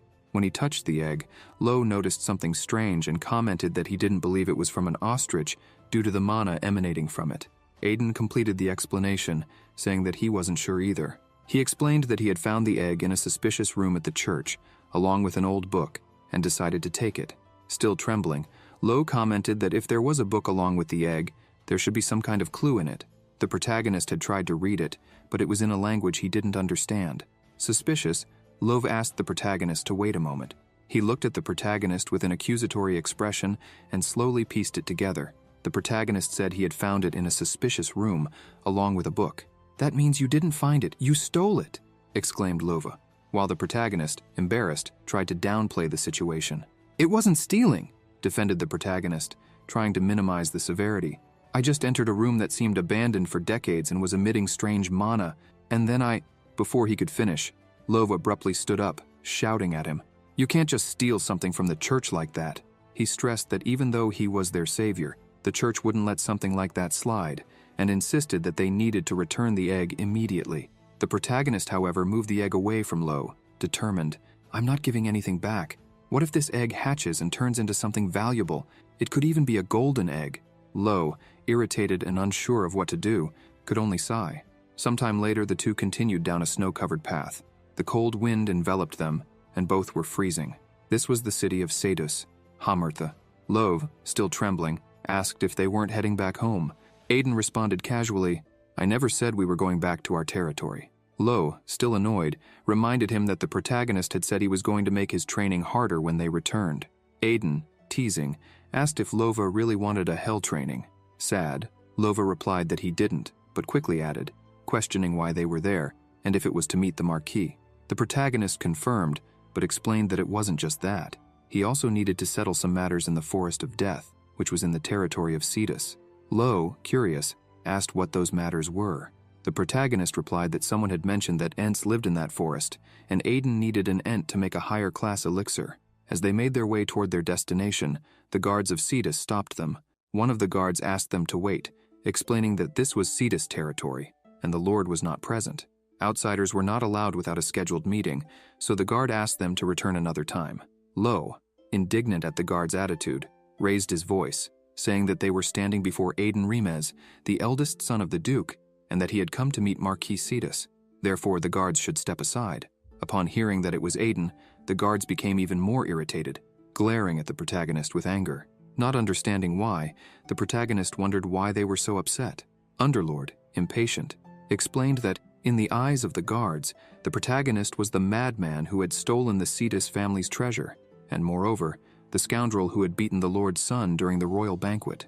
The protagonist, remembering everything, began to laugh, admitting that he had forgotten those details and wondering if he could use the situation to his advantage. Underlord, nervous, asked what the protagonist was plotting, as it made him uneasy. Then, Aiden drew his sword and showed it to the guards, provoking them by asking if they would let him in, given that someone from their territory also had a sword just like it. The guards became even more irritated, shouting that it was the famous Beelzebub sword. Reluctantly opening the way, the guards recognized the protagonist's identity, but emphasized that the Lord was not present and suggested that he return another time. The protagonist, realizing that he hadn't been able to enter, thought of a new strategy and asked if Tion, the young master, was available. The guard once again said that Tion was busy and reiterated that without a scheduled meeting, the protagonist should leave. Otherwise, they would use force. Lo, furious at the situation, asked how the guards dared to speak that way to the protagonist. However, Aiden, keeping calm, asked Lo to stop, and with a serene look, said that he already understood what needed to be done. They turned around, and the protagonist commented with a carefree tone that it seemed there was nothing more to be done there. One of the guards started laughing, saying it would have been better if he had left from the beginning, calling him a damn swindler. The protagonist, however, paused for a moment and replied with a smile, "That should be enough." Lo, confused, asked what he planned to do now. Aiden, with a glint in his eyes, said that the guards had stated he needed a scheduled meeting to enter, so he was going to schedule one right now. With that, Aiden took a deep breath, and one of the guards, curious, asked what he was doing, while the other laughed, saying that the protagonist was probably about to throw a fit for not being able to get in. Suddenly, Aiden released his aura, amplifying his voice, and shouted, "Tion, how's your head after being beaten to a pulp by me?" Silence reigned in the castle for a moment, until a furious scream echoed, "You bastard!" It was Tion, shouting from the castle. The guards were visibly scared, and the protagonist smiled, satisfied. "Now I have a meeting," he said confidently, knowing that Tion would arrive quickly. It didn't take long for Tion to appear, running and furious, calling for the protagonist. He grabbed Aiden by the shirt, angrily asking how he had the nerve to shout something so humiliating in their territory. Aiden, still in good humor, pointed at the guard and said that he had ordered him to do so, because otherwise, he wouldn't have been able to enter. The guard, trying to justify himself, claimed it was all a misunderstanding. Still irritated, Tion held Aiden firmly and said it would be better if they talked inside. They entered the house of Cetus and sat on a sofa.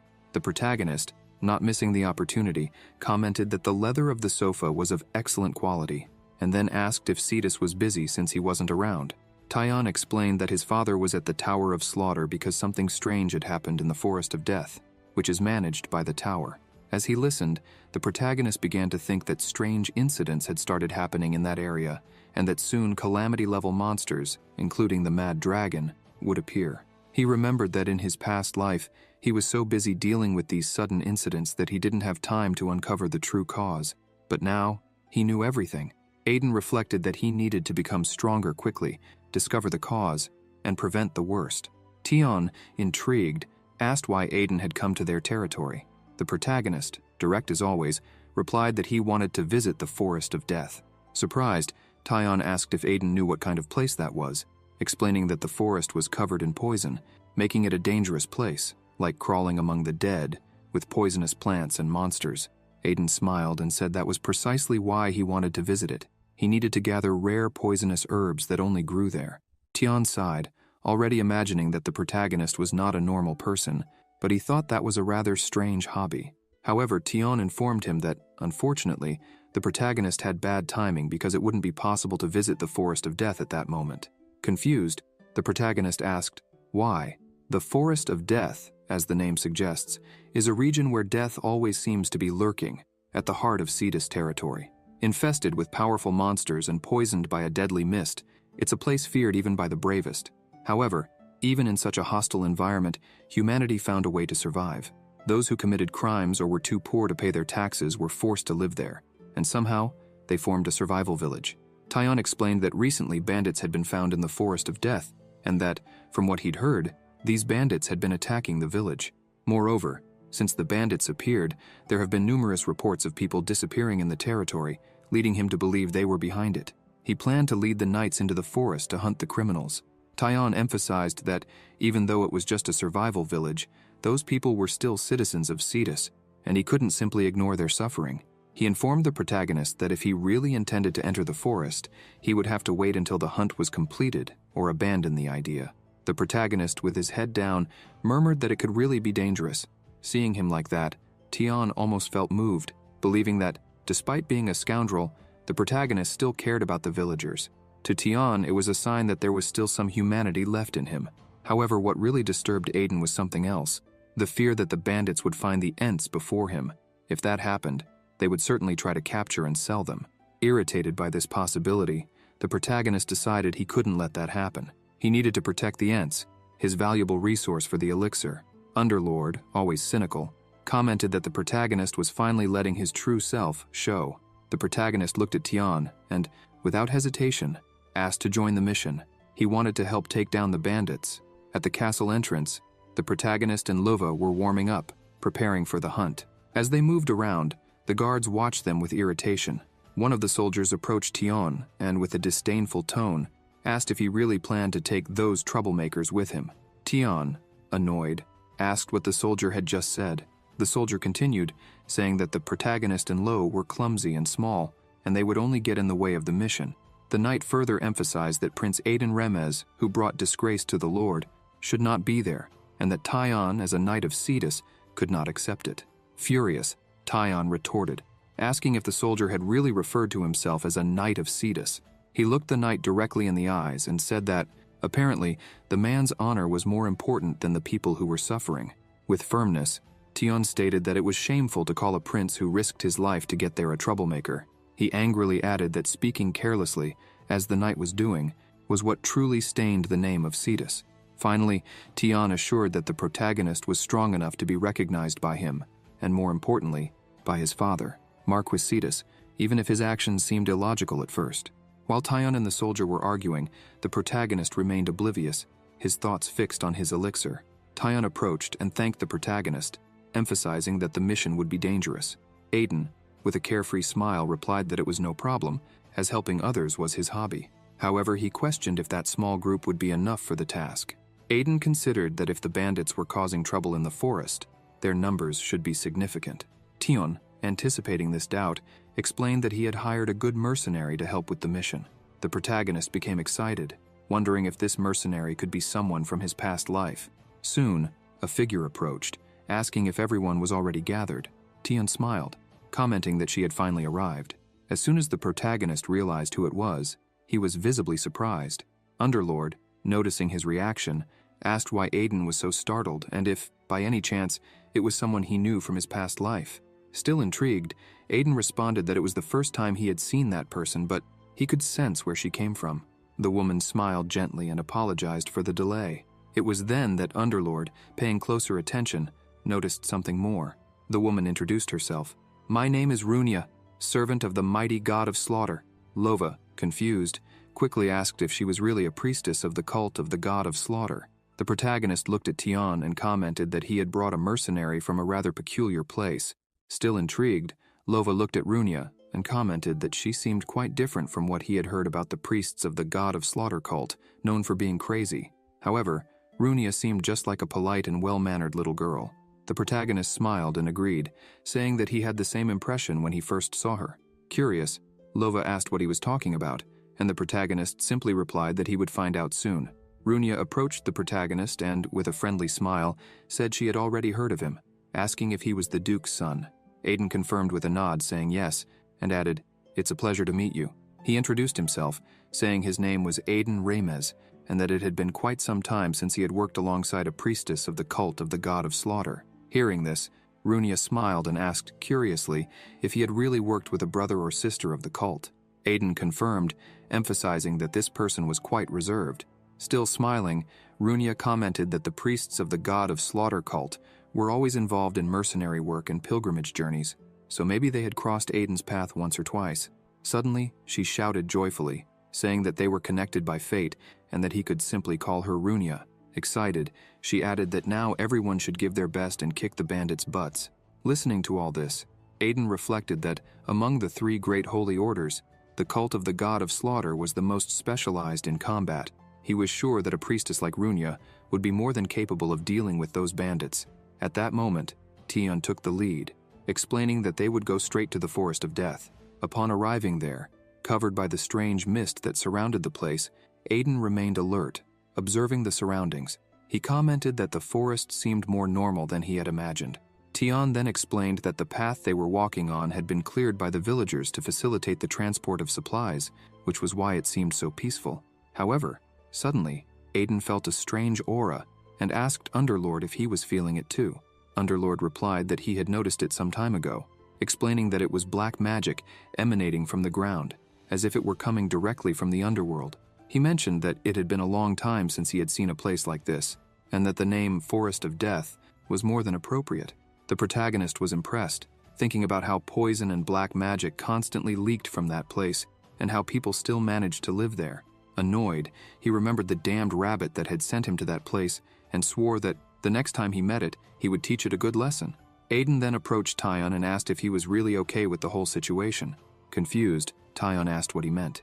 Smiling, Aiden mentioned that Tian's father would get furious just hearing about mercenaries, and asked if it was okay for him to have hired Runia, even though she was a priestess on a pilgrimage. The protagonist asked if Tian might be blamed for it later. Tian admitted that if his father found out, he would certainly be reprimanded, but that it didn't matter. He stated that he didn't have time to worry about methods when the goal was to save the citizens of his territory. Besides, he emphasized that mercenaries had more experience dealing with bandits than knights, and that hiring a mercenary had been the best choice. Aiden smiled, recognizing Tian's cleverness, while thinking that he was quite different from his father. Jokingly, Tian shouted that the protagonist was an idiot, for only now recognizing his greatness. The protagonist, laughing, commented that Tian still had much to learn about humility. As they continued walking, Tian mentioned that he thought he had seen the first village in the distance. However, when he looked closer, he was paralyzed with horror. The village was completely destroyed and burned. The soldiers were also terrified, while Runia began praying for the souls of the villagers. With a somber look, the protagonist shook his head, saying that, unfortunately, it was too late for them. In front of them, the entire village was destroyed. The Forest of Death had a total of 5 slash and burn villages. Tian had arrived at the first village, where everything was already in ruins, and there were no signs of life. All the buildings and houses had been burned to the ground, and not a single survivor remained. Worried, they hurried to the second village, only to find the same scene. The third village was also in ruins until, finally, they reached the fourth village. Tian was trembling with rage, saying that this was already the fourth village, and once again, the story repeated itself. The entire place was destroyed. The whole group started searching through the wreckage, but they couldn't find any signs of life anywhere. The protagonist looked around, wondering if there would be no survivors there either. He thought that even if these were slash and burn villages, a group of watchmen should have formed, for from what he was seeing, this was a one-sided massacre. Analyzing everything in these villages, the protagonist thought that this was not the work of mere bandits. In his thoughts, he kept questioning who was truly responsible for all of this. Suddenly, one of the soldiers shouted that he had found a survivor. Tian was shocked and yelled, asking if there really was a survivor. Amidst the wreckage, there were 2 people trembling in fear. One of the guards began to lift the debris, and 2 children were clinging together, completely terrified and shaking. Tian rushed over to them, and one of the soldiers said that apparently these 2 had survived by hiding under the wreckage. Without a second thought, Tian knelt down and extended his hand, saying they were Knights of Cetus, emphasizing that they were there to protect, so the children were now safe. The older boy, with tears in his eyes, asked if the Knights of Cetus were really there to protect them. Frightened, the little girl cried out and ran, hugging Tian. Feeling guilty, Tian apologized to the 2 of them for arriving too late. The boy looked at Tian and said that if they were Knights of Cetus, then they could save his parents too. Tian tried to comfort the boy, apologizing and telling him that his parents had surely gone to a better place. The boy shouted, saying no. He said that the people who attacked the village had taken his parents and the other villagers by force. Crying, he yelled that everyone must still be alive.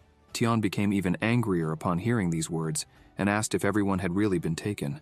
After hearing those words from a desperate child, they began walking through the forest during the night. Everyone was silent. Tian was determined to avenge every villager who lived in those villages. As they walked, Aiden was also outraged by it all. He wondered why those responsible had taken all the villagers instead of killing them. He looked at the moon, thinking that they still didn't have enough information, but perhaps in the last village, there would be some clue as to what was really happening. As they walked, some noises emerged. The protagonist heard this and turned, telling Tian that something was there. With red, angry eyes, Tian asked if it could be those bastards, emphasizing that this was perfect because he would annihilate them all right there. However, as soon as he saw it, he was surprised. Some people started attacking them. Lo and the knights were already prepared for battle, but Tian stepped in front and shouted for everyone to stop. Aiden and Runia stopped immediately, though they didn't understand why. Tian smiled, saying that they weren't bandits. He looked at their leader and said it had been a long time since they had seen each other. The leader of these people asked them to lower their weapons. Surprised, the leader asked why Tian was there, and if it was to help them. This man was the chief of the 5th Slash and Burn village. His name was Marcus. The protagonist asked Tian if he knew these people. Tian said that he had been a Knight of the Order about 10 years ago. He mentioned that he had heard Marcus had retired after a severe injury, but he hadn't expected to find him there. The 2 approached each other, and Tian remarked that their welcome had been a bit heavy. Marcus apologizes, saying that in recent days, bandits had been appearing around there. He looks closely at Tian and remarks that he's grown quite a bit and is almost unrecognizable. As Marcus spoke, Tian placed his hand on his shoulder and lowered his head, sighing. Tian says he's happy because Marcus is safe and sound. This leaves Marcus startled, and he says that hearing Tian speak like that, it must mean the other villages have... Sadly, Tian says that the other villages were attacked and completely destroyed. Furthermore, there were hardly any survivors. However, it seems the village Marcus looks after is still intact. Marcus mentions that it's getting late and they should return to the village. When they arrive, it is indeed still standing. However, they are all shocked by what they see. Many people are injured, while others shout, saying there are more patients but not enough healing potions for everyone. Tian asks Marcus if their village was also attacked. He says yes, but they managed to defend themselves since there were many former knights in that village. Marcus adds that among the attackers, there was one who wielded a strange power. He says that a person could revive the dead. Aiden and Tian are infuriated, thinking it's a necromancer. The protagonist now realizes everything makes sense. The reason they could decimate the villages so overwhelmingly, and why they took the villagers instead of killing them. He believes those bastards are clearly using humans as sacrifices for some ritual. In his thoughts, the protagonist says that these scum of chaos are acting just like in the past. They haven't changed a bit, always getting involved in the filthiest things in the world. Still enraged, he thinks that such a massive human sacrifice wouldn't go unnoticed. He should have known about something of this magnitude. Suddenly, he hears something, and turning to the side, sees that one of the wounded has a gash in his belly, while another man is terrified, asking what they should do because the wound wouldn't heal even with potions. The wound was emitting a strange aura. Aiden approaches them and hands over a potion, saying that the wound can't be healed with regular potions. The potion the protagonist gives is a sacred one, and he asks the man to try using it. The man carefully takes the potion, saying it's something very precious, and thanks the protagonist for helping. Aiden turns and says that all those whose wounds are emitting a dark light have been struck by dark magic. He explains that normal potions won't work, so they must use a sacred potion to heal them. The protagonist starts distributing the sacred potions. While doing so, he thinks he's lucky to have stored so many sacred potions in his infinite bag. Underlord comments that he thought the protagonist valued money more than human lives, but he was wrong all along. Aiden angrily replies, telling the demon not to get any wrong ideas because he wouldn't give anything away for free. Once everything is resolved, he'll still charge Tyon with interest. He emphasizes that they can't let the Chaos scum get away with this ridiculous plan. Underlord says this is the real Aiden he knows. A man approaches the protagonist, concerned, and asks if he could heal the children too. Aiden says yes, as the sacred potion is very strong, but as soon as he looks at the child, he's shocked. Upon seeing the hands and hair, he realizes something is wrong. The protagonist thinks that the being is entirely covered, so at first glance it appears to be a person, but in reality it's not a person, but an ent. Ents, also known as onodrim by the elves, are humanoid trees whose function is to protect forests and green areas, especially from orcs and other beings that would like to cut down those trees. Meanwhile, near Marcus's village, a group of people was walking. One of them says that everyone in that village is a bunch of losers who were expelled from the city, and yet they still dared to resist. Another man says the old man with the sword is his, and no one else can touch him. The young man calls the warlock and says he can't use his power just yet because they want to see if the warlock can do better this time. The man asks if they weren't supposed to help each other, stressing that they only want to take the village's money and food while the warlock takes the people somewhere. The warlock curses the man, calling him a brute, saying they talk too much and only know how to use force. The warlock emphasizes that all the gang needs to do is take the humans to the designated place. The young man storms off angrily, cursing him.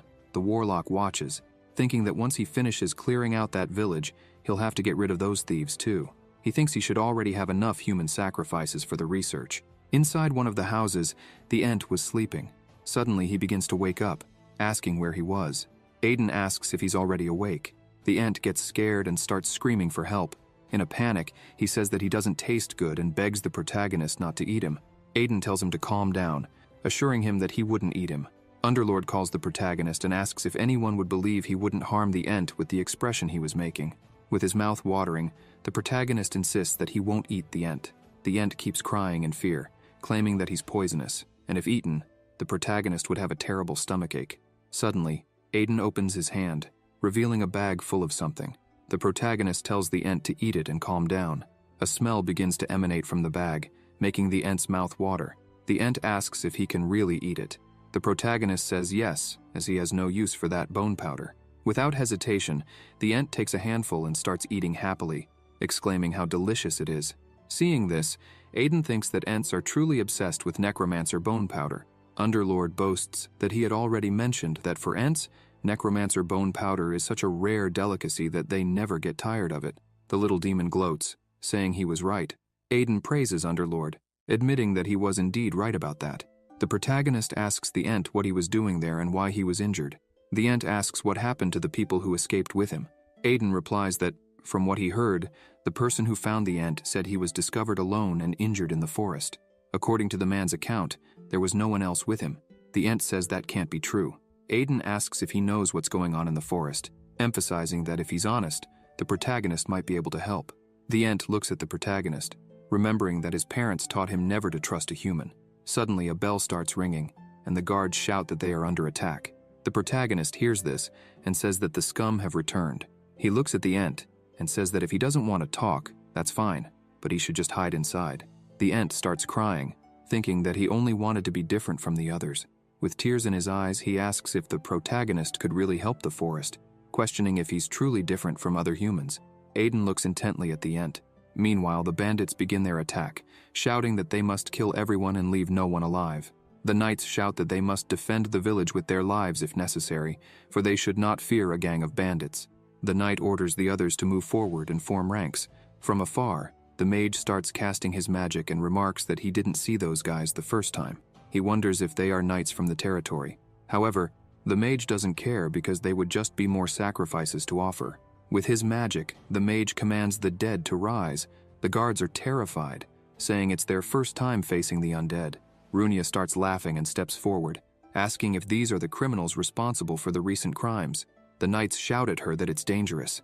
They can handle the bandits, but the undead will be a problem. Tyon arrives and tells the knights they can leave the undead to Runia. One of the knights says there are too many, and she won't be able to deal with them alone. Tion responds that the knights may not know this, but there's no one more prepared for this situation than Runia. He says she's a priestess with the face of an angel, but a heart full of madness, a warrior of destruction who delivers death in the name of God. That's what the priests of the Order of the Sacred Massacre are. Runia leaps forward and charges at the bandits with a crazed expression, laughing as if relishing the fight. She shouts that death awaits those who have committed wicked deeds.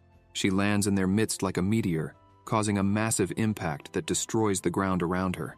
The mage is terrified, shouting, "Who is that monster? Where did she come from?" Runia looks at him smiling and says, "O God of massacre and death, allow your servant to unleash her power in your name."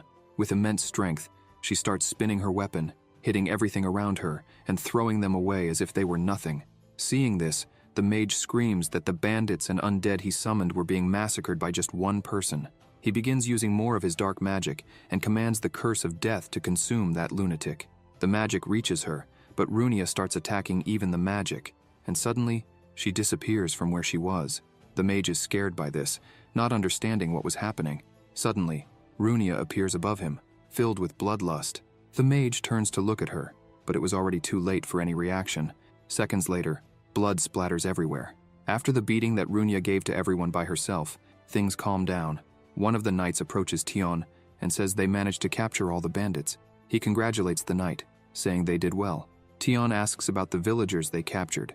The knight replies that they all claimed not to know either. Tion is outraged by this. The knight adds that the bandits are saying they only took what was valuable and left the villagers in the place the mage ordered. However, now the mage is dead. Tion becomes infuriated, shouting and asking if that means they won't be able to save the villagers. Suddenly, Aiden arrives, saying he has a way. Tion turns and asks where he was, as he only showed up now.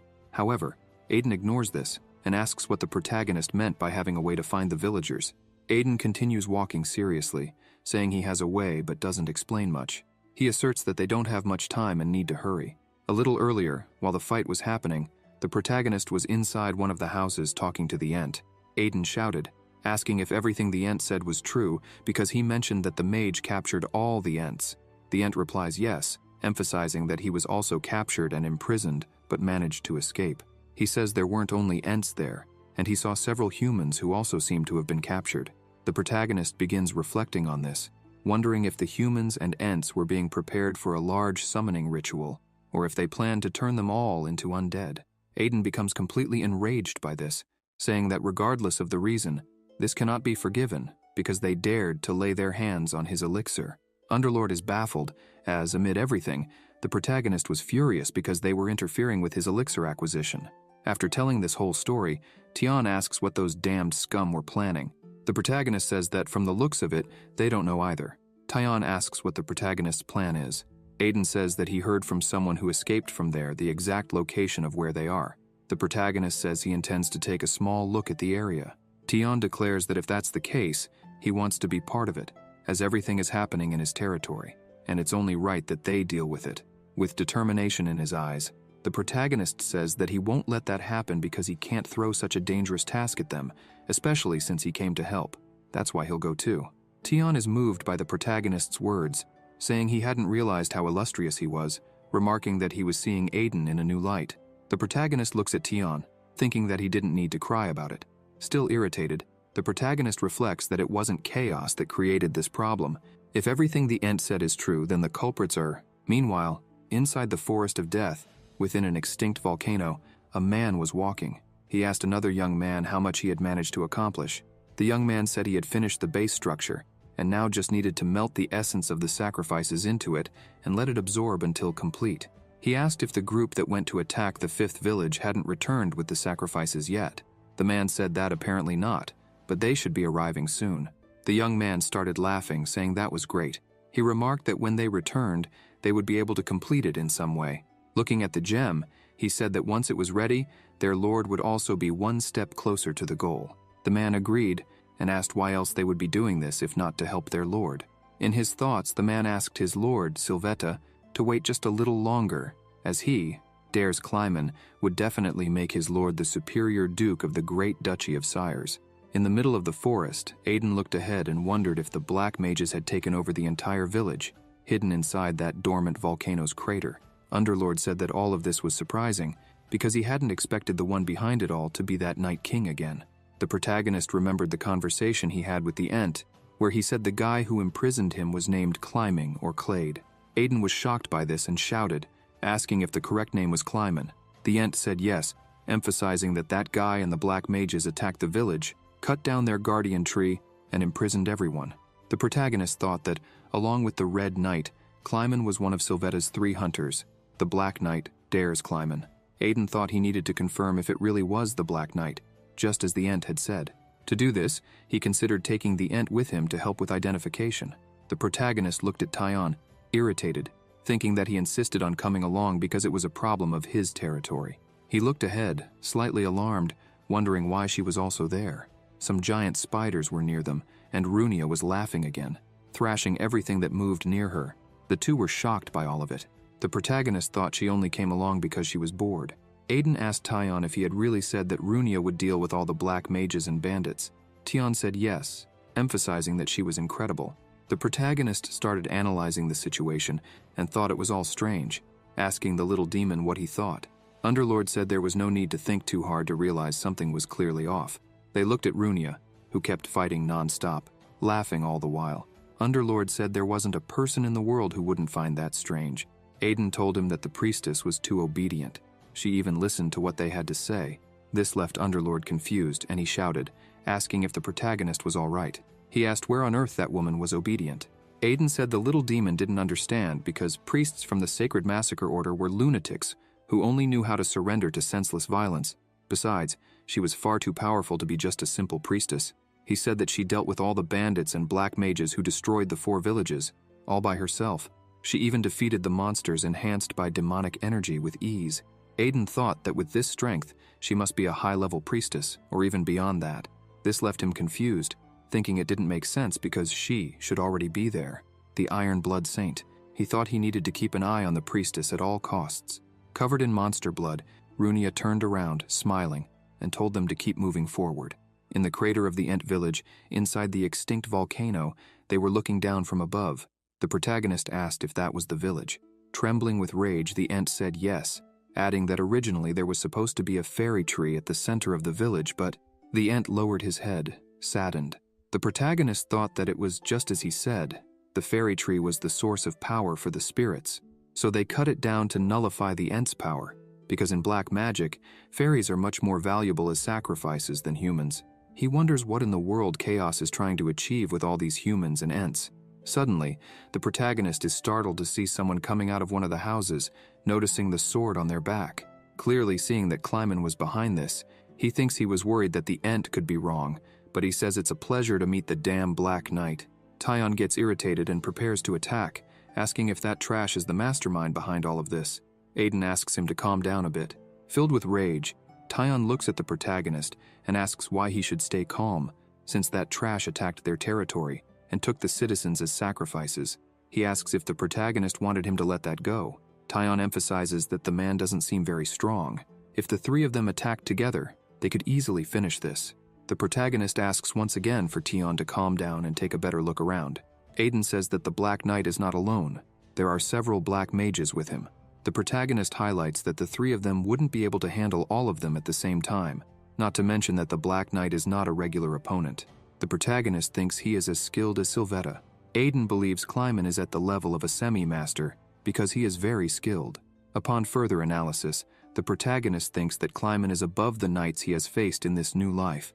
This means that even if the 3 of them attacked at once, victory wouldn't be guaranteed. And if this fight involved the village's residents, they would suffer huge losses. Aiden starts thinking that there must be some way out of this situation. While he was thinking, Underlord appears in front of him, and the protagonist asks what he was doing. The little demon starts analyzing and says he's been feeling a strange presence since they entered the forest. He says that it's what he's been sensing. The protagonist gets irritated and says the only strange thing he sees is the little demon's butt and tells him to get out of the way quickly. Underlord turns around irritated and shouts, saying that he's trying to help. How could the protagonist say that? The little demon starts making a strange face and says that a mere human like the protagonist can't sense it, but the excellent senses of Underlord caught it immediately. Mocking, the protagonist says, "That's really amazing," and asks what he discovered. Underlord curses the protagonist and starts laughing, telling the protagonist to stay calm after hearing it. He begins to say that under those trees, after saying the name, Aiden is shocked by what he hears and starts getting irritated. He thinks that now he understands. There was something strange there, but now everything is explained. Suddenly, the protagonist remembers and asks what would happen if he used that. He says he thought of a way. Tion asks if he really has a good way to deal with it. He turns and asks the Ent if he really knows where everything in that forest is. The Ent says yes. The protagonist asks Tion if he is truly willing to do anything to save the people of his territory. Tion says yes, emphasizing that for the sake of his people, he would fight to the death. Suddenly, the protagonist starts laughing like a lunatic and says that now there's no turning back. Tion is a little scared by this and asks what he's thinking. The protagonist tells Runia to help too, as it's a very fun game. Crazy as always, she starts laughing happily and says she would help. A little later, on the left side of the crater, Tion was scared because he was running from several spiders. He shouts, asking if the protagonist wanted to kill him. On the right side of the crater, some monsters were running, looking back, terrified, because the crazy woman from the church was chasing them, saying that this was a fun game of tag. She yells at them not to let her catch them, or they would be dead. The Ent asks if the protagonist was trying to create a wave of monsters to scare the black mages. Aiden says he's almost right. The protagonist explains that he plans to use the monsters to wake up the real monster, which will fight all of them, as he's sure that snake must be starving after hundreds of years without eating anything. Beneath everything, a giant monster was starting to wake up. Meanwhile, in the forest of death, inside the extinct volcano, the protagonist notices that the Ent is trembling. He asks if the Ent is scared, but the Ent replies that he is not, emphasizing that he feels ashamed and angry because if he were strong like the protagonist and his team, he could help. Aiden begins to grab the Beelzebub, which is already emitting a strong energy. He tells the Ent not to worry about anything else, as all those scum will pay for what they did, and much more. The protagonist says they also owe him something. Aiden smiles and says he still doesn't know the Ent's name, asking what it is. The Ent replies that his name is EZ. The protagonist turns and asks if he remembers what was said in the village. EZ starts to recall that the protagonist asked what he would give in exchange for help. A little shocked but determined, EZ clenches his fists and says that if the protagonist can save his village. Suddenly, EZ shouts that he heard that the tears of Ents are worth a lot to humans. He promises that if the protagonist saves his village, he will give as many tears as the protagonist wants. The protagonist switches to his psychopathic mode and smiles, saying the deal is sealed. He tells EZ to only worry about him now, and not about his family. EZ looks confused and asks what he means by that. The Beelzebub starts to laugh and says, "Power of domination, accept the call of our master and summon the ghost Mephisto." Mephisto appears kneeling in front of the protagonist, asking if his lord has called. Aiden watches this, thinking that he still lacks a bit of power to summon Mephisto completely, but that form would be enough. The protagonist tells Mephisto that he has an order. Aiden instructs Mephisto to find a group of venomous lizards in the lower part of the forest and bring them to the crater of the extinct volcano in the center of the forest. Mephisto bows, showing respect, and says he will do as his master commands. With that, he flies away. Aiden watches and smiles, thinking how nice it is to have a high-level god obeying his every desire with the power of domination. He thinks he needs to get stronger as quickly as possible so he can unlock all of Mephisto's power. The protagonist turns and says they also need to run. EZ asks where they have to run. Aiden smiles and asks how EZ doesn't know where, emphasizing that he has a promise to fulfill. The protagonist states that it's time to save the entire village and his family. Meanwhile, inside the crater, Kleiman was standing there looking around. Kleiman wonders why he hasn't received a response from the people who went to attack the village. For a moment, he questions whether they could have died, but dismisses the idea since there is no one in that village capable of doing that. While he thinks about this, he notices that the water is moving. Kleiman finds this very strange, saying there shouldn't be ripples in still water. Suddenly, the entire nearby forest begins to tremble and make noise. He grabs his sword, thinking something is coming in his direction. Sweaty and exhausted, Tion was running like crazy. Kleiman notices him and asks if it could be a group of bandits. Tion is very irritated by this idea, with several monsters behind him, even though they are noticed. Kleiman shouts that a wave of monsters is coming, and that they need to protect the lab. While running, Tion yells that he will kill Aiden after they finish this. Kleiman is a bit scared by the number, but says they will still be able to handle them all. However, he notices there is something more. Looking back, he sees more monsters running from the church demon named Runia. Kleiman asks what the venomous lizards are doing there, as they live in the middle of the forest. Suddenly, he hears more noise and shouts, asking what it could be now. More venomous lizards are running in fear, while Mephisto laughs and shouts that he will kill everyone. All the monsters start running toward the village. Kleiman notices this and shouts for his team to stop all of them. The knights begin to exit, saying they need to help stop the wave of monsters. As they were leaving, the protagonist was just watching, hidden. Once everyone was out, the protagonist said it was time for them to enter. They quietly opened the door, and Easy said they were there. Several Ents were sitting, crying and dejected. Seeing this, Easy ran to the bars and shouted, calling everyone. They began to cheer up, seeing that Easy was there to save them. Smiling, Easy said he promised he would come back to save them all. Suddenly, he looked closer and asked why only they were there. Where were the others? One of the Ents spoke up, saying they were the only ones left, as the others were taken after the humans said they would use them as sacrifices. Easy lowered his head, saying he had arrived too late. Aiden touched his shoulder, saying it wasn't his fault. It just proved how much those men were scum. The protagonist asked him to step back a little, and also told the other Ents to move away from the bars. He grabbed the Beelzebub and completely destroyed the bars. The Ents were frightened by such strength. Aiden looked at them and said he knew they were confused, but he wanted to ask one thing. He asked if they knew where the others had been taken. The protagonist thought that if he went there, he might discover what Kleiman was plotting. Meanwhile, outside, chaos was unfolding. The mages and knights were fighting against the monsters. The battle was so intense that monster blood was flying everywhere. A good amount of this blood was falling into the still water and going straight to the sleeping monster. The monster sensed the smell of blood in the water and finally woke from its slumber, thinking it was endlessly hungry. The monster began to rise, and everything started to tremble. Kleiman shouted, asking what it could be now. The water that had previously been still was now moving back and forth with great force. The protagonist felt everything shake and said that he had finally awakened, the king of serpents, called Basilisk. The giant monster emerged from the water with a loud noise, leaving all the men there terrified by it. Kleiman couldn't believe what he was seeing in front of him. Earlier, the protagonist was talking with the little demon, asking if the basilisk really lived there. Underlord said that the poisonous and heavy energy belonged to him, the king of serpents, Basilisk. The little demon emphasized that the basilisk had such a potent venom that even a mere graze would deal critical damage to a swordmaster. Underlord explained that the basilisk must be sleeping there, isolated due to its weakened life force. The little demon added that he believed the Forest of Death was also created because of the poison the basilisk exhaled hundreds of years ago. The protagonist found this strange, as basilisks usually reside in the southern part of forests, on the opposite side of where they were. Aiden said that the basilisk should be in a warm place, so why was it there?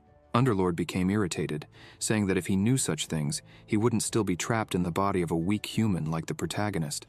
The little demon mentioned that what he did know was that the basilisk must have been starving for hundreds of years, so it was likely famished. Returning to the present, the king of serpents emerged from the depths, leaving Kleiman shocked, wondering how, of all possibilities, a basilisk could be there. Even though he was scared, Kleiman shouted that they wouldn't give up, as he wouldn't let anyone interfere with his lord's plans. He gathered all his strength and charged toward the basilisk's attack. While chaos unfolded outside, one of the mages was focused on his work. He thought that a wave of monsters was even better for what he wanted to do. Smiling, he considered that by using the monsters and humans who would die in the wave, he could complete the jewel faster than he had anticipated. That way, that person would recognize him. Suddenly, he heard a voice asking what that was. The protagonist placed his hand on the mage's head and said that it didn't look like an ordinary jewel. The mage, not understanding what had happened, shouted, asking who the protagonist was. But before he could finish the sentence, Aiden slammed his head onto the table with great force. With the mage unconscious on the table, the protagonist remembered that EZ had mentioned hearing a human say they were using the Ents to create a kind of jewel.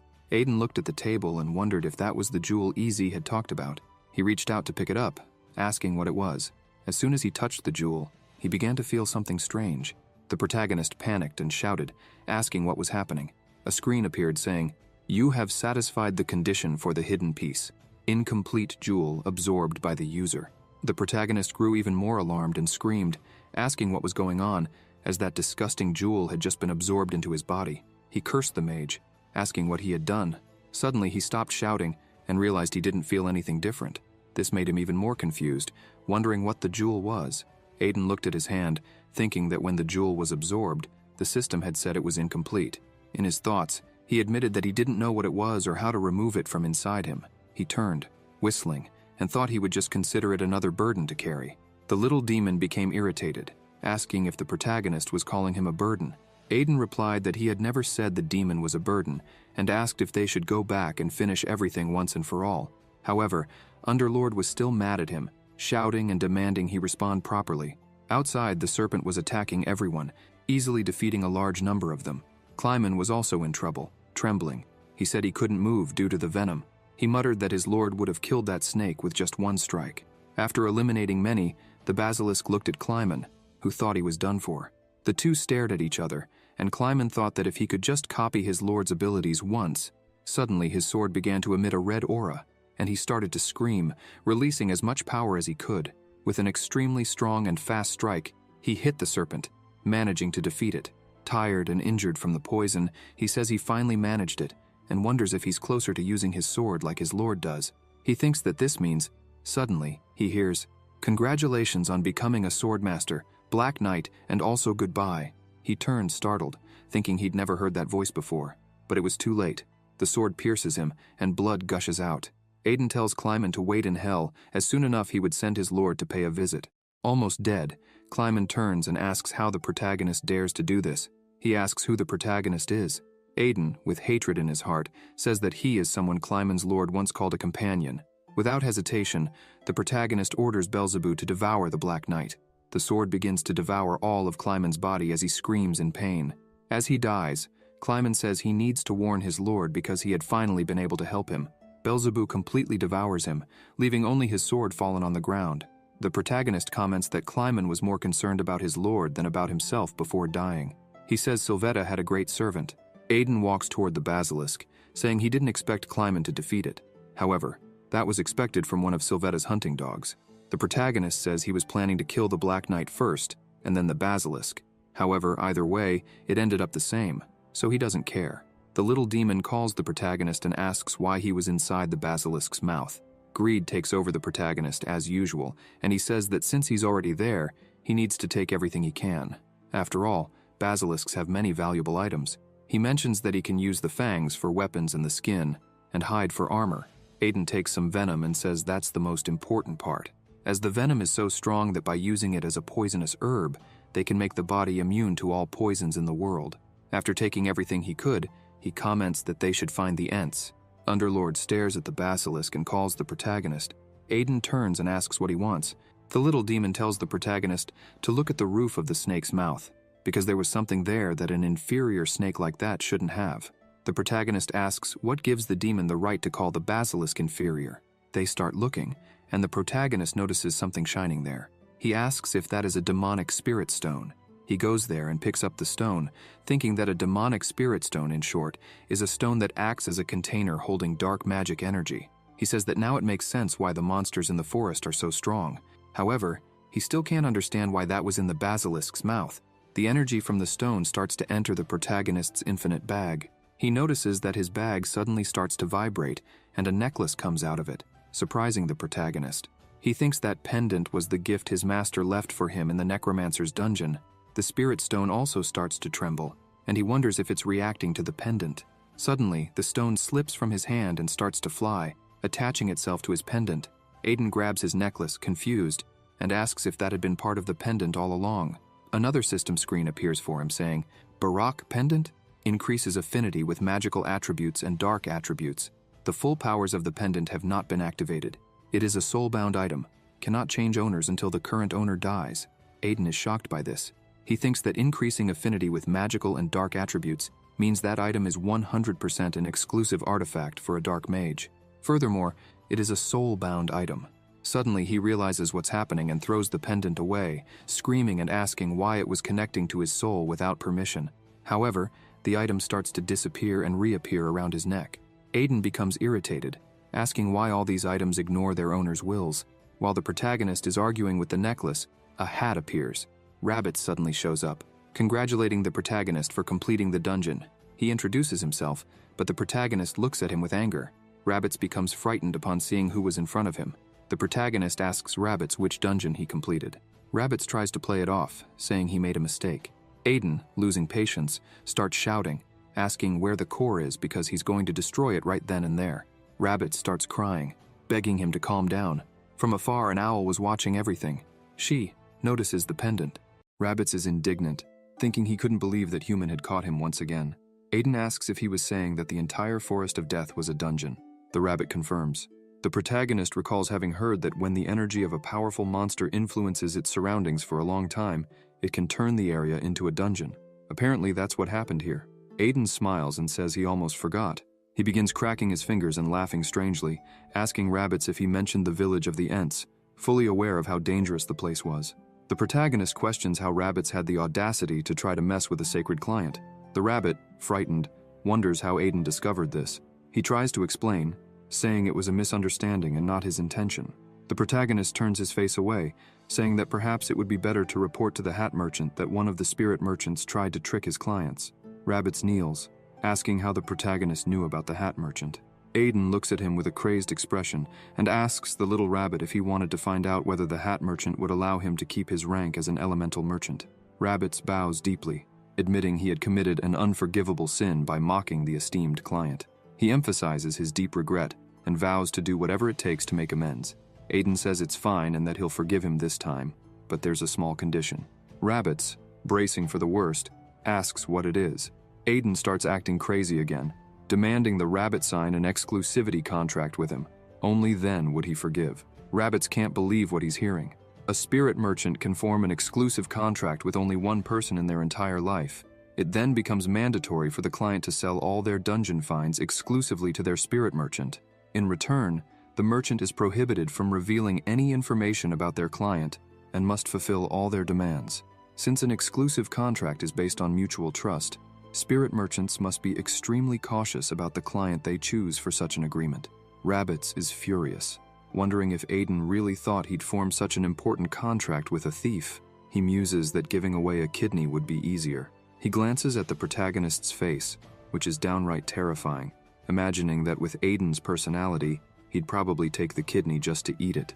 A while later, the protagonist is strolling and humming. Underlord remarks that Aiden is too cheerful. It's suspicious. Aiden thinks it's obvious he's happy. He's still wondering how that cursed rabbit had the audacity to send him to a place like this. And now that they've sealed the contract, he plans to torment rabbits for the rest of his life until he turns to dust. Suddenly, someone shouts his name. When he looks, Tyon is running toward him with impressive fury. The protagonist thinks he's truly pissed off. As Tyon gets closer, Aiden smiles, saying they did a great job and asks him to calm down. The demon asks if the protagonist would stay calm after being thrown into a place infested with monsters. Tyon places a hand on Aiden's shoulder. The protagonist agrees with Underlord, bracing himself for the worst. However, Tyon thanks the protagonist, leaving him confused. He explains that if it weren't for Aiden's bizarre and cruel plan, it wouldn't have been possible to save his people. Tyon mentions that he could have even asked for the knights if necessary. Aiden is still lost in thought, but not because of how Tyon described his plan. Then, Tyon hands him something. Aiden asks what it is. Tyon explains it's a family promise token. It symbolizes that if ever needed, the Seduz family's strength would be at Aiden's disposal.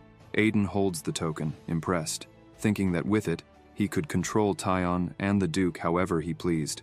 He can't believe Tyon handed him something so valuable as if it were nothing. Still looking at the token, he asks if it's really okay to give him something like this, unsure if Duke Seduz would be happy about it. Tyon replies that it doesn't matter because the protagonist was the savior of their family. Aiden smiles and says Tyon is quite bold. Then, the protagonist asks what he plans to do with those people.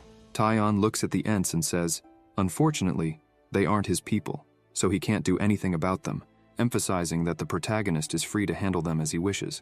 Tyon adds that, now that he thinks about it, the boy following the protagonist is also an Ent. Aiden feels embarrassed, realizing Tyon knew. Tyon points out that they were together the whole time, so of course he noticed. The protagonist agrees and says he'll take care of it. He approaches the Ents, who are silently staring at the cut-down tree, and asks Easy if he's okay, questioning why they're all just standing there. With his head down, Easy responds that they're protecting what's left of the fairy tree. He explains that the fairy tree is a sacred entity, grown from a branch of the world tree planted by their ancestors in their homeland, carrying the very essence of the Ents' history. Easy continues, saying that beyond all that, the tree is their guardian, the protector of the village, and a friend they grew up with. Touching the tree, he says they want to spend the last moments with a friend who's been with them forever. Aiden is moved, thinking about a friendship that lasted until the very end. At least the fairy tree had better friends than he ever did. He also touches the tree, realizing he never thought he'd feel jealous of a tree. As he touches it, he hears a voice saying, "Help me." He's startled and confused, wondering if the tree just spoke and if it has consciousness. He asks what kind of help it needs, suggesting it might be better to ask the Ents for assistance. The tree responds that the protagonist is the only one who can hear her. She explains that she can only speak to him because of the sad fairy sleeping in his left hand. Aiden looks at his hand and sees his shield glowing, wondering if the tree is referring to the Banshee's shield. He remembers that the Banshee is also a spirit. The tree begins to speak again, saying that soon she will fall asleep, like all other beings who live and breathe. However, she doesn't want to leave her friends behind with a heavy heart. She pleads with him to help her friends. The protagonist becomes serious, saying he's a mercenary and doesn't do anything that doesn't benefit him. However, glancing to the side, he recalls that he came here because he was hired, and another fairy, before the tree, asked him to save the village. He tells the tree not to worry, that she can rest in peace. The tree thanks him and begins to dissolve. Before disappearing completely, the tree says, "May the savior of the fairies always be blessed." Suddenly, energy begins coursing through his body. All the Ents are shocked. One of them exclaims that the fairy tree blessed a human, meaning, EZ shouts, seeing what's happening. The protagonist extends his hand, and the energy begins to concentrate there. Suddenly, it solidifies, and he asks what it is in his hand. EZ approaches and explains that it's the seed of the fairy tree. With it, they can grow the fairy tree again and recover their powers. Aiden is surprised, thinking they just keep leaving these kinds of things lying around. He glances to the side and asks what all the looks they're giving him mean. EZ, enchanted, says that whoever receives the blessing of the fairy tree becomes the chief of the NT tribe. The protagonist is shocked by this revelation. The Ents begin to hail him. He gets angry, thinking the fairy tree can't just throw responsibilities at him like this and expect him to figure it out. He decides this should be worth double the contract he made with EZ. The energy from the tree continues to rise, and the protagonist keeps calling for it, demanding it return, and give him something that would make all his work worthwhile. Inside him, the Underlord remarks that perhaps he might be the right person to carry the will of its pendant. A few days later, in the Duchy of Remez, the protagonist's father is surprised by what he sees and says it's great to see his son safe and sound. However, since his return, even more people had come to the house. All the Ents were there with him. Aiden starts laughing and says he never expected things to end this way. He was tricked. He thinks that cursed tree deceived him, forcing him to become the chief of their tribe. And that's how the entire NT village ended up moving to Remez territory. Though he claims to have been tricked, acquiring a limitless supply of NT tears in his territory is like winning the lottery. He pauses, thinking, and wonders where that giant dog came from. Ellis is riding a dog, chasing EZ, who is running desperately, begging for help. Ellis is happily shouting at the dog to run faster. Fried comments that the hunting dog seems to be getting bigger every day. The protagonist asks what his father means. He explains that a few months ago, a hunting dog began attracting attention. It followed commands well and ate anything given to it, so they gave it all the food it wanted. The dog appeared to obey St. Ellis faithfully. Left to roam free for a while, it grew to that size. The protagonist watches the scene and wonders how a hunting dog could grow so enormous. Underlord appears and suggests that the protagonist might be the reason behind it. Aiden becomes even more confused. The little demon explains that when Aiden attacked the goblin village to save his brother in the past, he gave a hunting dog a potion to awaken its sense of smell, and that dog is the very same one. With its heightened sense of smell, the dog likely detected and consumed many herbs, which activated its mana, causing it to grow to this size. The protagonist recalls this now but still finds it disturbing. Meanwhile, EZ keeps running and screaming for help. After all this, the protagonist heads to his room and throws himself on the bed. Relaxed, he wonders how long it's been since he was home. Nothing beats his own bed. But he quickly gets up, thinking he can't rest like this since there's still much to do. The demon asks what he means. Aiden grabs his bag and takes out the basilisk venom he had collected. He declares that he's going to drink it to create a body immune to all poisons. Underlord looks at him and says it sometimes seems like the protagonist has a death wish. Aiden reassures him, explaining that he's been eating poisonous herbs to build up immunity. Now, he just needs this to finish the process. He drinks the venom, thinking that with things like this, all he needs to do is hold his breath and down it. Suddenly, someone opens the door. Carl walks in, saying the protagonist has a visitor. He stares at his brother, asking what he's drinking, as he's never seen that potion before and the color looks suspicious. After finishing the venom, the protagonist tells him it's basilisk venom. The two stare at each other for a moment before Carl runs over, grabs Aiden's face, and starts shouting that no matter how hard life gets, he can't give up like this, ordering him to spit it out. The protagonist tries to explain that he won't die and demands Carl let go, but he starts turning green, realizing the poisonous energy is kicking in. Carl panics, yelling that his face is already full of venomous energy and continues urging him to vomit it out. The system suddenly announces, "The basilisk venom is adapting to your body. You are becoming immune to all poisons." Nearly throwing up, the protagonist thinks it worked. He finally succeeded. Another person enters the room. Still yelling at his brother, Aiden insists he won't spit out the venom. A woman watching the scene comments that it's a beautiful display of brotherly love. That woman is Niseta Florence. After some time, the two sit down for tea, and the protagonist asks what brought her to visit so suddenly. She places her cup on the table and says she came to formally welcome Lord Aiden. He asks if she really traveled all that way just for that. Suddenly, he notices she called him Lord Aiden. He questions whether he heard wrong, because in his past life she couldn't wait to kill him. There's no way she'd be so polite to him now. He's still doubtful, wondering why she's acting like this out of nowhere, or if this welcome is actually a prelude to his execution. Niseta stands up and the protagonist panics, shouting at her to calm down and apologizing profusely, saying he doesn't know what he did wrong, but he's sorry nonetheless. However, she bows and formally introduces herself. She says her name is Niseta Florence. Aiden is utterly baffled by what's happening. She explains that she is the head of the black magic force, Florence's Fire, and the leader of the information guild, White Moon. She is also the last of the Florence family bloodline. Niseta continues, saying that this unique being who walks the path of darkness salutes the Lord of the Underworld. The protagonist is shocked and asks what she's talking about, wondering if she's referring to the Underlord. Niseta says she's already seen everything, and that he no longer needs to hide. Aiden keeps asking what she means and what exactly she saw. She reveals that during the sacred church fire, when Mephisto was invaded, he was called the Lord of the Underworld. She saw it with her own eyes. Aiden starts sweating nervously, realizing what she's referring to. Niseta points to the pendant. The protagonist asks what's wrong with it. She explains that it's not just a decoration, it's called Barak, and is the lost treasure of the Florence royal family, a divine relic that only reacts to someone with Florence blood in their veins. Without Florence blood, it wouldn't work. Aiden stares at the pendant, piecing it together. The Florence family of dark sorcerers are descendants of the Lord of the Underworld, and the pendant belongs to him because the Underlord is the Lord of the Underworld. He gets annoyed, cursing the demon, and says he should have mentioned this earlier. The demon retorts that the protagonist never asked. Niseta recalls the first time she met the protagonist and felt his demonic energy. She can't believe she failed to recognize this great man and was even rude to him. She tells him she doesn't know why such a mighty being descended to the middle realm in that form, but trusts he must have a great reason. Niseta bows deeply again, pledging that under the orders of the great master Underlord, the king of the underworld, she, Niseta Florence, will follow the Lord's will no matter what it is. Aiden grows worried because she completely misunderstood the situation, though there's some truth to it. However, he thinks that if he can use Niseta as a servant, he could also use the White Moon Guild however he likes. He begins to laugh, realizing he can't let this opportunity slip away. Aiden sits back and says she truly has a keen eye, emphasizing that it's a pleasure to meet one of his descendants.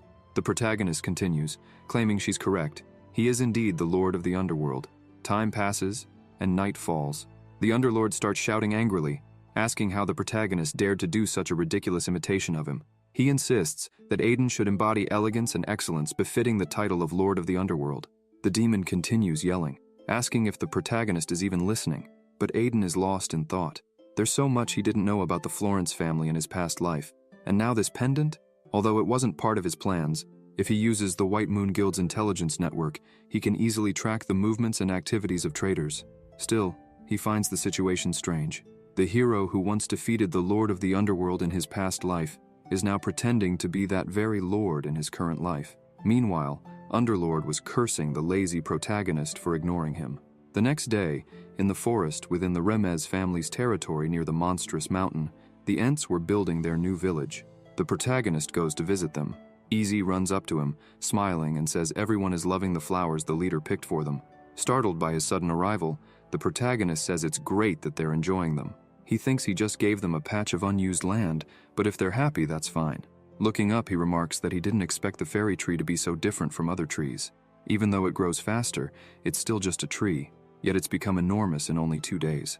The protagonist asks if that's not a bit too fast. Easy explains it's all thanks to St. Ellis.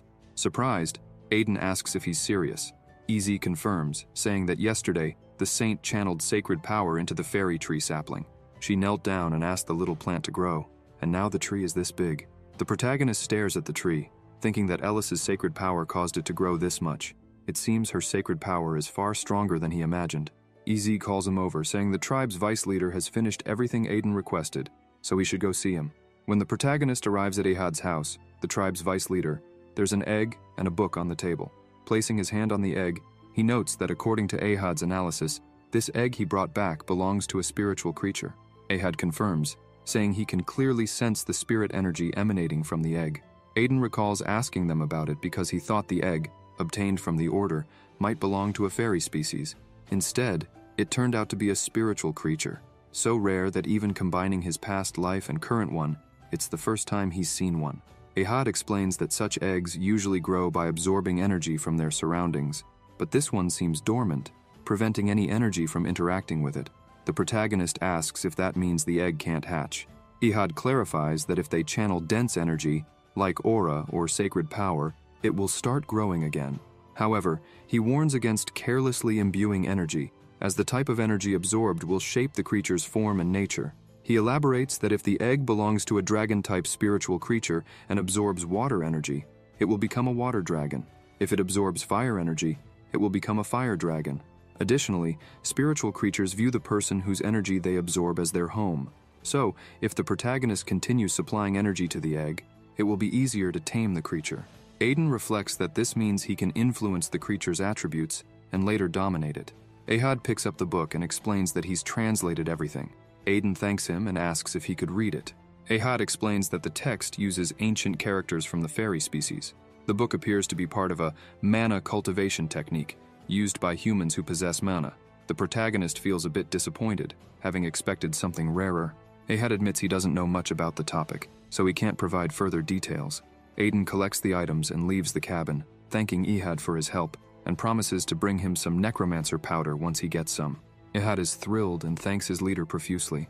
Later, back in his room, the protagonist lies on his bed reading the book. However, he's struggling, wondering what Dantian and QI mean. He suspects the book's author was from another continent and that the book might be Eastern in origin. Aiden recalls hearing that the Order of the Sacred Massacre originated from another continent, so it makes sense. Underlord glances at him and asks why he's reading that, pointing out that the protagonist already has a mana cultivation technique. Aiden says he's just curious since it's a technique from a different continent. However, he thinks the little demon is right. The book holds no real value for him. Irritated, the protagonist gets up, feeling there's no point in reading it. But then he notices something that catches his attention. The Underlord asks if something is wrong. Aiden tells him to be quiet for a moment. The protagonist keeps focusing on the book, realizing that there were many unfamiliar terms he couldn't understand at first. But as he continues reading, things start to make sense. He notices that this cultivation technique is similar to the one his former master, the King of Mercenaries, had taught him, specifically the one he uses now. Aiden is shocked to realize it's not just similar, it's the advanced version of his technique. He thinks this could compensate for the weaker aspects of his current method. Curiosity takes hold, and he wonders who wrote it. Then he starts laughing, thinking it doesn't really matter who the author is. What matters is that he now has a way to grow even stronger. He runs to his private training hall and begins to concentrate. Aiden recalls that the QI mentioned in the book refers to mana, and that the Dantian is the core, which is where they advise starting. An aura begins to swirl around him, and the glow intensifies. Energy spreads through the room. After a while, the brightness fades, and smoke starts to dissipate. The protagonist is drenched in sweat. The Underlord appears in front of him, asking if he's dead. Aiden, breathing heavily, says it's incredible, far beyond his expectations. The system pops up and announces, "You have acquired a new mana cultivation technique. While reducing mana loss, the efficiency and absorption rate of utilized mana have drastically improved." Mana continues to circulate around him, and Aiden looks at his body in disbelief, saying he can't believe such a delicate flow of mana is even possible. Now he can perfectly feel how his mana moves. Looking forward, he's startled, wondering why he has the faint impression that the Underlord has grown bigger. Aiden starts to think back, and remembers that the little demon was much smaller just a short while ago. He questions why the curse has gotten so large, thinking that the demon is becoming grotesque. The Underlord, irritated, yells that he can hear Aiden's thoughts. Examining himself, the demon says that the protagonist is probably the reason for his growth. The stronger Aiden becomes, the closer he gets to the Underlord's original power, and thus the demon is reverting to his original form. The protagonist curses the demon, calling him a parasite, and pointing out that he's doing all the hard work while the Underlord reaps the benefits. The demon yells back, arguing that without him, Aiden would be floating dead in some void. The two bicker for a while before things calm down. Aiden returns to his room and continues reading the book. He reflects on how unbelievable it is that he managed to learn the advanced version of his old master's mana cultivation technique. He considers himself incredibly lucky. On second thought, though, he wonders if it's fate. After all, the book made no sense before, but now he can understand most of it.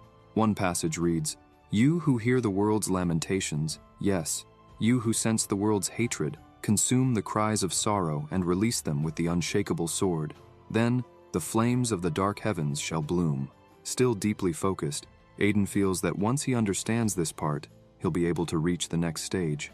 Meanwhile, in a slum of the Immortalia Empire, Gustav walks alone, seething with frustration at the fools from the Tower of Magic who dismissed his idea of combining magic with technology as ridiculous and foolish. Determined, Gustav presses on, saying that once his work is complete, everyone will have to acknowledge him. But suddenly, a loud noise erupts, followed by nothing but screams. Gustav is beside himself with frustration, shouting that he was so close to finishing, that he just needed a little more time to show everyone what magical engineering truly is. He kicks a can in anger, asking how those bastards from the Tower of Magic dared to expel him and scorn all his hard work. Gustav yells that he'll get revenge on everyone from that cursed tower, but first, he needs money and someone to support him. Suddenly, Gustav remembers that during a previous event, Aiden had said magical engineering seemed interesting, emphasizing that he'd never seen such a useful and excellent discipline. Gustav begins to tremble, saying that the protagonist clearly recognized the brilliance of his research, so maybe Aiden will support it.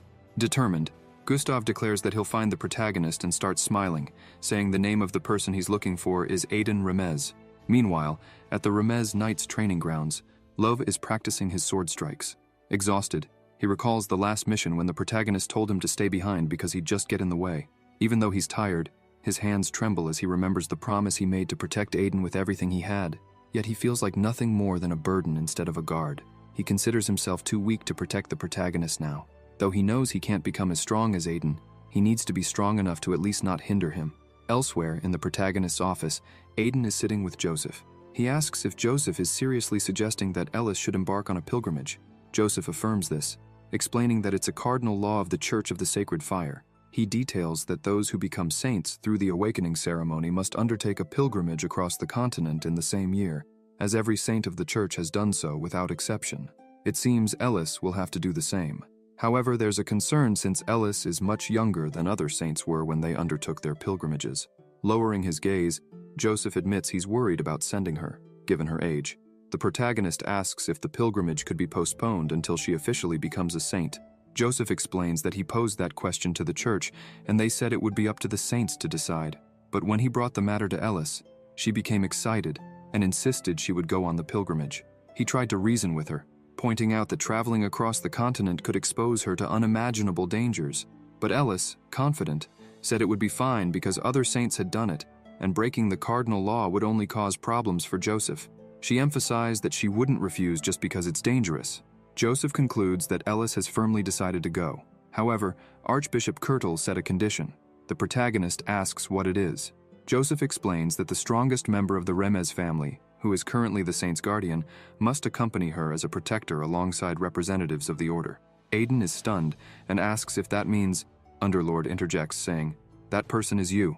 Aiden recalls Kirtle saying he would rely on him. Irritated, he realizes the Archbishop is using him in this way. Joseph says everything has already been arranged, but reassures Aiden that if he wants to refuse, they'll find another solution. The protagonist thinks for a moment, then smiles and says it's fine. He'll accept. The demon questions if Aiden is truly okay with this, considering how much he already has to do. Aiden tells him it's actually a good thing, as it gives him a reason to move freely across the continent, which he was planning to do anyway. The protagonist thinks to himself that it's finally time for revenge. His first target, that damned Night King, Sylvetta. Underlord gets excited and asks if the protagonist is finally going to take the initiative. However, he becomes confused and questions if Aiden has a specific reason to deal with the Night King before the other traitors. Aiden starts thinking and says that, since it's like that, for the second prince of the Empire to become the head of the Tower of Ouroboros and the Tower of Alchemists, Calcis must be learning alchemy. Shora, being the youngest archmage, must be a monster strong enough to be called a genius. And Spica is probably under the protection of the divine horned cult, just like Ellis, the next saint. Underlord looks a bit disappointed and asks if the protagonist means the Night King is the easiest target. The protagonist tells him to just follow the script. He says that, even so, Sylvetta didn't receive the title of Night King easily. Even though the protagonist has grown stronger with the newly learned mana cultivation technique, he still needs to prepare more thoroughly before starting the true revenge. Suddenly, someone knocks on the door. Philip interrupts and asks if he could talk for a second. The protagonist gets startled and asks what happened. Philip says a beggar came asking to meet him. The butler highlights that the man is causing a commotion, claiming he used to be the chief mage of the magical tower of the Anguis Nation, adding that the protagonist would know him if he remembered meeting him for the first time at the prince's birthday banquet. Aiden starts to think a bit and remembers the man's name is Gustav. The mage begins eating desperately. The protagonist tells him to eat as much as he wants. Gustav apologizes, saying his appearance is unpleasant. Aiden thinks that he indeed looked much more presentable when they first met. However, it seems like he has been through a lot. Gustav removes his hood, saying he knows the young master understands the sadness and loneliness of a genius. The protagonist lowers his head and starts trembling. The mage sees this and says he expected nothing less from Duke Remez's son. He knew Aiden would understand his reasons. However, the protagonist was almost dying of laughter, thinking Gustav's appearance was too strange. He takes a deep breath, thinking he can't laugh in such a situation. But as soon as Aiden looks at Gustav, he quickly turns away, thinking he might not be able to hold in the laughter. The mage believes it's certain the young master will understand his motives and feelings, saying it was a good choice to come to him. Gustav explains that his research on magical engineering is almost complete, but he needs some support to continue the experiments. He asks the protagonist for help with 1,000 gold coins, promising that he could commercialize his research and make Aiden rich. The young master looks at him and asks if he's serious about requesting 1,000 gold coins. Gustav begins trembling, saying perhaps 500 coins might suffice, but wondering if that's still too much. He keeps trembling, thinking he already knew this would happen. Who would lend money to a lunatic expelled from the magical tower? Gustav starts questioning whether his magical engineering will never be recognized, and if everything will end like this. Suddenly, Aiden says he'll give 50,000 gold coins. This leaves the mage speechless. The young master stands up, saying that merely 1,000 coins wouldn't be enough for research expenses, and if 50,000 isn't sufficient either, he'll provide more. Gustav, still in disbelief, asks if the protagonist is really going to support his research. Aiden says there's one condition. The mage asks what it is, already expecting the protagonist to demand he become a slave to the Remez family. The young master explains that people from the magical tower are always as proud as knights, and that's why he despises them. However, he says he wants to see their expressions one more time. The protagonist smiles and looks at Gustav, asking him to show the defeated faces of the magical tower members with the research results, because he wants them to regret being so narrow-minded and ignorant. Gustav becomes even more shocked and asks if that's really all. Aiden emphasizes that yes, and says that if the mage agrees to this, in addition to receiving the funding, he will also be granted the title of Baron and have the Hyde territory, which was taken from him by the magical tower, returned. Gustav is so surprised that he asks if the protagonist is really saying that, in addition to financing the entire research, he will accept him as a vassal of the Remez family. The mage questions why the young master is going so far for him. The protagonist smiles, saying that it's just his intuition, as he feels that Gustav might really be capable of creating something incredible. Gustav begins to cry, thinking that this is the first time he's heard someone knowledgeable about magical engineering, and also the first time someone believes in him and doesn't say he's wrong. With tears running down his face, Gustav tells the young master that he will fulfill his duties. He starts smiling and shouts that he will make the people of the magical tower regret it and kneel in despair. Aiden looks at him, smiling, and turns to the window, almost laughing, seeing the mage's appearance. Gustav keeps looking at the protagonist, thinking that he was almost crying again for him, and so he should swear loyalty to the young master. Sometime later, Aiden sits on the sofa, thinking that Gustav has finally left. He almost died from holding back his laughter. The demon appears, asking the protagonist if magical engineering is such a big deal for him to give so much gold. The young master responds that yes, and questions if Underlord really didn't know this. He explains that one of the reasons the demon's troops were held back in the last war was due to magical engineering weapons. If those weapons didn't exist, no matter the extent of the damage, they could have lost the war. And the most important thing, the first generation of magical engineering weapons that Gustav created for the tower was incredible. Aiden emphasizes that this was possible because Shora made it happen. This incident happened in the protagonist's past life when he was still Aiden Albareo at the magical tower. A big battle was taking place. Fireballs are thrown, hitting the magical robots, but they remain standing. Shora is impressed with Gustav's creation because it withstood one of her attacks. Gustav starts laughing, saying that this is the power of magical engineering, which they all despised. He calls all the mages to a fight, as he's going to destroy them all. Shora remains intrigued, seeing that the thing can defend against magic. She starts to create a giant fireball, saying she wants to see how much this old junk can take. Gustav remains confident and says that this magic is nothing. After the incident, the news began spreading in the newspapers. It read, "The seventh circle magic of Archmage Shora barely managed to stop Gustav's weapon in the attack on the magical tower. Only after that did people start recognizing the value of engineering." Back to the present. In the protagonist's private training field, he pauses his training and thinks that it's been a month since Gustav joined him. Aiden notices that Gustav is always in his workshop, doing something grand before the pilgrimage. However, Ellis's pilgrimage starts tomorrow, and the protagonist thinks he might have expected a bit more from Gustav.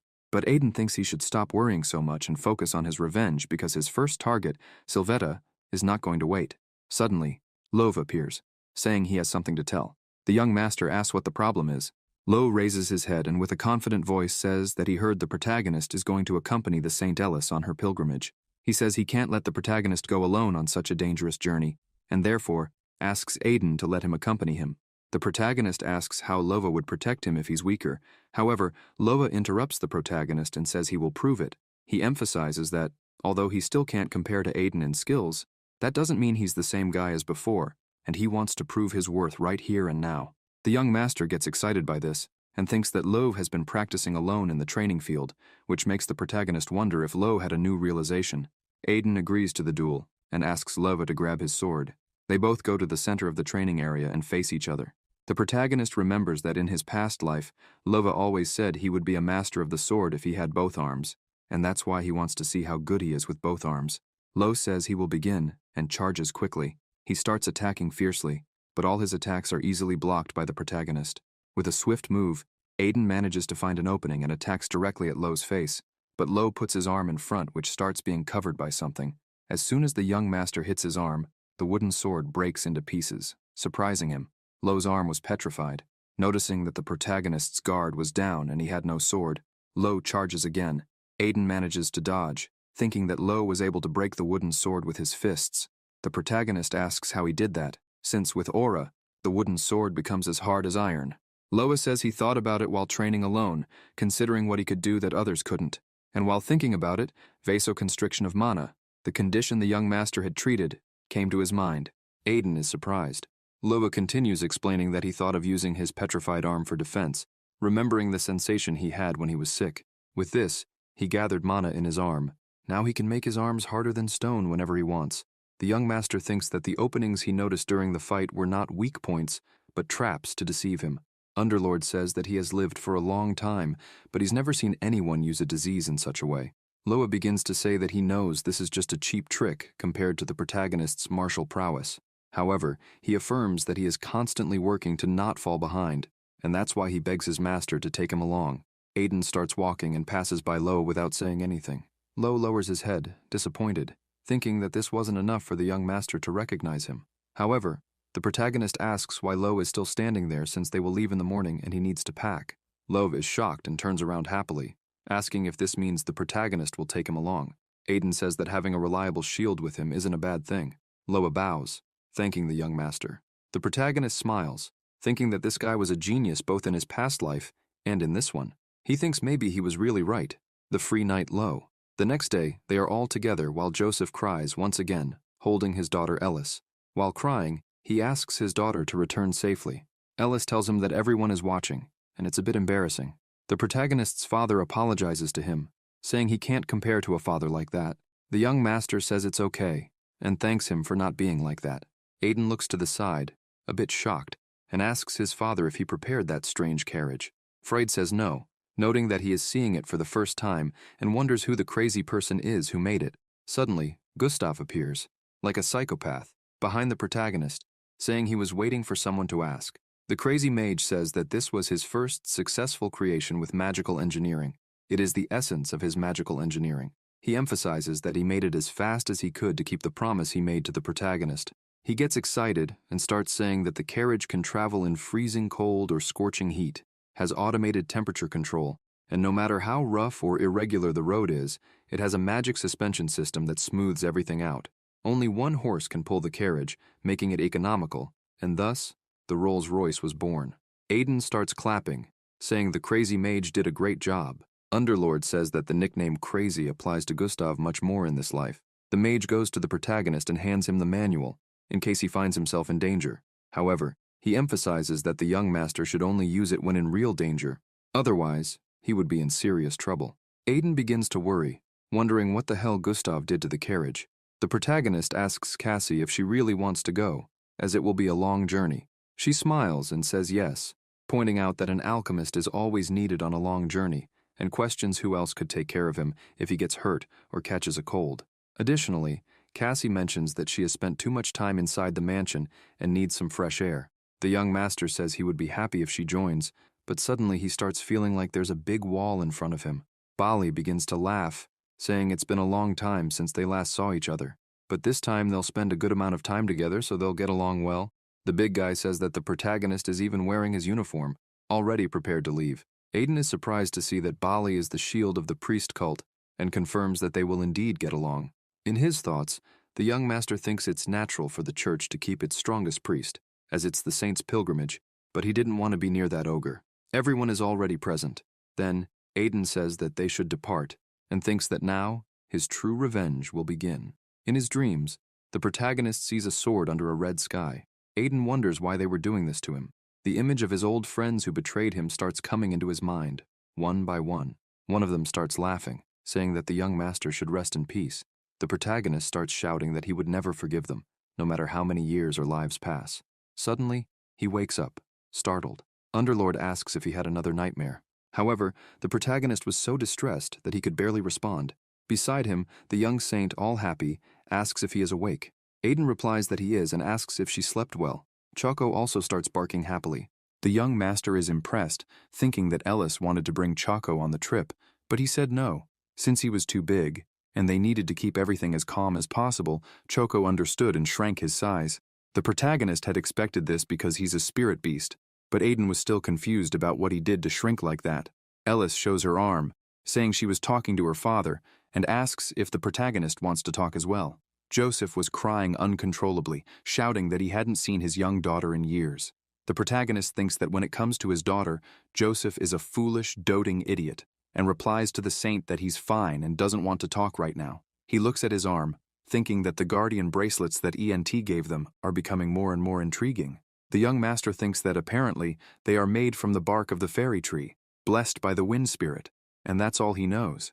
He looks at Ellis, happily chatting with her father, and thinks that no matter the distance, as long as they use those, they could always communicate. The protagonist begins to think that his nightmare is driving him crazy, and it makes him question if he can truly trust those people. Suddenly, Bali turns around and shouts that they are almost at the city of Kartan. Aiden stands up, thinking that he has no time for these foolish thoughts, because dwelling on the past would only hurt him. He stands tall, and everyone looks at him with smiles on their faces. This makes the protagonist think that all he can do is trust these people. Once inside the city, Ellis is impressed by seeing so many people with weapons. The young master explains that this city, called Kartan, is also known as the City of Mercenaries. Kartan is surrounded by over 80 connected dungeons. Mercenaries from all over the continent gather there for dungeon invasions, and the city itself has a unique structure managed by the Mercenary Guild. Suddenly, Aiden tries to cover up, saying that he read that in a book, thinking that it's the first time he's been here in this life, and almost acted suspiciously. Cassie smiles, saying that Aiden did his research well before the trip, and that's what is expected of the young master. Lo gets irritated and says that the place is full of disgusting mercenaries, and besides that, these reckless mercenaries run the entire city, which says a lot about how things work there. The protagonist hears this and gets angry. Only the sound of a strike is heard. Seconds later, Lova is on the ground, asking Aiden why he hit him. However, the young master just walks away, irritated. Bali approaches the protagonist, asking if what he said before is true. Aiden says yes, affirming that he is sure. He explains that the same group that attacked the cult of the sacred fire is also planning something here, and it's not something good.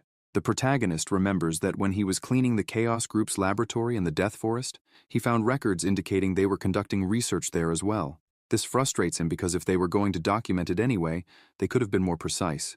Now he needs to gather information on Chaos. Bali starts laughing, saying that's great. He says he was so angry for not having done anything that day since he was sleeping. So he'll use this opportunity to vent some of his frustration. Aiden looks at this and thanks God that they're on the same side now. The big guy asks what the plan is now. The protagonist says he's already thought of that too. He looks among the people, thinking that a mercenary by nature is a wanderer for whom the world is his home, gathering stories from all over the continent. And that's why this city is a hub for almost every type of information that exists. He thinks they should look for one of the two mercenary guilds that practically control the city, the Maidela Guild. The little devil asks if there's really another guild, and questions why they don't talk to them as well, since the more, the better. The young master asks if he's talking about the Umbra Guild. He notes that they don't have a good reputation, so he doesn't believe they'll get reliable information there. Underlord responds that, if the protagonist is so skeptical about them, he could use the White Moon Intelligence Network, led by Nisita, since he has it at his disposal. Aiden says he'll also ask them, but the locals know the city better, so the information should be more accurate. However, for the protagonist to meet the Guildmaster, he needs to become someone the Guildmaster wants to meet. With this plan in mind, Aiden heads straight to the Maidela Mercenary Guild. As soon as he opens the door, he sees the place full of people talking about their adventures. Seeing those people and the environment, the protagonist smiles and thinks it's been a long time since he felt that kind of familiarity. The musty smell of the guild, the noisy mercenaries. He walks directly to the reception desk and a young woman welcomes him, asking what brought him there. Aiden explains that they are there to register as a mercenary group. The woman hands him a form, asking if any of them have records with other mercenary guilds. The protagonist answers no. She says that's fine, and they just need to fill out the form with the personal information of everyone in the group. After a while, she hands him some tokens, saying their registration is complete, and since this is their first registration as a group, they will start with bronze tokens and rank E. The young woman asks him to be careful not to lose those identification tokens. The young master looks at the tokens, happy, while thinking that it reminds him of the time when he started his life as a mercenary. Underlord asks if he couldn't simply go to the guildmaster instead of registering as a mercenary. Aiden explains that Marcus Maidela, the S-rank mercenary known as Swift Blade, is extremely cautious, so it's not easy to meet him in general. The young master smiles, saying that on the other hand, if a rookie mercenary starts rising rapidly in the ranks, even someone as cautious as Marcus won't be able to ignore that, and an invitation will come. The young woman smiles and congratulates the protagonist and his entire team, wishing their path be filled with gold and good fortune. She says that those who leave a like and comment will also have their paths filled with good fortune. A few hours later, they are already inside the Rabbit's Burrow dungeon. Bali says he's a little nervous since it's his first time entering a dungeon in his entire life. Aiden tells him that this is the lowest ranked dungeon, so he doesn't need to worry too much. As he walks, the protagonist thinks that even though it's a low-level dungeon, it's still a dungeon. That's why he preferred to leave Cassie and Chaco at the inn in the city. The little St. Ellis is all happy, and Underlord asks if this is really the only way. The young master replies that they have no other choice, as Ellis needs to gain experience in real combat. He looks at Ellis, all happy, and thinks that at the very least, she needs to learn how to protect herself. Low-ranked dungeon monsters are perfect for this kind of training. The protagonist gets nervous because, when it was his turn, his old master simply threw him into a hidden dungeon with a lich inside and disappeared. Suddenly, a monster starts approaching, and Ellis smiles, all happy, saying she sees a bunny. However, as the bunny gets closer, she gets scared, as there are several monster bunnies. One of the monsters screams loudly, calling the others. Bali is already itching to punch the monsters' faces, but Aiden asks the priest to at least tie up one of the monsters. The rest, he could deal with however he wants. He starts walking and stops in front of all the bunnies. One of the monsters charges, but Bali is quick, and without hesitation, he moves, slamming the monster into the ground with his monstrous strength. The other bunnies get scared seeing all that power. Bali starts smiling like a madman, standing up, laughing and asking if anyone else wanted to try hitting him. Aiden is impressed, thinking that even the monsters instantly retreat when they feel their opponent is like Padre Marcello Rossi. He reflects and concludes that it makes sense, because he himself almost met his end after one blow from that ogre. Bali points at one of the bunnies and tells it to follow him. As the bunny gets closer to them, Both the protagonist and Love start intimidating it. The monster almost cries, until it notices something. Ellis was right in front of it, standing and a little scared. As soon as it sees an opportunity, it starts roaring again and charges at her. After a while, only sounds are heard. The young saint is furious, shouting at the bunny that she's not a carrot. Bali says that this is the 14th monster Ellis has beaten. He emphasizes that she's using sacred power directly around her fists to fight. Bali says he's never seen anything like that and asks if the protagonist taught her. The young master replies that yes, and explains that he asked her to use mana in martial arts. However, he didn't expect her to be this powerful. Traditionally, priests only used sacred spells to enhance weapons or their bodies during hand-to-hand combat. Sacred spells were usually just a means of reinforcement, nothing more. But now that Ellis is channeling her sacred power directly into her body for martial arts, normally, sacred power and mana don't mix. It's supposed to be impossible. However, the little saint is wiping out all the monsters, saying she's going to teach those evil bunnies a lesson. The protagonist thinks that this might be because of all the high-quality elixirs Joseph had her eat as candy since she was a child. When she became a saint, the sacred power naturally flowed into the mana channels that had already been opened. That's why, unlike other priests or saints, she can use sacred power like mana. Aiden emphasizes that he'll never forget the flying kick she gave him the day they met. It was then that he realized her abilities were similar to that person's, so he decided to teach her his combat style. Underlord appears and asks who the young master is talking about. He says it's Spica, the iron-blooded saint. The protagonist says that she was a monster, an absurdly powerful force with her unmatched sacred power combined with the martial arts of the cult of Carnificina. While he was speaking with the Demon King, Ellis crushes another monster, breaking the entire ground, calling it an evil bunny. Aiden starts to worry, thinking that he might have created another monster. Underlord also starts trembling, saying that suddenly he felt a slight pain where he was hit by the iron-blooded saint in his past life. Sometime later, all the monsters had been defeated, and they had reached the end of the dungeon. Ellis is all cheerful looking at the treasure chest. The protagonist tells her that she practically cleared the entire dungeon alone, so all that treasure is hers. Ellis is delighted and asks if she can really take everything. Without thinking twice, she runs over and starts opening the treasure, which makes her happy. The saint starts looking inside the treasure, saying that she has bracelets and armor, along with many jewels. But then she notices a flying hat. Rabbits appears in front of her, saying hello and introducing himself as the friendly spirit market. However, before he finishes introducing himself, she punches his face, shouting that he's one of the evil bunnies. Rabbits gets all messed up and starts flying higher, yelling and questioning what that little human was doing, how she dared attack him like that. However, the saint doesn't care and shouts at him to come down because she wants to fight with him for at least half an hour, since he's an evil bunny. Rabbits continues angrily, saying that he's not evil, emphasizing that he's the kindest and most sincere bunny there is, and asks her to be careful with what she says. Ellis keeps ignoring him and yells for him to come down for the fight. Aiden watches this and thinks that that sneaky rabbit isn't kind or sincere. He needs a real beating. A few days later, at the guild, some people were talking. One of them asked if the other had heard that the northern dungeon had been cleared. The guy asked if it was the same group again and questioned irritably how many times this had happened. They both commented that the group had been clearing all the dungeons that appeared, leaving nothing for anyone else. Also, they were only 4 people, which made everything even more ridiculous, because even with dozens of people, a dungeon raid is hard to manage. The white-haired man said that he had glimpsed their leader and now kind of understood. The other man was surprised and asked if he had really seen them in person. He replied that he had, emphasizing that he had just seen them. Suddenly, the door opened, and the 4 of them entered. Everyone started looking at them. The white-haired man said that this was the group, and that the first one was their leader. They looked at Bali and said that with that mountain of muscles, it made sense, and now they also understood why they could handle it. However, they still wondered why the group entered dungeons that didn't even yield that much money. As they reached the reception desk, Ellis came up all happy, saying hi to the woman, who smiled and greeted her back. The woman said she had heard the news and congratulated the protagonist for the 10th dungeon cleared, emphasizing that his rank had been promoted from C to B thanks to the accumulated achievements. A man who was standing nearby asked them to wait a moment. He went over to the woman and started saying something in her ear. She said she understood perfectly. Standing up, she asked them to follow her. Aiden asked if something was wrong.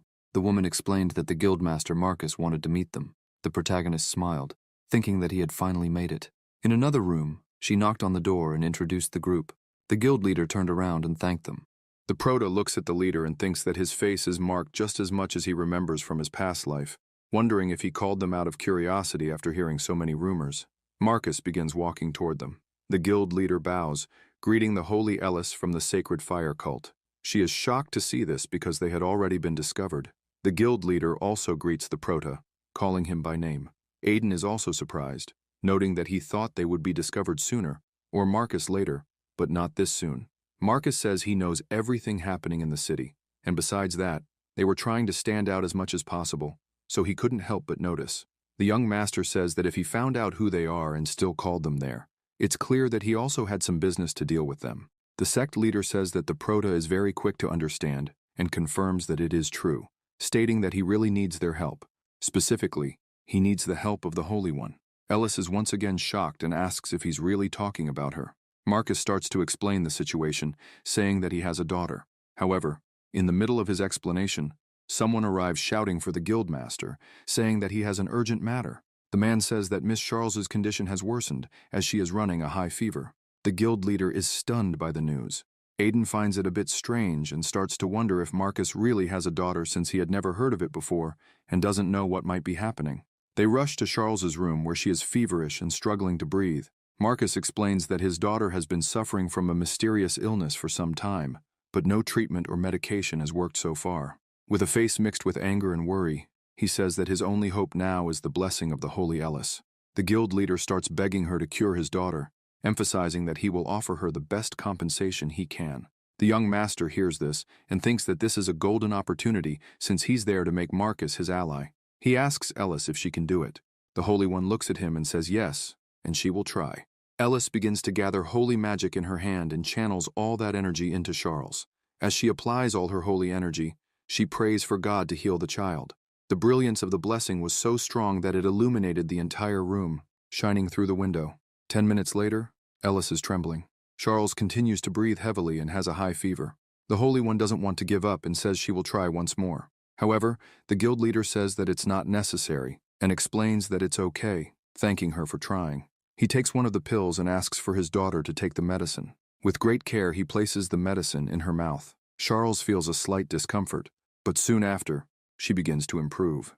Aiden is confused and asks if Marcus already had the medicine for this from the start. The guild leader explains that this medicine only stabilizes his daughter's condition for a time and that he managed to buy it from the Umbra. However, the guild charges an extraordinarily high price for the medicine. Marcus begins to despair and says that for all this time, he thought the holy power of a saint could heal his daughter, but it was of no use. If things continue like this, he might have to sell his guild to afford the medicines she needs. The young master thinks that there are many strange things happening here. For starters, if Charles is suffering from an illness or curse, the holy power should have healed her. Furthermore, Ellis's holy power didn't alleviate her symptoms at all, and mysteriously, the Umbra Guild's medicine did. He looks at Charles and wonders what's wrong with that child. Underlord appears and says that he might know the answer. The Prota asks the demon if he really knows something. Underlord asks the Prota to summon the Banshee shield. Aiden is confused and asks why he has to do something like this all of a sudden. The demon explains that the shield also works as an eye for the world that humans cannot see. The young master is surprised to learn this, as he had no idea that the shield also had this function. Aiden begins to summon his shield and emphasizes that if the demon is lying, he will ask Ellis to bombard them with holy magic. The shield begins to form, and some images start to be repelled in it. Several spirits were surrounding Charles. Underlord says he was indeed right. Everyone in the room is frightened seeing these things. Marcus asks what it was. The Prota explains that they are souls of the dead and lost souls. He explains that these spirits are like parasites, draining the life force from humans, clinging to them in a hidden way. Aiden continues to think that he didn't know the Banshee shield could help him see ghosts or spirits, even though he had used it in his past life. However, he thinks this actually makes sense. After all, Banshee is a soul, and he left a part of himself as a shield. The Prota continues observing the situation while thinking that normally there are only 1 or 2 lost souls clinging to a person. However, this is the first time he's seen so many clinging to a single person. Underlord explains that this is because of the girl's naturally high spiritual affinity. The young master asks what that means. The demon begins to explain that spiritual affinity is the ability to attract and communicate with spirits. The stronger it is, the more spirits a person can see, things that others cannot.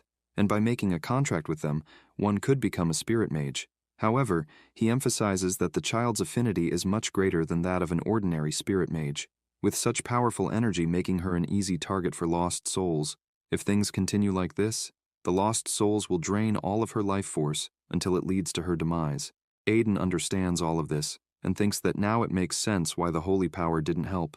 It's because the lost souls return immediately. The young master begins to get irritated by the amount of noise those souls are making and asks Underlord to eliminate them all. The demon lord starts laughing, saying that this is not a big deal, and with the power of his overwhelmingly strong aura, he tells those filthy pieces of shit to immediately forget the girl. The lost souls begin trembling in fear upon seeing the demon lord's presence. Still trembling and without hesitation, all of them start to disappear. As soon as all the lost souls leave, Charles begins to improve. The guild leader starts crying with joy, seeing that all the souls have gone, and his daughter's symptoms are also improving. He looks at the Proto and asks if he really just got rid of all those souls. Aiden feels a little embarrassed and says it wasn't a big deal. However, he explains that this was just a temporary solution, emphasizing that they need something more permanent. Underlord continues analyzing the situation and says that even so, all of this seems strange. The young master asks why it's strange and what's strange about it. The Lord begins to explain that a person with such a high spiritual affinity would already have a high-level spirit protecting them. However, that child doesn't have any protective spirit around, just the ghosts. Aiden asks if this means that Charles still hasn't made a contract with a spirit. Underlord says that's not the case either, because if she hadn't done any of this, the lost souls would have already eliminated her. The young master says this can only mean one thing. The demon lord agrees, saying that the spirit that was protecting her disappeared. Aiden asks how that's possible, wondering if the protective spirit died and how it could leave the contract. Underlord explains again and emphasizes that it's not that, because if the protective spirit had died, another spirit would come to make a contract and protect her. The Proto asks how they will find the spirit since it's still alive. The Lord says they need to ask another spirit. All spirits are connected to the spiritual realm. They can find out what any spirit is doing or where it is. Aiden begins thinking and looks at the bracelet on his arm, wondering if it would know, since it's also a type of spirit. The young master calls out to EZ, asking if he can speak. The ant hears the call and is happy that his tribe leader is speaking to him, noting that it's been a while since they last talked, and asks if the Proto is having fun on his journey. The Proto says he's having fun, but he has a question to ask and wonders if EZ knows how to find spirits and figure out what they're doing. The ant says that unfortunately he can't, but his friend Sylphia should be able to help. Aiden asks who this person is. EZ explains that she is the wind spirit with whom he has a contract now, noting that she should be able to find the spirit the Proto is looking for. The young master asks the ant to do him this favor, and emphasizes that the spirit he's looking for is contracted with a young girl in a city called Kartan. EZ relays all this information to Sylphia, who responds to her master immediately.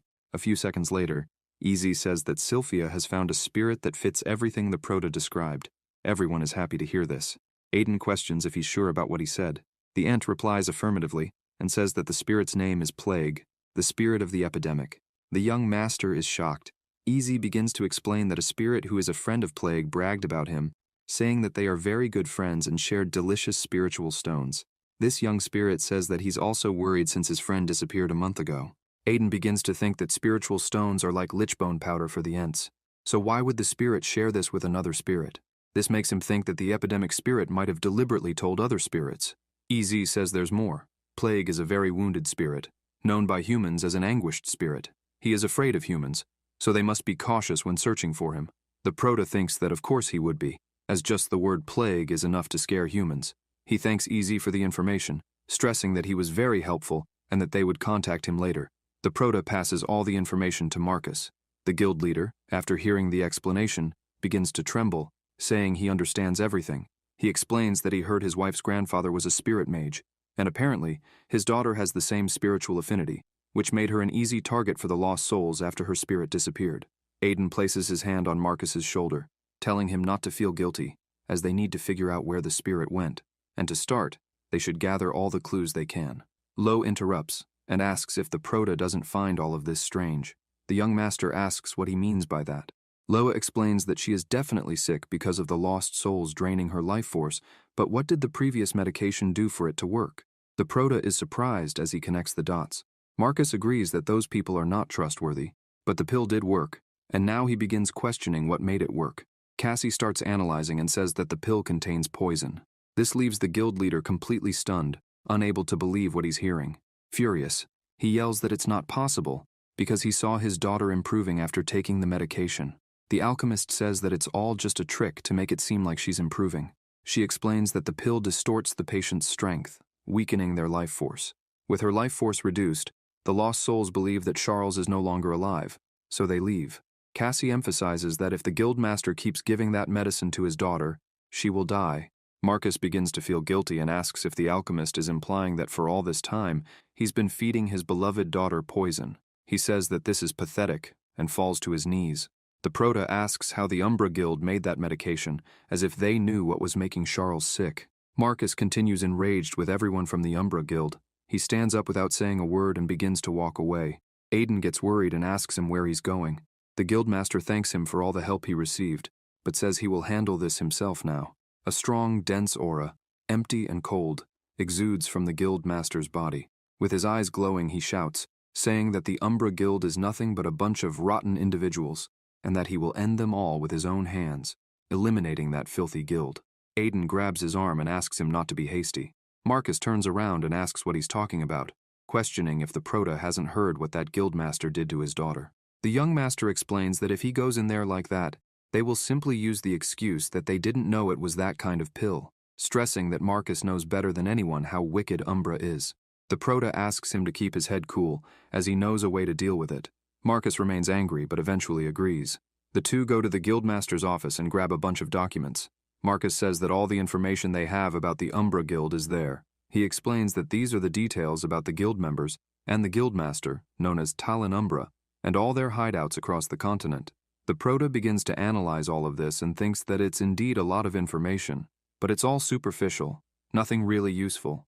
The Lord says that it's a lot, but then questions why the Sprout is looking at the enemy guild members and if, perhaps, there's someone he's interested in.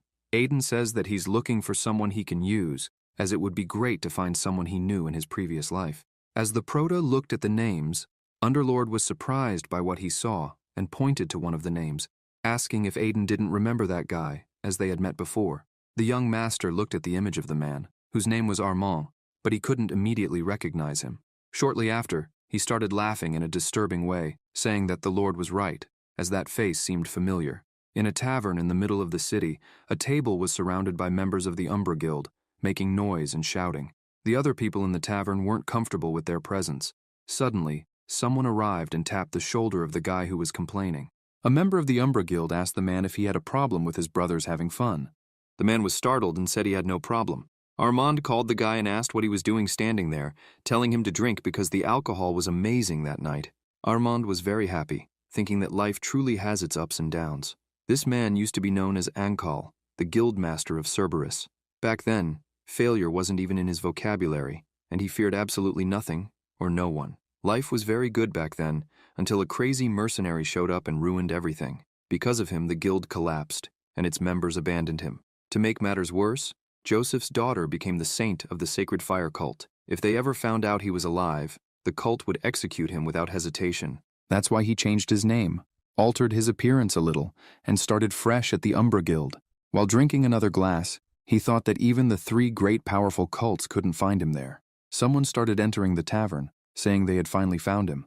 All the members there became furious and asked who dared call their older brother by name, starting to threaten the person, asking if they weren't afraid of death and questioning if they knew who they were. Armand, slightly altered by the alcohol, asked how that person dared spoil his mood, stating that he didn't know who they were. However, now he was in trouble. As the person got a little closer, Armand started to panic and asked how they had found him. With his psychopathic grin, the Proto called him out to step outside and talk. Only the sounds of the scuffle could be heard. The Umbra members began falling one by one. After defeating them all, Armand was cornered in the wall, trembling. Aiden approached, saying that he had changed so much that he was almost unrecognizable. Armand, still trembling, said it was an honor that the young master recognized him. However, in his thoughts, he was wondering how this lunatic had found him. Armand began to panic, thinking that the Proto was there to turn him over to the Sacred Fire cult, and questioned if his life would end this way. Armand started to summon courage, thinking that his life couldn't end like this, and that there was one last way for him to escape that monster. Armand knelt down and began begging for his life, saying he would do anything if the Proto spared him, stressing that he would tell him everything Aiden wanted to know. The young master thought about beating him a little before dragging him away. He began to smile, thinking that this method worked a little better. In the guildmaster's office, Marcus was completely enraged. He asked if the Umbra Guild was conducting human experiments. Armand, kneeling and trembling in fear, said yes, without hesitation. He began to explain that the city of Cartan is a dungeon hub, and people often disappear there with no one caring. That's why it's the perfect place to acquire people without raising suspicion. The Proto listened to this and began to wonder if these experiments could be conducted by the Chaos Black Mages again. Aiden asked where these experiments were being conducted. Armand said he didn't know the exact location, but had heard they were being conducted in a dungeon near the city. The Proto was extremely surprised to hear this and shouted, asking if he was sure. His surprise was so great that the Demon Lord questioned if this was truly so surprising. The young master answered the Lord that this was absurd and explained that dungeons are officially the business grounds of the spirit merchants. When a dungeon is cleared, the merchants negotiate the loot, extract the core, and then the dungeon disappears. However, if someone is inside a dungeon conducting human experiments, that's a completely different story. The spirit merchants don't tolerate anyone setting up shop in their territory, while the spirit merchants are bound by a rule that prevents them from harming humans. In this extraordinary case, humans can be classified as unauthorized intruders, allowing the merchants to unleash their true power. With maximum power, a spirit merchant has absolute strength within. Even a merchant like Rabbits could destroy a semi-master in seconds at full power. The Demon Lord is confused and asks why they haven't expelled the invaders yet. The Proto says there's a way they allow this. He explains that if someone promises enough profit to justify breaking the rules, the merchants can make a secret deal. So, the merchants didn't report anything to the Spirit Emporium and let the intruders use the dungeon freely. Marcus says that this is too big for a single guild and asks who is supporting them. Armand hesitates to speak. The young master notices this and approaches with a dark smile, saying that if he answers incorrectly, he'll be handed over to the cult. Armand is completely terrified and screams that he will speak. He starts saying that the one supporting them is the Duchy of Cius. Both the guildmaster and the Proto are completely enraged by this. Marcus asks why the Duchy of Cius, the military power of the north, would deal with people like the Umbra Guild. Armand says that not only they, but also some other organizations were involved. Marcus remains angry, thinking that Umbra is causing more problems than he imagined, and now, with the Cias involved, they couldn't act recklessly. Aiden remains extremely nervous about all of this, thinking that he had his suspicions when he heard about the human experiments. And now it was clear that the Sylvetta trash is working with the Chaos story again. With a threatening tone, he says that he will crush them. Marcus begins to speak, saying that unfortunately, the opponent is the Cius family, pointing out that it is the home of a great transcendent-level master. He says that the Proto may be strong, but Aiden interrupts and questions if he's really going to let the people who hurt his daughter walk free. The young master starts shouting, telling Marcus that he should crush them all because they messed with what is most precious to a man, his family. Confident, Aiden says that he will help take down Umbra and the Cias.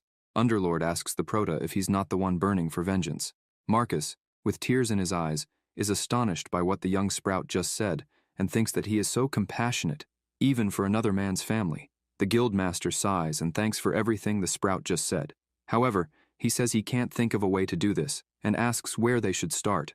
The young master says that he has an idea. Marcus asks what it is and how they should handle all of this. The Proto says that this is all very clear because dealing with scum like them is his specialty. He thinks he's now looking forward to seeing the other dirty plans of Sylvetta. Elsewhere, at Rabbit's territorial business company, he was sitting with the dungeon core in his hands. Happy, he thinks that humans don't know, but the core of a dungeon is actually a mana stone filled with immense mana. That's why it's so valuable to them, the spirits, and it's the main source of income for the spirit merchants. Rabbits becomes sad, thinking that since he met that lunatic bastard, he had to pay for the cores and even work like a slave. He wonders where his life as a merchant went so wrong. Another merchant starts walking in and asks if Merchant Rabbits is around. This is Plague, the intermediate spirit merchant. Rabbit stands up startled, shouting that yes, and asks Mr. Plague what brought him to that place. Plague, irritated, asks what is going on with his poor performance in recent days, as Rabbit's margins are pathetic. The rabbit apologizes, saying it's all his incompetence. Plague says that this surely is, emphasizing that Rabbits is too dumb to be a merchant. The rabbit gets extremely angry about this, but still maintains politeness and thanks Mr. Plague for being so understanding. The rat walks up to the rabbit and says that, in any case, he expects better results in the coming days. Rabbits is scared by this. The rat says that the rabbit is just a beginner and asks if he's thinking of challenging an intermediate merchant. Rabbits lowers his head, trembling, saying that he wasn't thinking about that and that Mr. Plague could take everything. Plague takes everything Rabbits has, saying that's how he should act. The rat grabs the package he was eating and turns everything into his mouth. He looks inside the package, saying that unfortunately, it's finished, noting that he even used almost everything he had to seduce that spirit. He turns around and starts leaving, throwing the package on the ground, telling Rabbits that he expects better results next week. The rabbit, still maintaining respect, says yes and will try his best. However, inside, Rabbits is trembling with rage, thinking that one day he will make that filthy rat pay for everything. Meanwhile, elsewhere, during the night, two people were wandering the streets. They arrived at the back door of the Umbra Guild, where two guards were on duty. One of the guards asked what was going on, and the man in armor with a terrifying aura ordered them to step aside immediately. One of the guards asked if they were going crazy and told them to get lost. The Prota, who was disguised behind them, shouted, asking the guard if he knew who the man in front of him was, questioning how he dared to speak like that, and if he didn't recognize the armor and broadsword. One of the guards was still confused, but the other started taking notes and asked if, by chance, he was the one. The great figure in black armor carrying a giant sword. The man in armor and broadsword said he was the sword of Silvetta, the Black Knight known as Darius Kleiman. He ordered the guards to immediately bring the guildmaster. A few hours earlier in the quarters, the young master was organizing some things when the demon lord asked how he was planning to resolve the matter, questioning if his plan was to recklessly invade once again. The Prota began to laugh, saying that the demon had apparently started to understand him very well after spending some time together. He said the demon was right. He would enter exactly as the demon suggested, but this time, he wouldn't go in blindly. Underlord asked if he was planning to enter politely. Aiden laughed again, saying that the demon was correct and really did know him well. The Lord became irritated, asking if the young master was mocking him. The Prota then began to say that he had already told him that the Cius family was behind the Umbra Guild, meaning that if he had the Cius Knight, he could easily enter. Underlord questioned what kind of nonsense he was speaking, asking how he would ask a favor from an enemy knight. Aiden asked the demon if he didn't remember, emphasizing that he was talking about the Black Knight they had imprisoned inside the Beelzebub sword in the Death Forest. The young master said he would use the specter of that knight. Back in the present, in the Umbra Guildmaster's office, the Prota, along with the Black Knight, was standing before the Guildmaster. Talon said it was an honor to have the Black Knight visiting them personally. Aiden looked at the guild leader, thinking that apparently these guys still didn't know that the Black Knight had died, because if the Duchy of Cius wasn't foolish, they wouldn't be exposed, warning that they had lost such an important person like Darius Kleiman. Talon began speaking, saying that it seemed that his subordinates on guard had made a mistake, as they hadn't been notified in advance, and he would like to apologize on their behalf. The guildmaster looked at the Prota and asked who the man was. The Black Knight replied that they didn't need to worry about that person, as he was just a subordinate, a black mage. Talon said he understood, and asked if the reason the Black Knight had come was for a surprise inspection. The young master, controlling everything Kleiman was saying, said that Talon should know well, as he needed to check if the work was progressing, and that's why he asked to be taken to the dungeon. Sometime later, inside the Umbra Guild, in the secret underground dungeon, while walking, the Prota began to think that he had been looking for this dungeon, but couldn't find it. Now everything was explained because Aiden was inside the guild. Upon entering a room, he was surprised to see several black mages working. Inside the cages spread across the rooms were monsters imprisoned. The young master began to get irritated, wondering what the Chaos bastards were doing and what kind of experiments they planned to conduct with those monsters. Talon looked at the Black Knight and said that his visit was perfectly timed, as they had just created a successful experiment. They arrived at another room, and the guildmaster showed two people lying down, saying that the successful experiments were these two. One was called B12, and the other B14. The guildmaster asked them to wake up. They both stood up, but their movements were unnatural. Aiden looked at them and thought that if this was a success, he didn't want to see what was going wrong, as these two clearly didn't look like ordinary humans. Talon explained that, as they had been instructed, they kept a normal human appearance while giving them monstrous abilities, such as the regenerative abilities of a troll and monstrous strength like an ogre.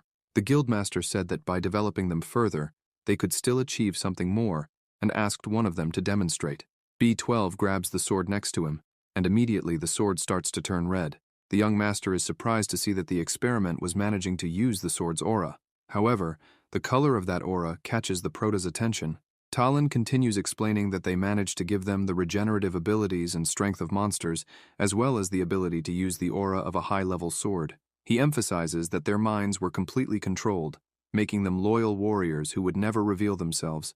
The guildmaster becomes excited and shouts that just a little more, and they will be able to mass-produce them. Then, the birth of the immortal army that the Cius family desires so much will no longer be just a dream, because, burning with immortal fury, the crimson berserkers who fight for Lord Sylvetta, the Blood Knights, will come. Upon hearing this, the young master begins to get irritated, thinking that he knows them very well. The demon lord asks if he really knows them well, wondering if they met in his past life. The proto begins to explain that the strongest order of knights in the history of the duchy, led by Sylvetta, after he ascended to the position of duke, was the Blood Knights. They played an active role in the disaster-level monster wave and the Talos War. People came to revere Sylvetta because of the crazy loyalty of those knights who fought without fear of losing their lives, saying that Sylvetta, due to such powerful knights, was the true Night King. Underlord is surprised to learn that this is how he earned the title of Night King. The young master continues furiously, thinking that, apparently, the Blood Knights were all created in this manner. This makes him even more disgusted, wondering how long that bastard Sylvetta had been doing such a thing. Talon begins explaining again, saying that he had already mentioned this before. However, he emphasizes that it's difficult for the human body, which is fragile, to resist monstrous factors, so they had to find a way. The Black Knight asks what it is. The guildmaster goes to a door that was very well locked and starts opening it, leaving the proto curious to see what was behind it. As he opens the door, chains, noise, and light came from that place. Talon says that, thanks to that person, the experiment was possible. Aiden looks ahead and thinks that he was already expecting this. There, trapped inside a crystal, surrounded by magic and chains, is the spirit of plague, suffering silently in its eternal prison. Talon says that this is the spirit of plague, and that they managed to seal it. The guildmaster continues, saying that they extracted one of the powers it holds, the werewolf curse, a blessing from plague, and inserted it into the test experiments. In simpler terms, the werewolf curse is what he would call a lycanthropic curse. The guild leader says that after discovering that curse, they were looking high and low for the spirit of plague, and it happened that a spirit merchant sold the information to them. Beyond all that, they hadn't imagined that the spirit could be connected to Marcus's daughter. He starts laughing, saying that it seems like God is on his side. Talon continues mocking, saying that he's currently robbing that idiot Marcus, and soon he'll be able to take over the entire guild. Aiden says he's heard enough. The guildmaster turns around, irritated, asking how a mere subordinate dares to speak informally with him, questioning whether the subordinate thought he was equal to him just because he was a subordinate of the Black Knight. The young master simply orders the Black Knight to finish it. Before Talon could do anything, the Black Knight cuts him in half. The proto removes his hood, saying that now they should release that spirit and finish the job. However, something charges forward quickly, hitting the Black Knight with a sword.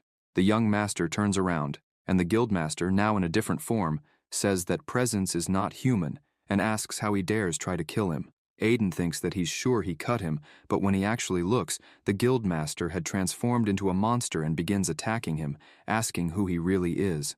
Talon, with his body transformed into a monster, continues advancing, using the aura of the sword. Aiden is startled, thinking that he clearly saw the Black Knight's ghost cut him in half. How is he still alive? He begins imbuing his sword with his aura, thinking that, judging by what he's seeing, that guy could also be. The proto charges forward and strikes the guild leader, but the wound on his chest heals in seconds. Talon attacks again, and the young master backs away, saying that the red area is the regeneration of a monster, questioning if that idiot also turned into a Blood Knight.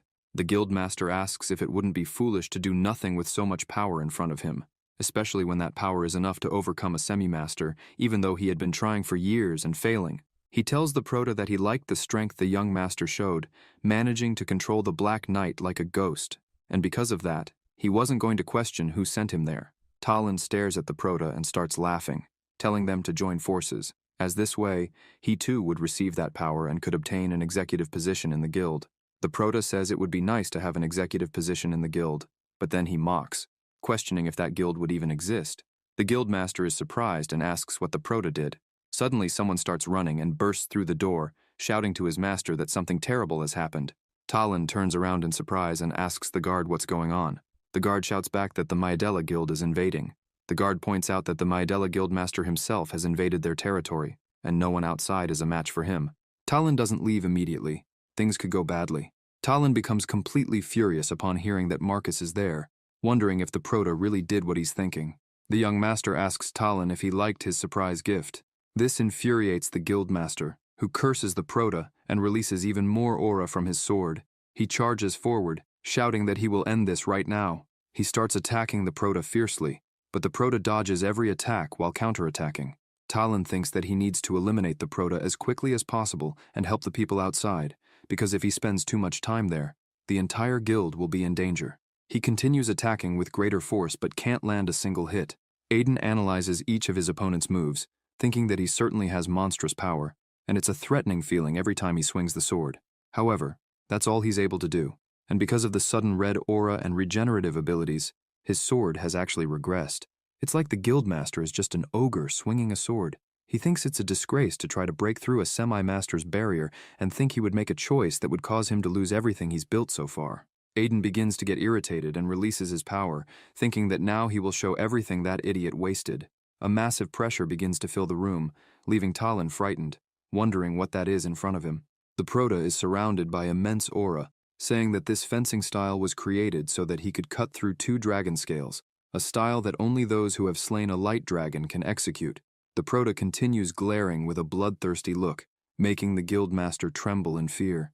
Aiden approaches, saying that this is the true swordsmanship of the Dragon Slayer King, Scalebreaker. With a fierce and rapid strike, he manages to hit Talon, who has no time to react and only screams in pain.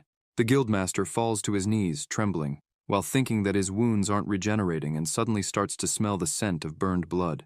The young master watches the result of his attack, a little irritated, wondering if that was really the best he could do, since, originally, the entire body of that creature should be on fire. Still, thanks to the new cultivation technique he learned, he can now use what he could only use at the swordmaster level, so he should be satisfied. He explains that the wounded area is burned, preventing regeneration, and orders Talon to give up immediately. However, the Guildmaster begins to get nervous, thinking that he can't be humiliated like this by a mere brat. A strange energy begins to emanate from his body, and he thinks that he didn't want to use this method.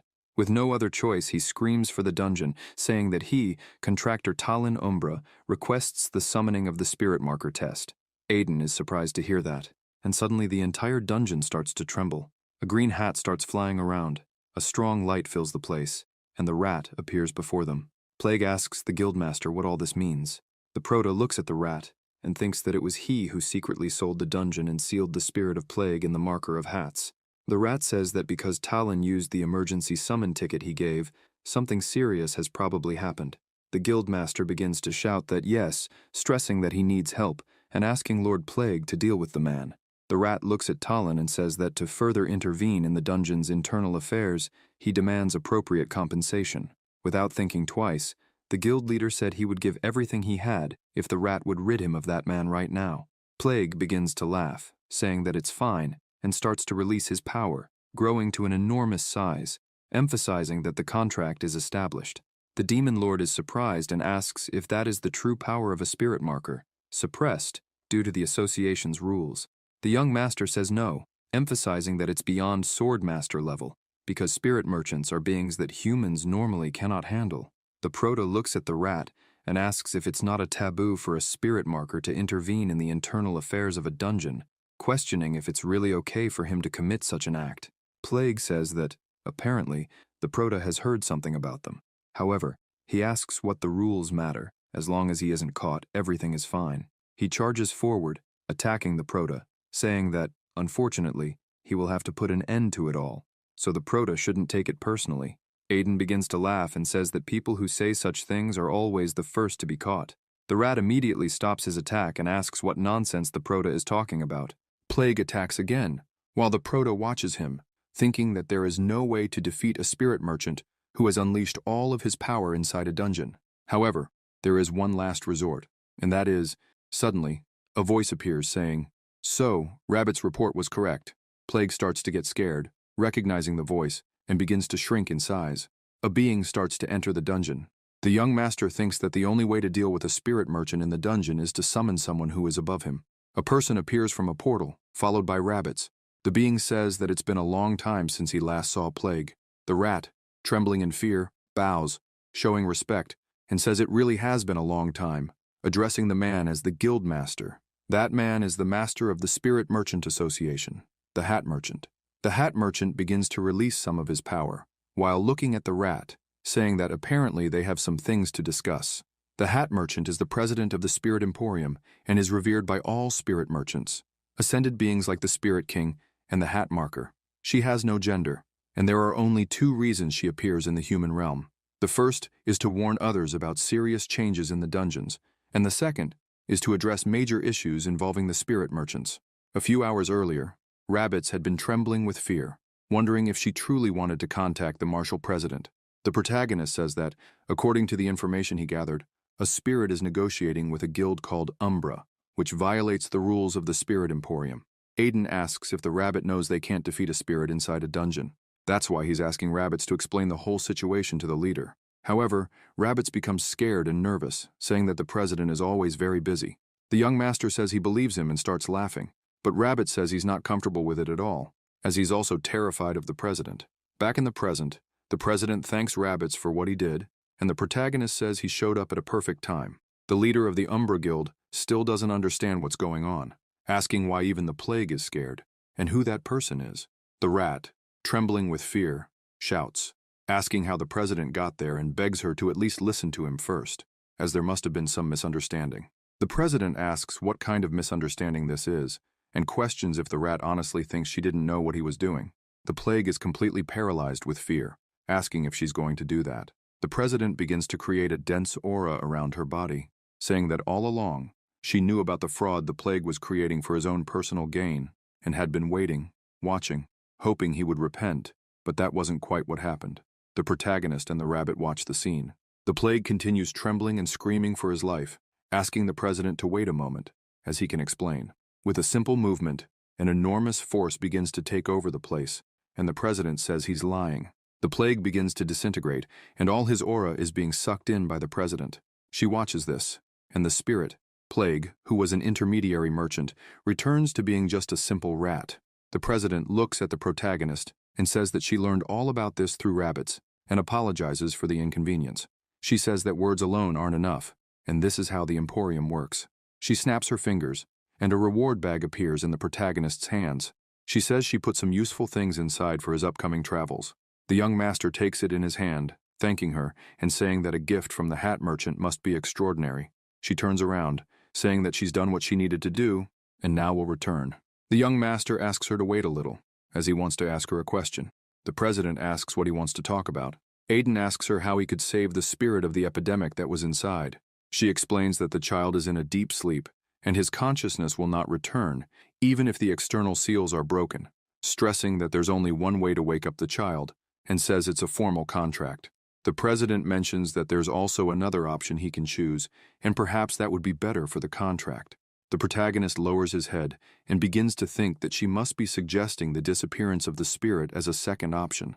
The president takes off her hat and bows her head, showing respect, saying that if she answered all his questions, she would now leave. The young master thanks her once again. Before leaving, she says that she wishes him all the best for his next journey, calling him Aiden Albareo, his true name from his past life. This causes the young master to be completely stunned, shouting and asking how she knew that name. However, the president simply disappears before him. The demon lord asks if she really just called the protagonist by the name of his past life. He remains silent for a while, only observing, and begins to think and question how the president knows his name from his past life. He becomes confused, wondering if this means some beings are unaffected by his reincarnation. He starts imagining the president in front of him and wonders if he's missing something.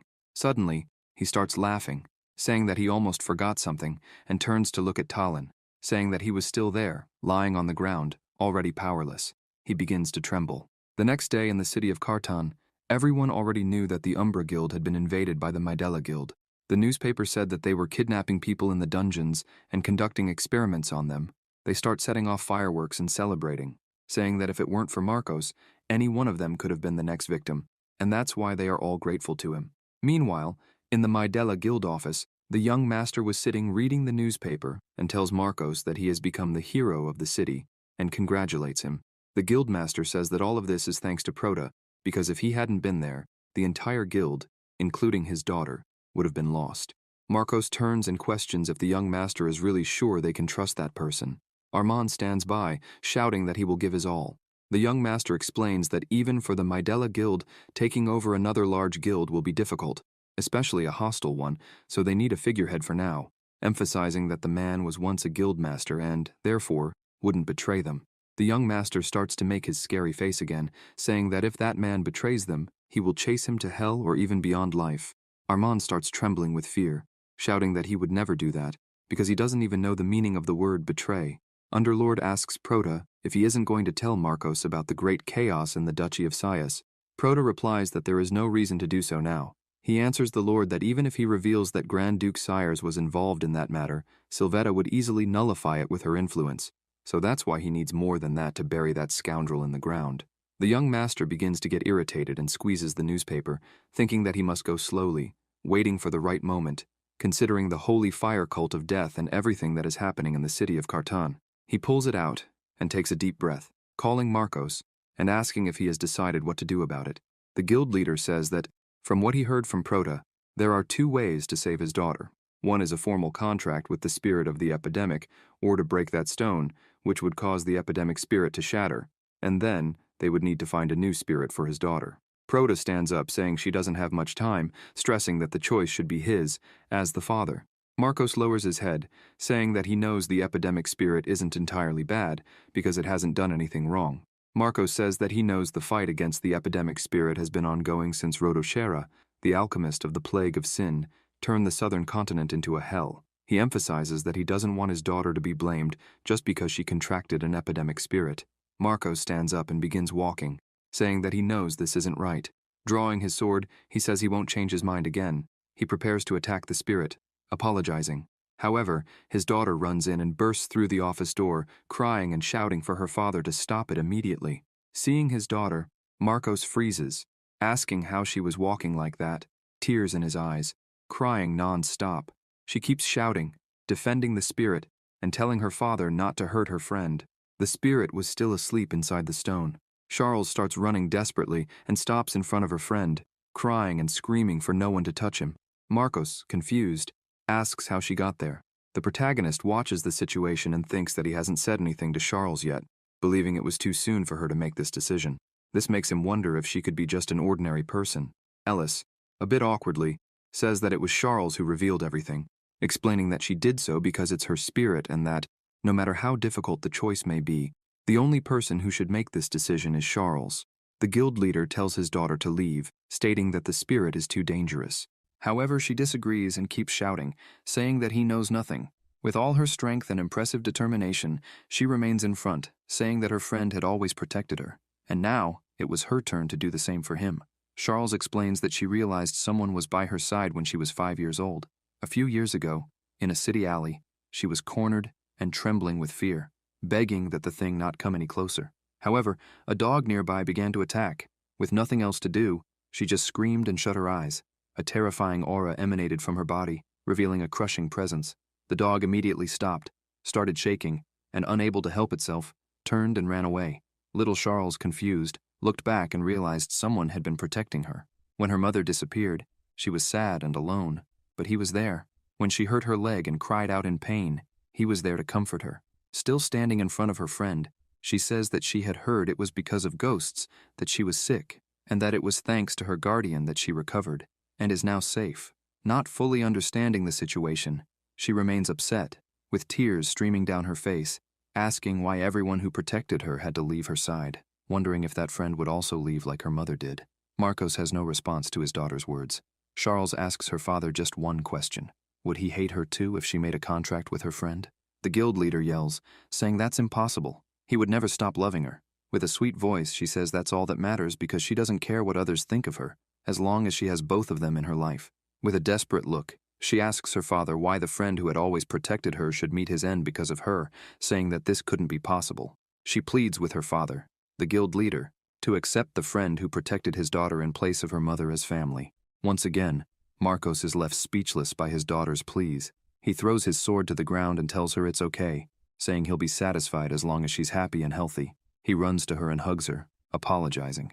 The epidemic spirit, still trapped within the stone, begins to cry upon hearing the entire story. Sometime later, Marcos and the protagonist meet in a room where Marcos thanks the young master for all the kindness he has shown, emphasizing that he will repay it for the rest of his life. However, Aiden clarifies that it was part of an agreement between them and that Marcos shouldn't worry too much. He then asks if Marcos is truly okay with everything, since his daughter will become a spiritual mage of the plague. The guild leader admits that he's not exactly happy with it because he knows his daughter's life will be a bit harder. But all that matters to him is seeing his daughter happy, and if the spirit provides that, then it's okay. The guild leader vows to work tirelessly, day and night, to raise his daughter to be strong and unhurt in the future, so she can do well. Marcos also says he plans to see the spirit not as a threatening presence, but as a blessing that has come into their lives because that spirit is now part of their family. The young master presents a proposal, suggesting they send Charles to study abroad with the Rames family. Marcos is shocked, asking if he really means sending his daughter to stay with his family. The protagonist explains that given Rotochera's childhood, the power of the plague spirit is extremely dangerous, and what Charles needs most right now is spiritual magic, the ability to control the spirit according to her will. Aiden highlights that the spirits live in his territory, along with his family, and that if Charles learns spiritual magic directly from them, she will become an incredible spiritual mage. The guild leader, slightly confused, asks if they could really receive such help and questions why Aiden is helping them so much. The young master replies that it's part of an agreement. Marcos is a bit puzzled, so the protagonist elaborates, explaining that when he needs Charles's help, they should assist him. However, he emphasizes that he personally will never use that power. Marcos is pleased and commits himself, declaring that if the young master ever needs help, no matter when or where, they will respond immediately, using all their strength to answer the call, including Charles's power and the guild's entire force.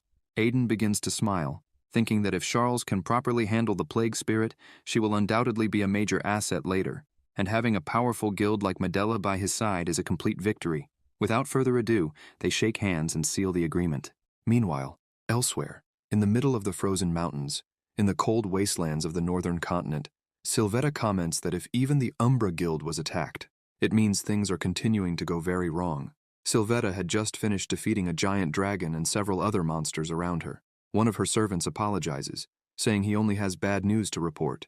Sylvetta turns and asks her servants if they discovered who intervened. The servant reports that, according to the enemy knight, they used the same sword as Sylvetta, and highlights that there's little chance Dayer interfered this time. Happily, the servant mentions that the carriage suffered heavy losses recently, delaying the research. Sylvetta begins clenching her hand in rage, saying that the remnants of the fallen kingdom, he should never have trusted those filthy creatures from the start. Suddenly, a powerful energy begins to circulate, making him feel something strange. He collapses, injured and coughing. His servant, frightened, warns him not to get too excited and quickly hands him a potion. Sylvetta takes it, commenting how ridiculous it is to rely on medicine made by such filthy people, mentioning that if only his organs hadn't been damaged during the large-scale monster wave 7 years ago, none of this would have happened. However, he pauses and reflects, realizing he's thinking rashly. He admits that, in truth, he should be grateful he didn't suffer a mana surge. He crushes the vial in his hand, saying that the Blood Knights and the Holy Hour will no longer be necessary since the jewel meant to replace his damaged mana organs is now the top priority. Once completed, he will reach the Grand Master's level, as he should be next in line. Meanwhile, in Carton City, in the young master's residence, he holds a stone in his hand and wonders what it is. He remarks that since it's something the hat-wearing merchant gave him, it couldn't be an ordinary item. The demon lord appears, explaining that it's a contracted stone. The protagonist, confused, asks what he means. Underlord elaborates that a contracted stone helps forge contracts with spirits or spirit-type familiars. It's a rare item, difficult to find in the human realm, and allows even those with low spirit affinity to establish contracts with high-level spirits. All he needs to do is infuse his mana into the stone. Upon hearing this, the protagonist begins channeling his mana into it, and the stone turns red. The demon lord remarks that something incredible seems to be about to happen. Flames envelop the stone, surprising even the protagonist. The entire room starts filling with flames. The young master panics, shouting that the fire is burning his hand, but then stops, observing the phenomenon in awe. He examines the fire and realizes it isn't hot, confirming he's seen it before. Suddenly, the flames take shape, and a voice emerges from within, commenting on how cramped this place is for its summoning. Underlord gets excited, exclaiming that the protagonist managed to summon something incredible, a mythical beast. The protagonist reflects that he's seen many people in his past life contract magical beasts, but most were low-ranking spirits, with mid-ranking ones being much rarer. However, summoning a mythical beast with just a spiritual stone is beyond belief. Still in disbelief, Aiden asks the phoenix before him if he really summoned it. The firebird replies that, to be precise, he encountered it and introduces itself as the Queen of Eternal Birds, mentioning that her son owes the protagonist a debt. Confused, the young master asks why her son would owe him anything. Suddenly, a small bird appears on the larger bird's back, and upon seeing it, the protagonist recognizes it. The Queen of Eternal Birds explains that the protagonist saved her son from being eaten by a nasty troll, and as both a mother and a queen, she wanted to thank him. However, she adds that the young master is personally quite surprising. Still confused, Aiden asks what's so surprising about him. The firebird analyzes him, noting his regeneration, poison, dark magic, and even the power of the banshee, all of which are remarkable since even one of these would be extremely challenging for the human body to handle. The firebird further mentions that he also carries a rather unpleasant curse. The young master laughs, while the Dark Lord grumbles, calling the bird an annoying idiot. Aiden asks the queen if she'll form a contract. The firebird explains that ordinarily, no ordinary being could handle her power, making a contract impossible. However, thanks to a strange stone within Aiden's body, it seems possible. The young master recalls a mysterious stone absorbed into his body while in the forest of death, and asks if she knows what it is. The queen admits she doesn't, but in the distant past, beings with similar stones existed, before whom even queens like her were powerless. However, Aiden's current power level is far weaker compared to theirs, but it's still sufficient to establish a contract. The Queen of Eternal Birds spreads her wings and unleashes immense pressure, asking if the young human will form a contract with her. Without hesitation, the protagonist accepts, declaring that he'll seize this opportunity. The firebird envelops him with her wings, introducing herself as Pyraness, daughter of the first flame that judges all things, and agrees to form the contract. She asks for his name to finalize it. The protagonist states his name is Aiden Rames, but nothing happens. Pyraness asks if he has another name. The young master reveals that his other name is Aiden Albareo. The contract immediately begins to form, and the two start merging. The system notifies that he has made a contract with the mythical spirit of fire, Pyraness. 3 days later, at the northern gate of Carton City, the pilgrimage carriage of the saint was on its way. Ellis was a bit upset, petting her dog and saying they were getting too close. Cassie tells her not to be so down, as they could meet again later once the secret pilgrimage is over. However, the saint still seems a little sad. Lova tries to cheer her up, saying he'll ask his father to let her travel to Carton City again. He looks into the room and wonders if the young master is really sleeping. But Aiden is awake, staring at his S-rank mercenary badge and thinking it's been a while since he last had one. Before leaving, everyone gathered at the guild to receive their badges. Everyone is pleased with their results, except for 2 people. Bali and St. Ellis received gold badges, signifying A rank. Lo and Cassie received silver badges, indicating B rank. Lo asks what type of badge the young master received. When they see it, they are completely shocked. It's a platinum badge, symbolizing an S-rank mercenary. But this was expected of the young master.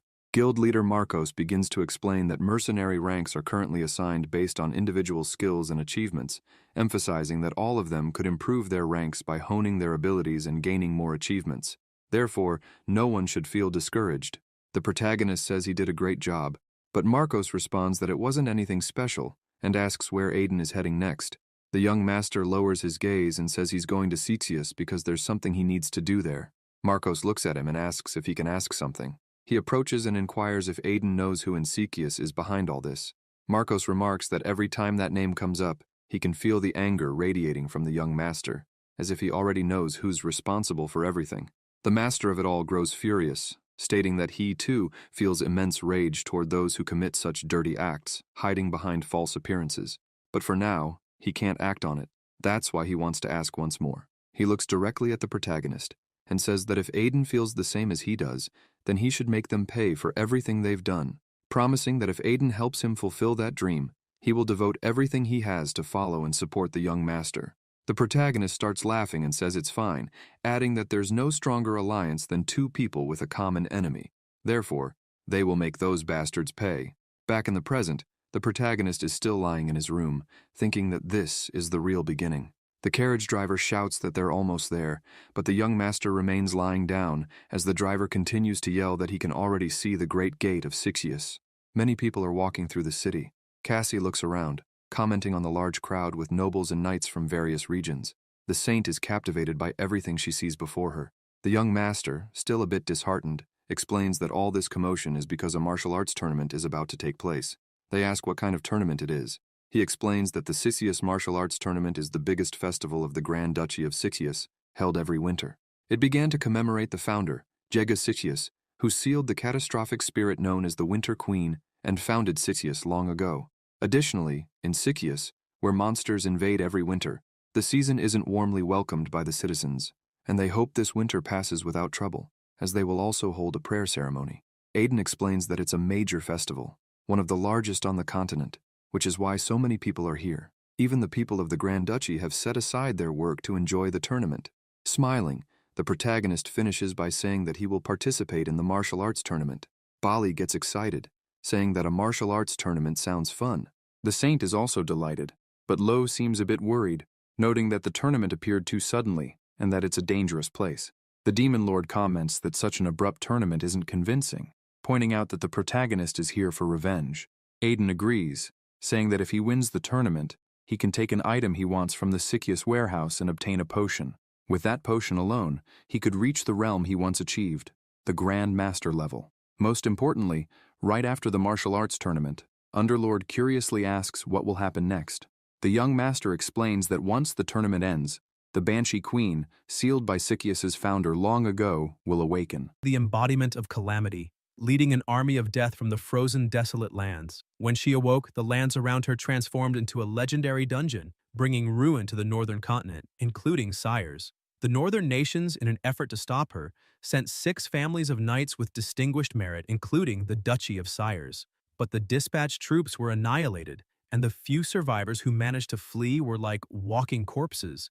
In this desperate situation, the Storm Knight, Sylvetta, and her Blood Knights emerged to save the northern continent. Leading her order, Sylvetta managed to defeat the Winter Queen and became the new Duke of the Duchy of Sires, earning the adoration of the people and receiving the esteemed title of Night King. The protagonist begins to get irritated sitting at the table, thinking that this scoundrel is nothing like he imagined from his past life, neither honorable nor noble. Aiden is determined and thinks he needs to win the martial arts duel festival, and after that he will join the expedition to subjugate the Winter Queen. And so, when Sylvetta gets tired of fighting with the Winter Queen, it will be an opportunity for the protagonist to get rid of him. Ellis notices that Aiden seems a bit uneasy and asks if the food is not to his liking, as he looks very worried. The protagonist tries to hide it, saying it's not that, and changes the subject, commenting that it's surprising to see such a large crowd in a regular restaurant. Bali looks back while eating and says that's expected, since this is one of the largest festivals on the continent. The place was full of people, adventurers, and men trying to gain honor and merit. Everyone is smiling and having fun. The protagonist looks and agrees, saying that it seems like everyone is enjoying themselves there. Suddenly, people start walking up to them. As they arrive, they apologize but mention that there are no empty tables left and ask if they would mind sitting with everyone. The man who asks starts smiling, showing great friendliness. After sitting at the table, the man says it is a great pleasure to meet them and mentions that if they met by chance, perhaps some introductions would be a good idea. The man begins introducing himself, saying his name is Lao and that he is a mercenary. The protagonist also introduces himself, saying his name is Aiden. The saint introduces herself too. Aiden asks if the people with Lao are his friends. He answers yes and introduces one of them as his younger brother, named Ladell, noting that he is quite shy. Lao continues with the introductions and says that the person next to the protagonist, Cassie, starts drinking her beverage while looking away, saying she didn't expect to find an old tiger boy here. Lova gets confused and asks what she's talking about, but the being beside them starts laughing, saying he didn't expect to see a little cat girl here, as that's quite a rare sight, and introduces himself as Beiruk. Cassie also smiles and introduces herself. Aiden looks at the tiger man and says that, by the looks of it, they don't seem like regular travelers. Beiruk starts laughing and says that this judgment doesn't seem right coming from someone who travels with a catwoman. Ellis interrupts and says she has been curious since earlier and asks Ladell what the thing he has been holding since the beginning is. The shy boy gets startled by the question and asks if she's referring to his instrument. Ladell starts explaining that the instrument is called a baipa and is a traditional instrument from his home. He mentions that it's a bit embarrassing but admits he is the bard of the group. The saint is delighted by this, calling him a great friend, and says she would love to hear him play. Liddell is even more surprised and shouts as she did this out of nowhere. However, looking at her cute face, he couldn't refuse and says that if she really wants to hear it, he can play, though he's not that good. Ellis gets very excited and happy, shouting that yes, she would love to hear it. He starts playing his instrument and begins to play faster and faster. The sound of the instrument starts drawing the protagonist's attention. Everyone around begins to listen to that incredible melody, and it catches everyone's attention. People start asking where the music is coming from and point to the protagonist's table saying that someone there is playing something. Even the protagonist's companions begin to be impressed by the music, and people start gathering around him. Underlord also appears and smiles, saying that the infusion of music with talent, it seems that Child is extremely talented, as the mana in the music resonates with the humans around, enchanting everyone. The people around begin to calm down and become completely enchanted, smiling at the sound. Shortly after he finishes, embarrassed, and says that's how the instrument is played. Everyone around starts shouting, saying that the performance, the sound, the melody, and everything else were amazing and phenomenal. Cassie also feels happy and embarrassed, thanking the young man for such a touching performance. Lo can't hold back his tears, pointing out that it's the first time he's heard such an emotional performance. The saint also loved it and shouts, telling her new friend that he was truly incredible, emphasizing how cool it was.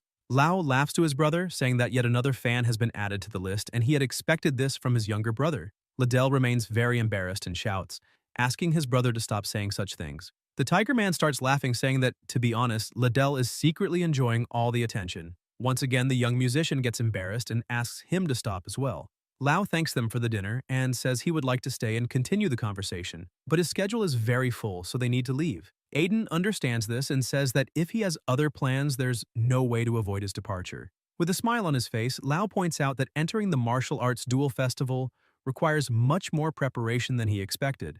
The protagonist gets excited and asks if he's going to participate as well, as this is quite a coincidence. But suddenly, he remembers something, shifts to a more serious tone, and asks the man if he said his name is Lau.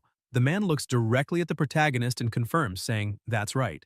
Aiden maintains his posture and begins to stare at him as well, saying that, by the looks of it, the next time they meet, it will be as enemies, as he too is participating in the martial arts festival. Lau doesn't lower his head and says he understands. However, he emphasizes to the protagonist that he won't go easy on him just because they met before. After this conversation, he turns to his group and says they will meet again soon. Then, they leave. The demon appears asking what just happened there. Aiden asks what he means. Underlord looks at Lau and says that, even for just a moment, there was a great intent to kill. Aiden replies that maybe he knows that guy.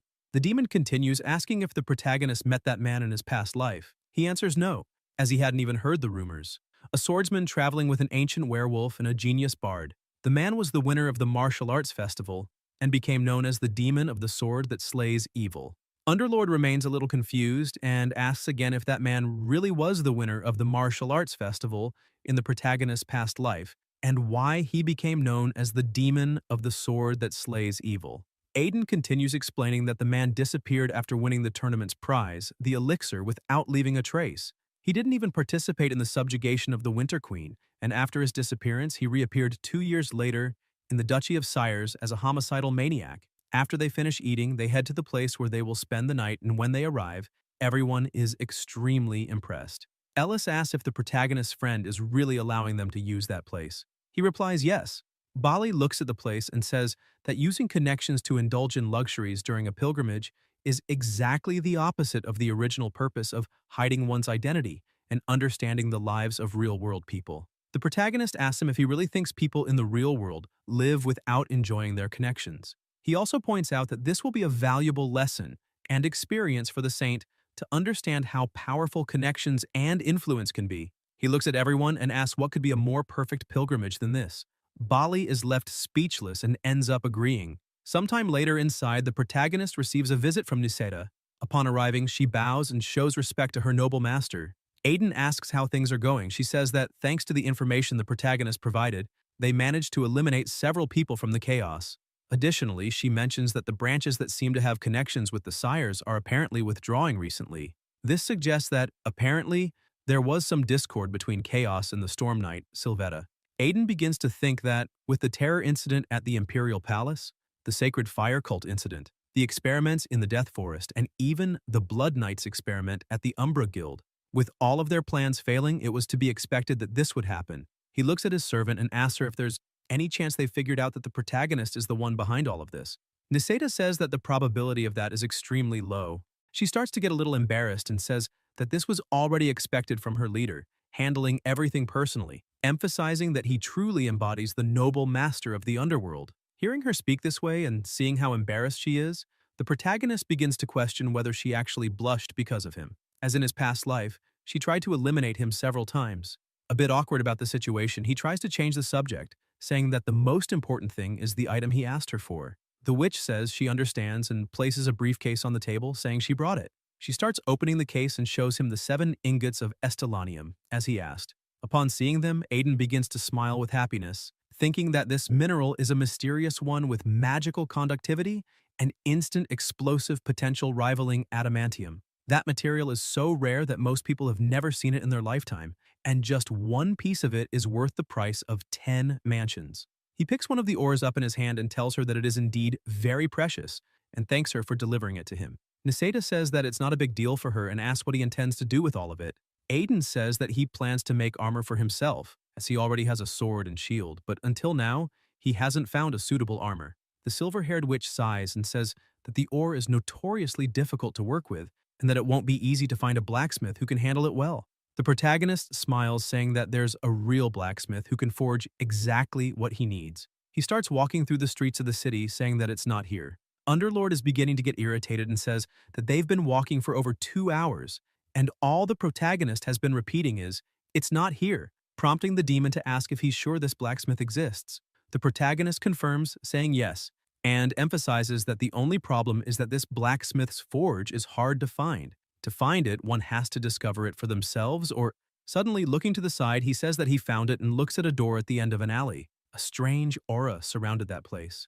Underlord looks and doesn't understand how the protagonist can think this is right, as he clearly only sees a door frame leaning against the wall. Aiden approaches the door and says that for an average person, it's just a discarded door lock. However, he starts pulling something from his bag. The demon asks if that's a key for the door. The protagonist says yes, and that if he puts it in that hole, then suddenly, as soon as he inserts the key into the door lock, it begins to glow brighter and brighter. And when the door opens, he finds himself in front of a forge with various armors scattered around. Underlord is impressed, saying that it's an overspace magic. The protagonist agrees and says that, in fact, this is a race blessed by the land. They were born with a workshop in their own subspace, and can even establish specific conditions for who can access it. The condition to enter that old man's workshop is an S-rank mercenary badge, which the demon just saw.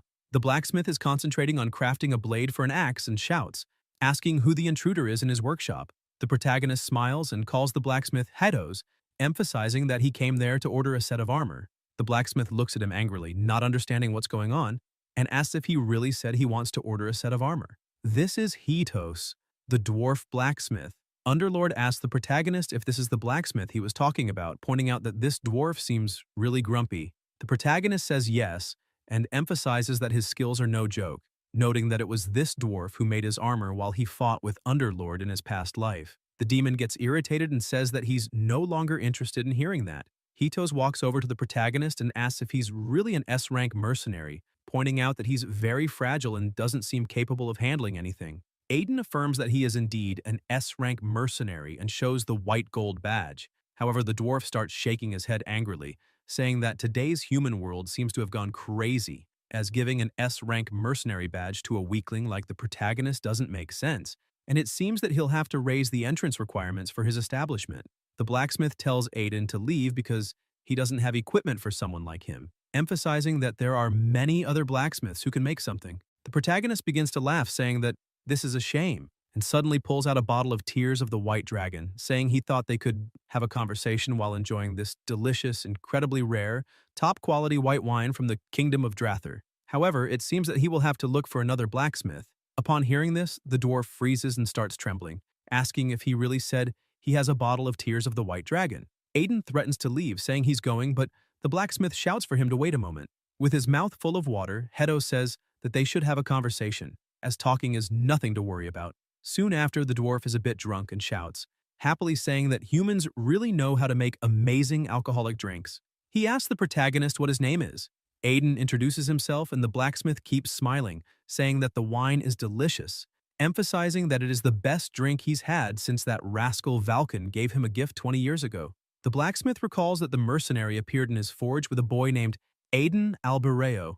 He continues, saying that the little brat seemed very stubborn, just like his master, which caused some trouble as the young man had grabbed a sword the blacksmith had told him not to touch. However, Aiden Albareo kept running around with the sword, shouting that he would borrow it once and for all. Later, the young man was older, and the blacksmith says that Valken is very irresponsible and wonders where he went. The protagonist watches the dwarf and thinks that, in this life, the emptiness without his master must have been even greater for the dwarf. Aiden changes the subject and starts laughing, saying they should stop drinking and focus on the armor. The blacksmith agrees and stands up excitedly, saying that after receiving such good wine, he can't just let the protagonist leave empty-handed, and asks him to describe his order as there isn't a weapon or armor in the world he can't forge. Meanwhile, in Sires, in the glacial mountains of the north, something was thawing. The Winter Queen, who had been asleep for a long time, finally awakens. Inside the carriage, Aiden looks out the window, thinking that it was really nice to see old Hedos after so long.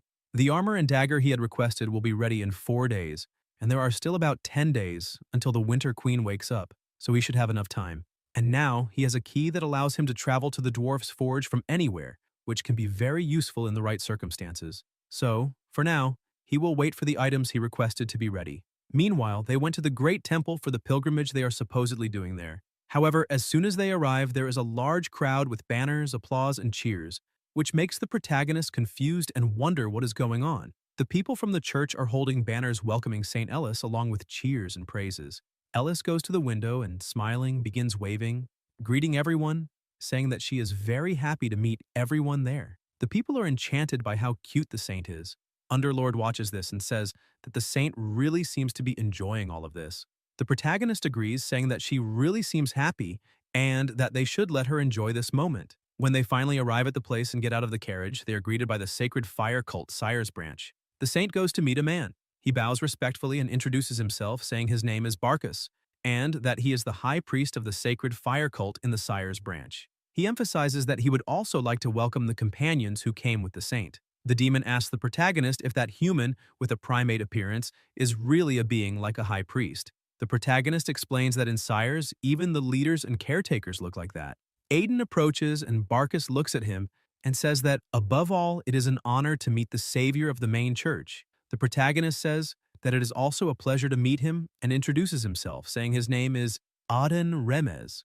The protagonist mentions that Ellis's reception was much more enthusiastic than he expected, as he didn't realize she was so popular. They move a bit further while the high priest explains that normally the firekeeper should be lit with the holy fire god. However, it has remained cold for more than 10 years, as they didn't have a saint or saintess to keep it lit. He emphasizes that now, with the saint's holy fire, the temple will regain its warmth and also the fire in the hearts of the believers. Ellis looks at the firekeeper, a bit nervous but determined about what she must do. Aiden notices that she's a bit nervous and looks at her, asking if she knows how to do a good job. The saint replies that yes and remembers that she has done it before, so she's no longer afraid. Slowly, she begins to climb the stairs. Aiden stood there watching the scene and smiled, thinking that the child had grown quite a lot. Ellis reached the top of the stairs, still a little nervous, and said that if she poured a bit of her divine power there, maybe everything would be resolved. She then began to conjure some holy flames, and the firekeeper began to ignite once again. The saint was happy to see that it worked, but noticed that something was a bit different. Suddenly, the flame that was supposed to be small started to take over the place, leaving everyone impressed and shouting that the holy fire had finally been lit after 10 years. The holy fire lord was with them once again. Barkus began to cry, saying he never thought he would see the holy flames burning again in his life. The high priest looked at the protagonist and asked if that wasn't wonderful, as it was a great holy flame. However, Aiden didn't respond and stood there, amazed, looking at the holy fire. Still in shock, he began to wonder what kind of feeling this was that he was experiencing right now. Suddenly, the system announced that he had acquired a new mana cultivation technique. While it reduced the mana loss rate, its efficiency and absorption rate would increase significantly. Upon seeing this, he wondered if this was the mana cultivation technique he had learned from the ancient book he had taken at the Sacred Fire Church back then. He remained stunned, as the mana cultivation technique was now commanding his body, and the technique was urging him to absorb that fire. Suddenly, he clenched his hand and the flames began to behave strangely. With incredible speed, they began to move toward him. The high priest shouted for him to be careful, but there was no time to do anything. The flames engulfed the protagonist completely, and everyone around him began to get worried. Bali said that the holy fire burns anyone who isn't chosen as its master. So what was happening there? The fire continued circling the protagonist's body, who remained with his eyes closed, wondering what was happening as it was very hot. Suddenly, he heard a voice saying, "To my successor I grant you my eyes, which can see through all lies. Any lie will lose its power before you." Aiden opened his eyes, which now glowed like fire, and suddenly the flames began to diminish. His followers and disciples approached, asking if he was okay. Lo and Cassie began touching him, shouting and asking if he was okay, while the high priest only observed. Bali began to laugh, looking at Aiden, and said he had already known that he wasn't an ordinary guy. Barkus asked what he meant by that. Bali started explaining that a prophecy was passed down along with the legends of the Holy Fire, and that long ago, before the Holy Fire Lord ascended, he told his believers, "On the destined day, someone will appear and extend their hand to the fire. Instead of annihilating them, it will joyfully dance to greet them. The chosen one will come and inherit the will and purpose of the Master, and thus they will be called the Apostle of the Holy Fire." They looked at the protagonist, who was gently patting Lova. Bali asked if, given the current situation, the young master didn't seem to be the Apostle of the Holy Fire. Suddenly, the young master stopped, looked to the side, and realized that everyone there was looking at him differently. The protagonist asked what the glimmering in everyone's eyes was. Suddenly, the whole crowd began to shout and cheer, greeting him as the new Apostle of the Holy Fire, for the Apostle of the Holy Fire was there to protect them all. Aiden stood completely lost, asking what Apostle of the Holy Fire meant. Suddenly, Barkus and Bali knelt before him, showing respect, which made him even more surprised by the situation. The high priest said that he would like to greet the new Apostle of the Holy Fire. The young master began to tremble a bit, embarrassed, and said he had a bad feeling about this, emphasizing that he would prefer if they didn't do that. Suddenly, the whole place began to shake, and people started to get scared, asking if it was an earthquake and shouting for everyone to be careful as the stones were falling. But the protagonist realized that this wasn't an earthquake. It was something different happening there. Suddenly, from afar, she had fully awakened, and all the pressure felt by the entire city emanated from her. The Winter Queen let out a fierce scream that echoed through the entire frozen valley. Upon hearing that scream, the young master immediately deduced who it could be. He began to think that this wasn't right, as there should have been more time before she awoke. Everyone started hearing the deafening scream, and the threatening aura circled in every direction. Even the guards began to wonder what that noise was and where it was coming from. Even the leader of the spiritual merchants was present. She began speaking loudly, thanking everyone for using the services of the Emporium, emphasizing that she is the owner of the alcohol emporium, the hat merchant. People start looking up, not believing that she is there, wondering what someone with such status is doing in that place. She then announces that, as the representative of the emporium, she has a very important announcement to make. She starts saying that from that moment on, a legendary dungeon called the Queen of Winter's Nest appears. The people are shocked upon hearing this and can't even speak. Suddenly, one of them begins to tremble in panic, asking if the Queen of Winter really came back to life. Quickly, panic spreads, and people start running and shouting that the Queen of Winter has returned and will destroy everything, and that if they want to survive, they must just run as fast as possible. Meanwhile, at the Holy Fire Church, the young master grabs his sword while wondering how she resurrected 10 days earlier than expected, but he comes to the conclusion that it doesn't matter anymore. He starts analyzing his accessories and notices that both are completely out of control. The Banshees are having a tantrum because their queen has returned, and the Black Knight Spectre is going mad due to the desire to protect his homeland. The protagonist grips his sword tightly, irritated, and wonders why this damn ghost thinks it has the right to interfere, ordering it to return immediately. But suddenly, the energy contained in the sword starts growing stronger, and Aiden's new power is activated. Instantly, he is shocked, wondering what that is. He begins to see the Spectre's history, who is named Dares Kleiman. He used to be a knight in service to Lord Sylvetta. The young master starts to have the vision as if he were Dars. Sylvetta is standing in front of a window, saying that with his mana core in its current state, he will never return to his previous level, and if this happens, he will even lose his legitimate position as the Grand Duke of Dare. He asks the Dark Knight to bring back the Dark Mages who visited him, as he will accept their offer. And with a small stone in his hand, Sylvetta begins to laugh, saying that if he completes that precious stone, he can replace his mana core with it, and when that's finished, he will be able to claim his position as Grand Duke. The protagonist begins to feel scared, wondering if these are really the Dark Knight's memories. He thinks that the whole incident with the Holy Fire gave him a new power called the Eye of Fire. The system appears.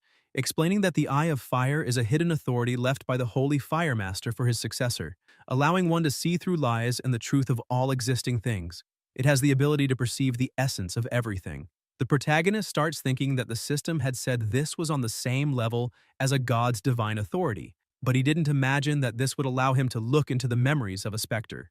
Underlord says that the most important thing is that the mystery of the red stone the protagonist absorbed has finally been solved. The young master thinks that indeed, since he absorbed that stone, manipulating mana has become incredibly easier, and now he understands why. However, the most important thing for him is that one thing is certain. The man doesn't have much time left. The rest he will certainly try to use to create another substitute for a mana core. The demon is confused and asks if they didn't already know this through the Silver Witch, pointing out that Sylvetta doesn't have a good relationship with Chaos right now. And if that's the case, then how exactly is Sylvetta planning to create a new substitute for the mana core?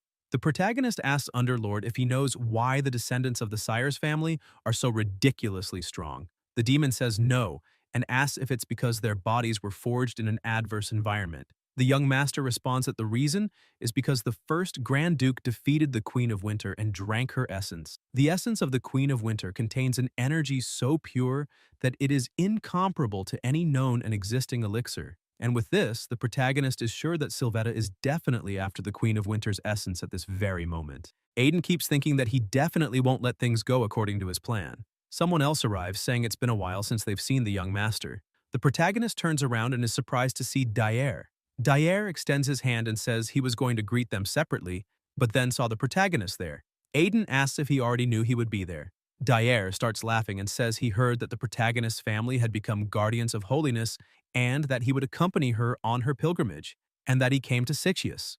Aiden gets confused, wondering if this pilgrimage shouldn't be a different, secret one. Underlord points out that there are no secrets in that world. The protagonist says that apparently he must have come there because of the Winter Queen. Dyer says that's right. The Order of the Sacred Flame also needs someone to attend the emergency meeting. Upon hearing those words, the protagonist gets an idea. He says the person attending this meeting must be one of the highest-ranking members of the Order of the Sacred Flame. Dyer looks a bit confused and confirms, saying that's right. Aiden keeps laughing and says that if that's the case, someone called the Apostle of the Holy Flame, whom everyone in the Order follows, would be perfect. Dyer starts to get a bit worried and says that might not be the case. However, the protagonist turns around saying they need to go right now. Dyer, a bit reluctant, ends up agreeing as he can't oppose the protagonist. Aiden explains the situation and says he is the apostle of the Holy Flame Dyer is looking for, so they must see his father immediately.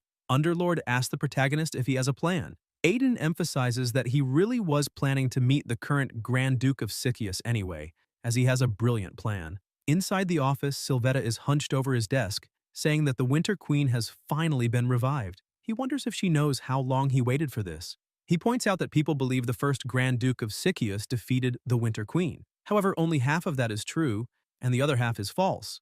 The first Grand Duke of Sixius did defeat the Winter Queen, but he couldn't destroy her. After the defeat, the essence of the Winter Queen shattered into fragments and spread across the north. These fragments turned the entire northern continent into eternal winter and merged with monsters, making them stronger. Sylvetta points out that one of these fragments entered the body of the first Grand Duke, enhancing the physical bodies of all his descendants. With just that fragment, the Sixius family gained a blessed physique. He punches the table and says that after all this time, the Winter Queen regained her power and was revived. In other words, if he can capture the Winter Queen now and fully absorb her essence, he could become the strongest in the world. He orders the White Knight and the Black Knight to prepare for departure as they will be the first to go and defeat her to obtain her essence.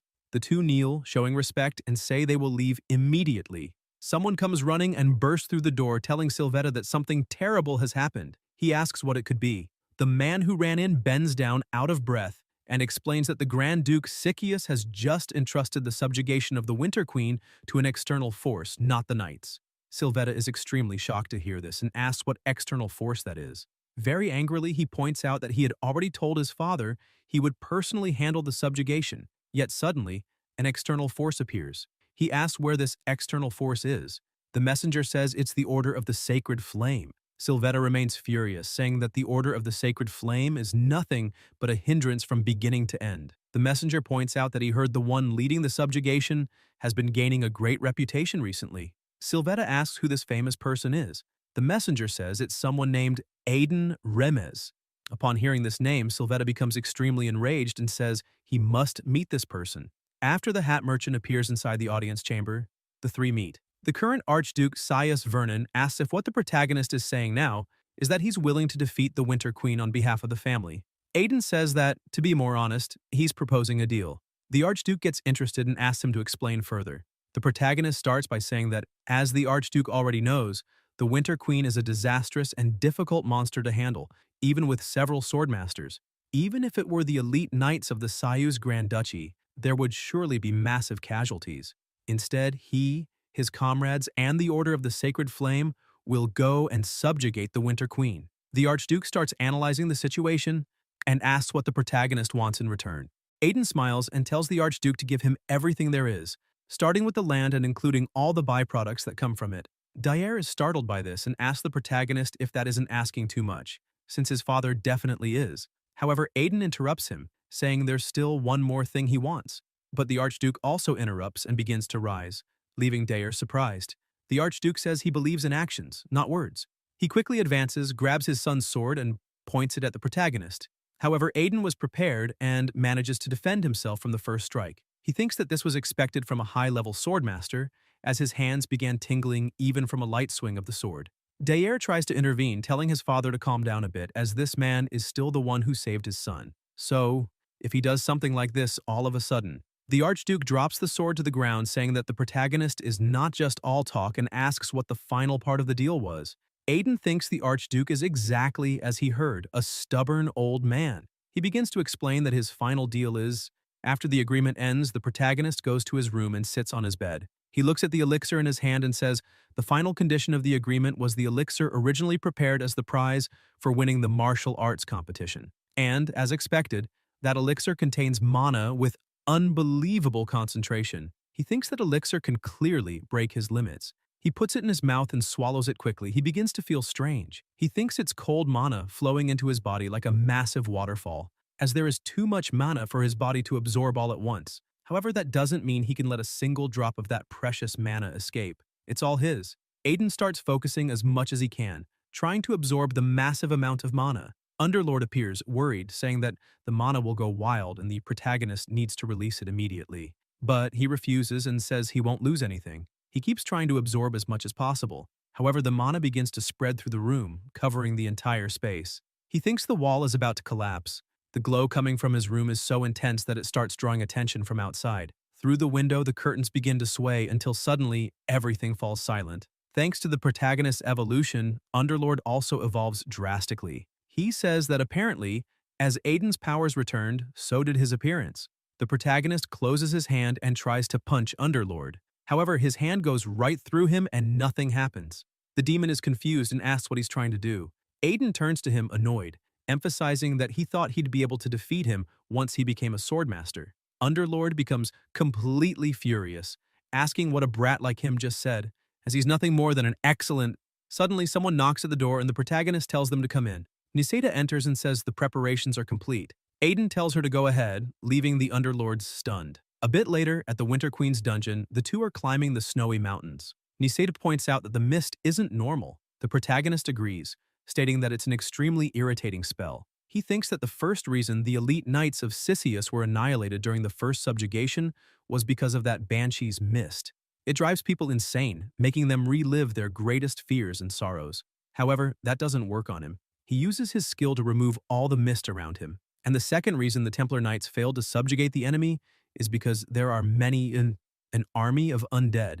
But he doesn't need to handle that alone. He asks Niseda if she can do it. She says she can't see anything due to the mist, but she can definitely sense everything around her. She emphasizes that the cries of the undead are cries of sorrow, desperate wails filled with fear. The undead are trapped in the memories of when they were alive, wandering this world unable to reach the state of Buddha, feeling the pain of death again, endlessly. It's a cry for salvation until the last remnant of their being disintegrates and vanishes. She begins focusing her magic, stating that this is why black mages exist, to save the dead, granting the blessing of death to the ghosts writhing in pain. The three main holy religious orders of the era bless the living, but the priests from the kingdom of Florence were priests and ministers of the dead. and she is the last descendant of the royal family of Florence and the final high priest of the dead. That's why she's simply fulfilling the mission she was given. She casts her magic and begins chanting, "Families who lost their souls and whose bones turn to dust, who wander without knowing themselves. You who lost the skin that felt warmth, wandering and losing sight of the fire. Here comes your flame, Florence. Leave your hatred with me and go. End this now. Sleep well." Her magic spreads throughout the enemy's territory, and within seconds, all the undead completely vanish. Inside her palace, the Winter Queen sat with her head lowered, consumed by immense rage. The pressure in the entire place and the falling blizzard intensified drastically. The protagonist starts laughing and says that it seems she really is angry because all her subordinates have vanished. And that's exactly why they need to go there and see how much stronger they've become. At the Holy Order's Sissius branch, Ellis was kneeling in prayer before the flame. She begs God to please help her. She asks him to allow her brother Aiden to return safely from his battle with the Winter Queen. Meanwhile, at the entrance to the Winter Queen's palace, the protagonist keeps walking forward without the slightest fear. He thinks that the cold is so intense that an ordinary person wouldn't last long, and it was a great idea to ask Hedos ahead of time to make armor from phoenix feathers. Besides being extremely durable, it also retains heat. He did well to visit that old man. Beyond the mist, that glacial cold was also one of the reasons Sisyphus's subjugation forces failed. Underlord says he now understands why the protagonist sent Nisita back. Upon entering the palace, he remarks how magnificently the place is built. He begins to draw his sword and thinks that even with all his preparations, she is still a calamity-level creature, which is why he must fight with all his strength. The Winter Queen begins trembling with rage, asking how the protagonist dared to do that to her kin, and declares that she will not forgive him. She starts screaming, releasing an enormous amount of energy. She says he betrayed the master who loved him, that the human world betrayed him, and that he is no longer needed. With ice forming on his body, the protagonist starts to wonder if she's referring to the contractor she once had. Banshees are spirits born when emotions like sorrow and regret transform into hatred. Moreover, his armor is starting to fall short of holding back the cold. However, he already has a plan in mind. His body begins to ignite in flames, and he says it's time for Pyranes to come forth. The Phoenix has appeared before her master, summoned by him. He thinks the class gap between him and Pyranes is massive, which is why he can only use 1% of her original power. Still, he's just a boy. The Phoenix says she never imagined that a spirit who once held the rank of king would fall so low. It's truly pitiful. The protagonist asks if she can win. Pyranes says she is the master of all flames, so they should let that poor child rest. The protagonist charges forward, asking the Phoenix to cover him. The queen starts summoning ice golems that rush toward him. However, he can clearly see their weaknesses. He imbues his sword with mana and easily destroys the first opponents. He starts to smile, saying he can finally feel that he's reached the master's realm. Another ice golem prepares to attack him, but a fireball quickly melts it. Pyranes asserts that she won't let anyone harm her contractor. The queen grows increasingly furious as she watches her beloved knights being completely destroyed and screams again with tears in her eyes, declaring that she will never forgive them. She starts using another spell, raising ice crystals. She launches her attack, saying he should freeze and shatter into pieces. However, the protagonist dodges all the attacks with ease and keeps advancing. He says that, with his fire-infused eyes, that's nothing to him. Still, he's surprised when a massive spiked ice wall forms in front of him. Aiden wonders how much mana capacity she must have to keep using master-level magic like that. The queen continues attacking without pause, unleashing even more of her power and generating overwhelming pressure. Her attack starts freezing his body once again.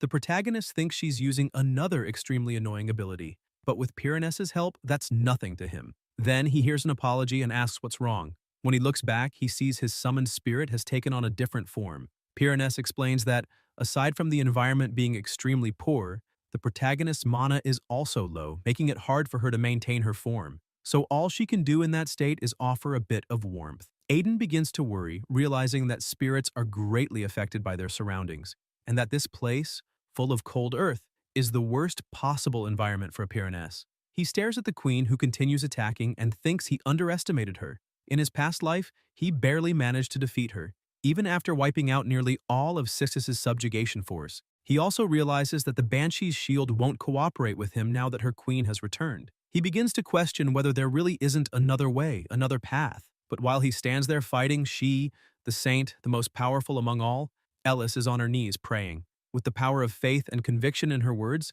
she begs God to help him. Suddenly, he realizes something is happening to his body. A golden cloak begins to envelop him completely. He watches, wondering what this power is. Underlord starts crying out in pain, asking what this sudden flow of sacred power is. Thanks to the power surrounding him, he hears a voice saying, "Please, let Brother Aiden return safely." Immediately, he realizes it's Ellis's voice and understands that she had been praying for him all along. Pyranes starts to radiate an unbelievable amount of power. She says she doesn't know exactly what just happened, but suddenly began feeling a huge amount of mana, and that's enough. She transforms once again and spreads her wings like a true phoenix, saying she can now use a tenth of her original power. Just the heat emanating from her body begins to completely melt the queen's palace. She tells the protagonist that her body's heat alone is destroying the castle. He's astonished, questioning if that's really just a tenth of her original power. The Winter Queen begins to grow uneasy and screams, asking what that light is. Pyranes looks at her and says it's time for her to rest beside her master. An extraordinary wave of heat and flames sweeps through the area, striking the queen and making her scream in pain. Before disappearing, she starts crying, for she sees her king before her.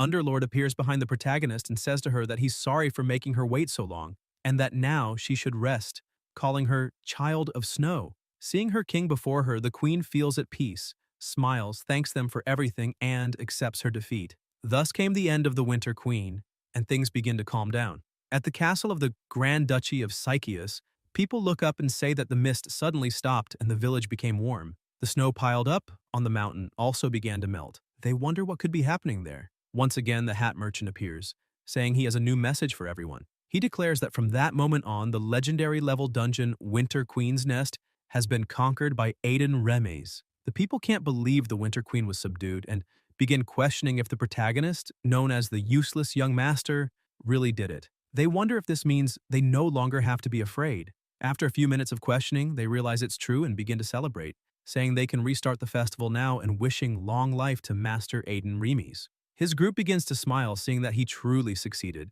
The real protagonist, the one who truly defeated the Winter Queen, was simply on her knees, with her feelings and faith, once again joining her hands and thanking that her brother Aiden was safe. Dyer is also pleased with the achievement, and the Archduke sighs in relief. However, not everyone was happy. Inside Sylvetta's chamber, a terrible atmosphere took over. His knights had their heads lowered, while he crouched down after destroying everything. Sylvetta starts saying it should have been him, but because of some unknown guy who appeared out of nowhere. He screams the protagonist's name in fury, saying that if Aiden hadn't been there, he would have been the one to defeat the Winter Queen and reclaim all his power. Enraged, he keeps screaming that he'll kill the protagonist, but then he begins coughing, and blood comes out of his mouth. Once again, his knights become worried. Sylvetta says that on top of all that, the same person also saved Dyer at the banquet hall, saved the saint of the Order of the Sacred Flame, so it's all his fault. He emphasizes that there's no way all this is just coincidence.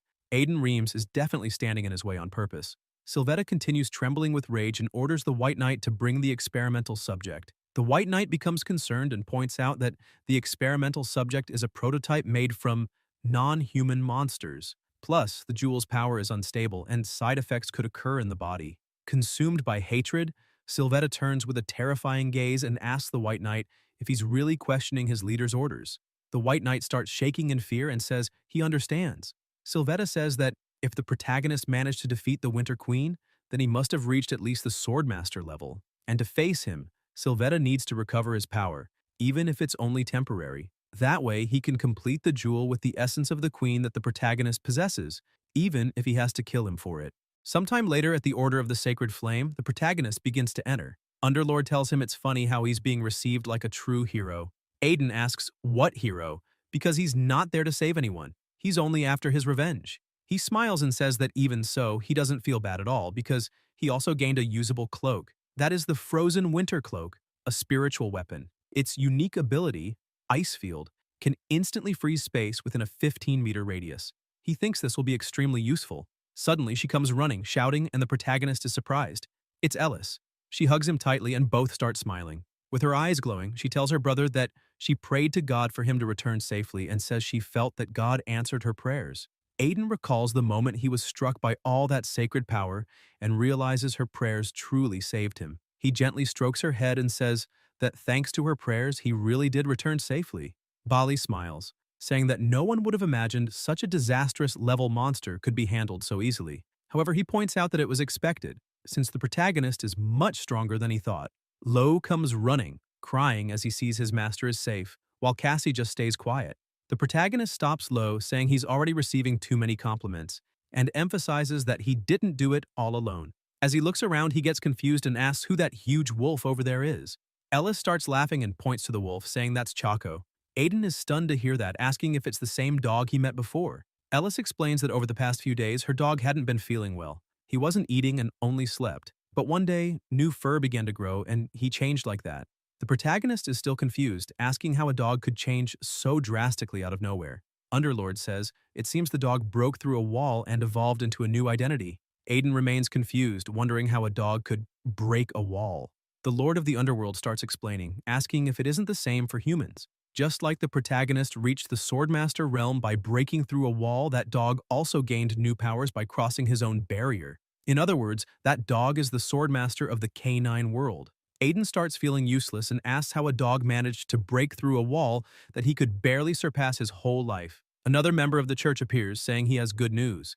The protagonist turns and asks what those sudden good news are. The apostle says that they were just called directly by the Grand Duke of Sychius. He says the Grand Duke wants to personally thank Aiden and has requested a private meeting during tonight's banquet. He adds that Lord Sylvetta, master of the Ice Fortress, will also be present. The protagonist turns, irritated upon hearing that name. The Lord of the Underworld says Sylvetta wanting a private meeting is very dangerous. The protagonist stays annoyed and agrees, saying it really is dangerous.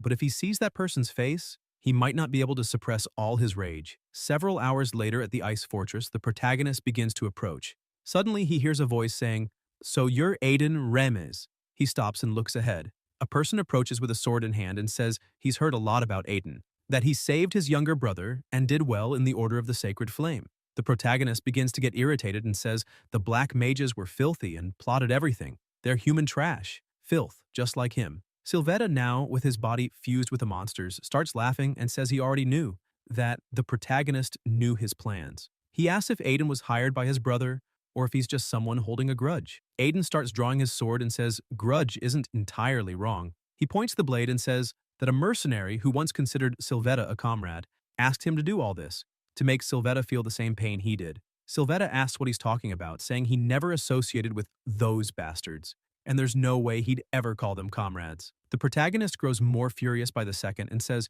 he now sees those are Sylvetta's true feelings. It must have all been a lie. He begins to recall his past life when the two were friends. Sylvetta once said his very existence was already a big help, as he could always count on him. And in the end, he emphasizes that he had no choice and won't ask for forgiveness. With that, the protagonist thinks that final moment was truly sincere. He begins to release his aura, thinking that along with it ends the bitter relationship he had with the one called Sylvetta. The protagonist keeps pointing his sword ready for battle. Sylvetta feels his aura and says it seems Aiden really did reach the Swordmaster realm. He says he had an idea when he heard the news that Aiden defeated the Winter Queen. He starts laughing and releases his soul, saying that's exactly why he made so many preparations. The protagonist is surprised by the sight, asking what exactly is that in front of him. Sylvetta begins to change form, his body fusing with that of a monster, releasing an extremely powerful aura. Aiden thinks that Guy has finally broken through the barrier of a swordmaster, because that aura is incredibly strange and unpleasant. The Lord of the Underworld says it looks like Sylvetta absorbed a power similar to the gem the protagonist used before to break through his own wall. However, although the method is the same, the contents of the gem seem completely different. At that moment, the aura flowing through the Night King's body isn't human, it's that of a monster. He points out that it resembles the completed version of the Blood Warriors he had seen before. Aiden remarks that, driven mad by power, the man ended up destroying himself. It's almost pitiful to watch something like this. Sylvetta starts laughing and says it doesn't matter right now, because as long as he has the item the protagonist stole, he can immediately purge that filthy aura from his body. He asks where the essence of the Winter Queen is stored, saying that if the protagonist hands it over, he might at least be able to save his allies. Aiden watches his opponent silently, slightly unsure. Sylvetta says he looks like a fool and asks how much time he thinks he has, since it's just the two of them there, and questions where he thinks the other knights are. He emphasizes that, by now, his knights should have taken control of the protagonist's entire group, including the saint. He grabs something and says that if the protagonist doesn't believe him, then he'll see it with his own eyes. He picks up a crystal ball and tells Aiden to look into it and witness how his companions are suffering and being taken hostage. But when he looks into the orb himself, he's stunned and asks, "What is that?" Meanwhile, at the Holy Order, the White Knight is holding the crystal ball in shock because his lord had guaranteed with full certainty that that group wasn't anything special. Bali was beating down the knights with his monstrous strength. He starts laughing and asks if that's all they've got because tonight will be a holy war. The Red Knight points his sword and shouts for the others not to fear and to fight for their lord. He senses something, looks to the side, and blocks an attack. Lo is also ready for battle and, irritated, asks how they dare try to harm the young master. He will make them pay for that sin with their lives. The two begin to fight, and the speed of the combat is impressive. The Red Knight laughs and says it's pathetic that all of Lo's attacks are full of openings. He says Lo is like a moth flying toward the flames. He prepares to strike and shouts that death is Lo's wish, so he will grant it. He pours all his strength into his sword, coating it with aura, and strikes with everything he has.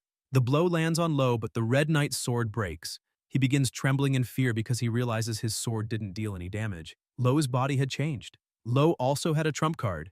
He says that with that strike, his opponent couldn't even scratch him. He infuses his sword with aura and charges at the Red Knight, who can no longer defend himself and lands a direct hit. Lo states that he can no longer be a burden to his young master. The White Knight watches the battle, which is turning into a full-blown massacre. He can't believe even the Red Knight has been defeated. He thinks that now, at this point, there's only one option left. He shouts for everyone to capture the saint. They need to use her as a hostage. The soldiers rush toward her, startling the little girl. Cassie is behind her, very calm and silent. She prepares herself and says that the knights shouldn't try to do such vile things to the saint. She raises her hand and the knights start to panic, thinking something is flying. Several bottles begin to float among the troops and suddenly drop on the invaders. A green liquid starts oozing out and they ask what that is. They begin to freeze in place and scream that they can't move forward anymore because of the sticky, strange liquid, begging for help. Cassie starts laughing and says it's just a sticky substance made of viscous liquid. She tells Chaco to finish the job. He appears and the knights begin to tremble, asking where that monster came from. The dog was far larger than before, emanating a crushing aura with a cold and piercing gaze. He charges toward the warriors, who can only cry. The saint cheers, shouting that her dog is amazing. However, while she's distracted, the White Knight comes from behind, preparing to attack. Mid-attack, he thinks he has no choice but to deal with the saint himself. She looks back and uses her sacred power. The White Knight panics and asks what's happening. Suddenly, a light appears on her fist and she lands a direct blow on him. Ellis had received so much power from the fire god that a single punch released an unbelievable amount of sacred power, instantly defeating the White Knight. Guys, if you enjoyed the video, leave a like, comment, and subscribe to the channel so you don't miss new content. Thank you.